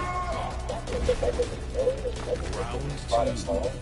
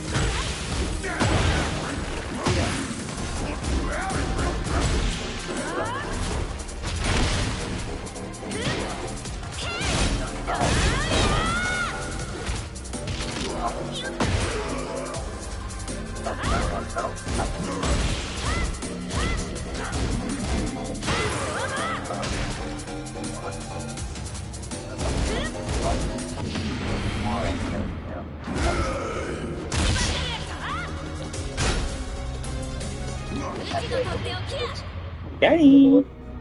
Fuck out my shit.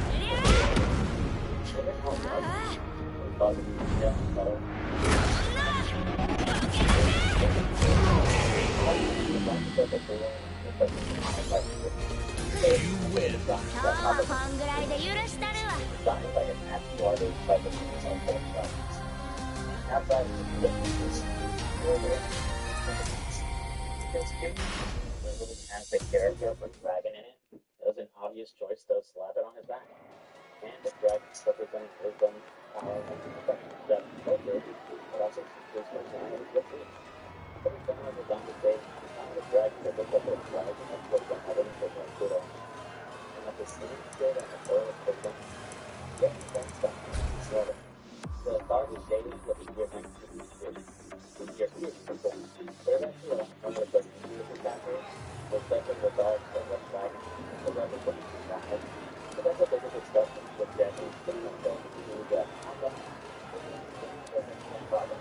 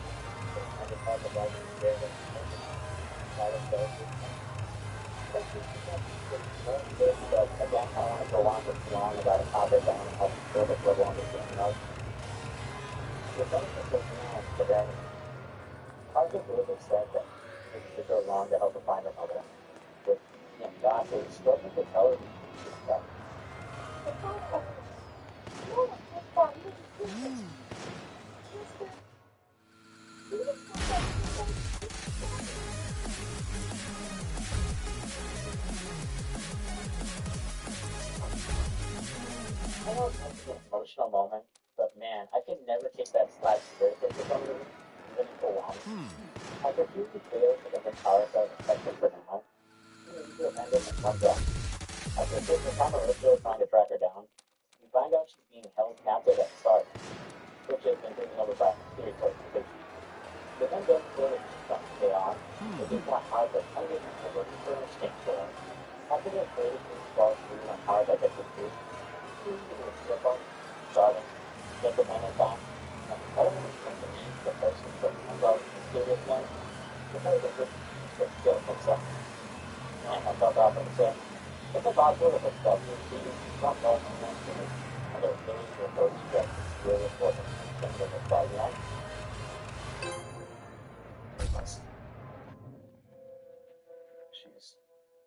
She's dead.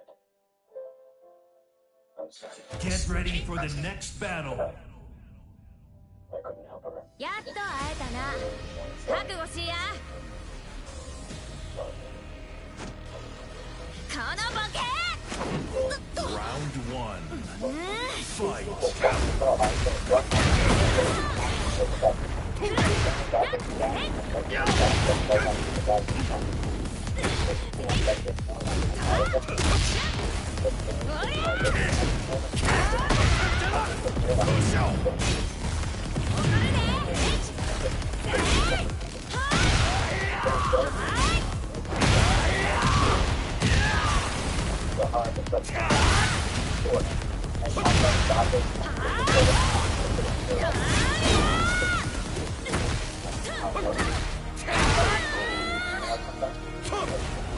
Round two. Fight. Fight.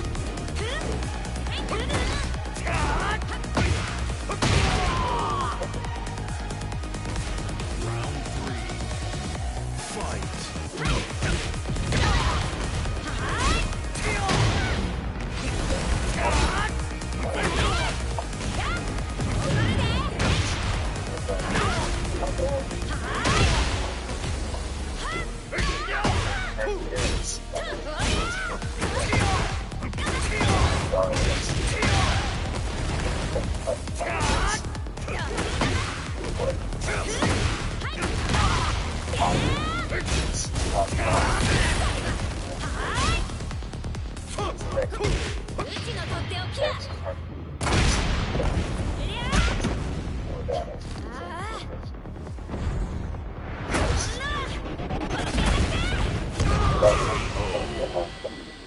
Fight.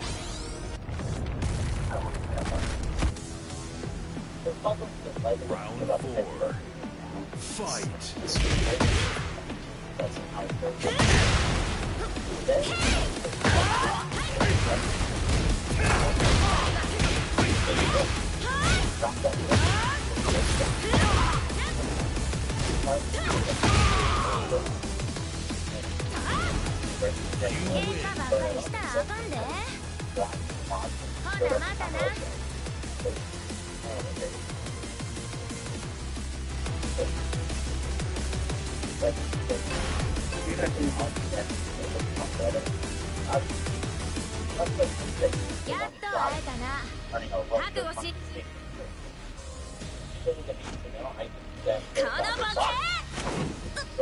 1.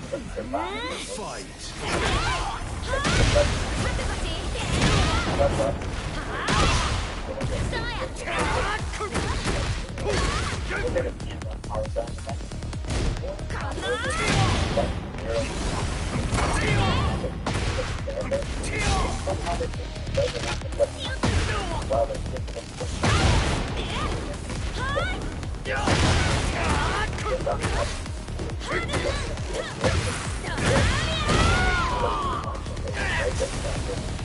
Round 2.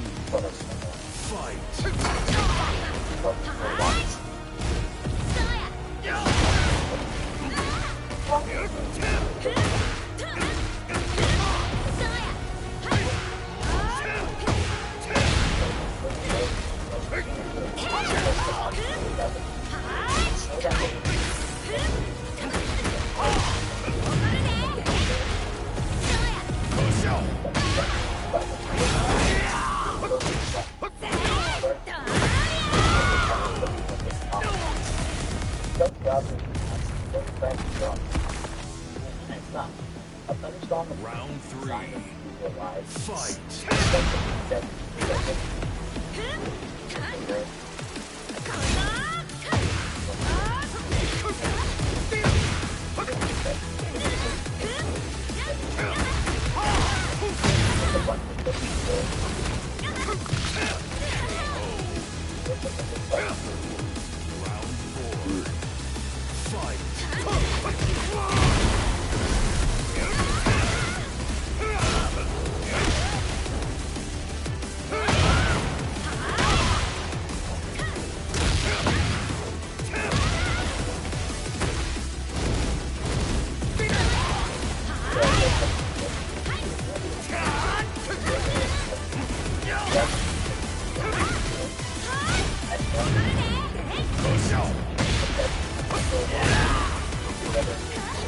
Yeah.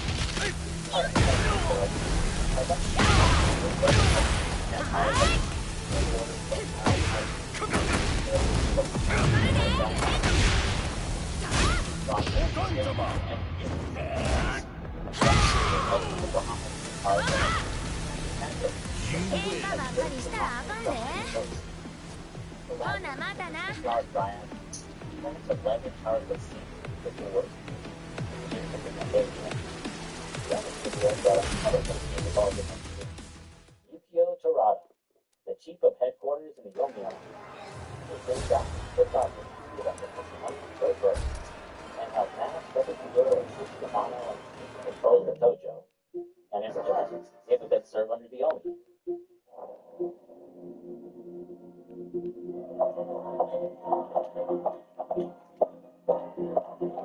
Humbly, sir.